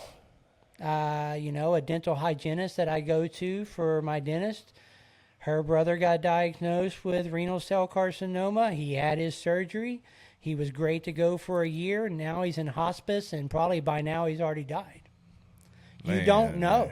Wow. You have no idea. So, I don't expect my doctors, and if I was my doctor, I wouldn't give myself a time limit. I mean, I wouldn't say, hey, Mr. Sanford, you got 3 years. My doctor told me, wake up every day, enjoy every day. Enjoy your life. Yeah. And do it again tomorrow. Yeah. That's what my doctor told me. Yeah. He's going to prolong my life the best he can. Yeah. Cancer is cancer. It's absolutely brutal. We're going to pray that for God to guide the doctor's hands, Yes. to give them wisdom. I believe in 3 types of healing, and we all know God can heal instantly by miracle, just miraculous miracle, man. And I believe in healing through medication and through doctors that, God given wisdom to doctors. But ultimately we stand on the faith too, that one day we'll be healed in heaven. Done with my story. I mean, Yeah. I love Jesus. I have given him all my burdens. So you're found, you were able to have peace. I'm through at this. peace. Yeah. I'm at peace with my cancer. Man. I am at peace with my cancer. Now, I'm not going to lie. I'm not going to sit I'm here sure and say, days are tough. Some days are tough. I do have my bad days. Absolutely, I have man. my bad days. But overall, I'm at peace with it. I know what's going to happen. And that's super. That is I know what's going to happen to supernatural me. peace. And if I can help somebody that either has cancer or I can just help somebody find peace, Encouraging. that's what I want to do. Yes. And, I've had many people tell me, dude, I don't know how you're doing it. No. How are you going through not only stage 4 cancer, but the situation with your son? And you've got the best attitude that I've ever seen in the world. How are you doing it? And it's like I gave everything to my Father, Jesus Christ. Absolutely, man. 'Cause What else am I going to do? Most people would take this moment upon themselves, and I mean, I wouldn't blame for someone to go this route, but like to live it up with what days you got, right? Why do that? Well, I mean, I get to a certain extent, but man, you stand saying that I'm going to stand here and walk my path. Like you said, I'm walking my gonna path for the Lord. You still Yeah. work very hard. Yeah. I mean, you like you said, you're over many locations. You're a busy man, and man, that just the supernatural peace that surpasses all understanding. That's no other explanation than that right there. Life is beautiful. Yeah. Life is beautiful. And life is beautiful. Yeah. I don't know what else to say. And we give God the credit. 100%. Give God credit, man. Your story is powerful. Well, I appreciate The fact that you that. can stand here and I have a appreciate smile that. on your face is Yeah, I because of appreciate that. Jesus Christ. Absolutely, and so 100%. For 100%. anybody who's battling struggles with life, like we talked about, man, life can hit you hard. Life can hit you extremely hard. But Mike, your testimony is Jesus can walk with you through this life, man, and He can give you the peace that you need to walk through this life. And man, I really appreciate you coming on and sharing your life story. I greatly appreciate the invite. And, to add with what you said in regards to Jesus, and I'm going to tell people, exactly what my struggles was. Just give the Lord time. Yeah. Give Him time to touch you. Yeah. Because it's so simple to say, well, the Lord I needed a new car and the Lord didn't give me a new car. I needed this and the Lord didn't give me this. The Lord's not going to give you a new car. Yeah. He's not going to give you a new house. Yeah. He's going to give you the ability, but He's not going to just give you a material thing. He's going to give you a spiritual guidance. Absolutely. And you got to give the Lord time to understand that. Yeah.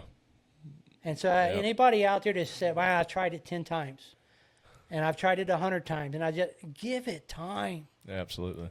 And then the Lord will come to you and you will never, ever feel something so beautiful Absolutely. and so pure. Man, there's nothing like it. The purity is what's got me. Yeah. Especially in today's world. Yeah. And you can find pure peace. Yeah. Man. Can't get that at Walmart. No. No, that's only by There's the fruit only- of the Spirit. Only one place to get that. Absolutely, it's only by the fruit of the Spirit, man. Yeah, but thank you very much. Man, God I- bless you. I and appreciate it. We're gonna keep you in our prayers, Yeah. and you know, want to keep in touch and kind of see where, you know, how this goes. We'll be Good praying deal. for you on this. Thank you so much. This was a great time. Yeah, I've I think enjoyed you're it. doing a wonderful thing, and I love it. Well, I love thank it. you so much. I love I it. appreciate it so much, Yeah. man. Well, guys, we appreciate you Thank guys you. tuning in for us. Man, God bless you all. We'll see you. Thank you. Blessed day.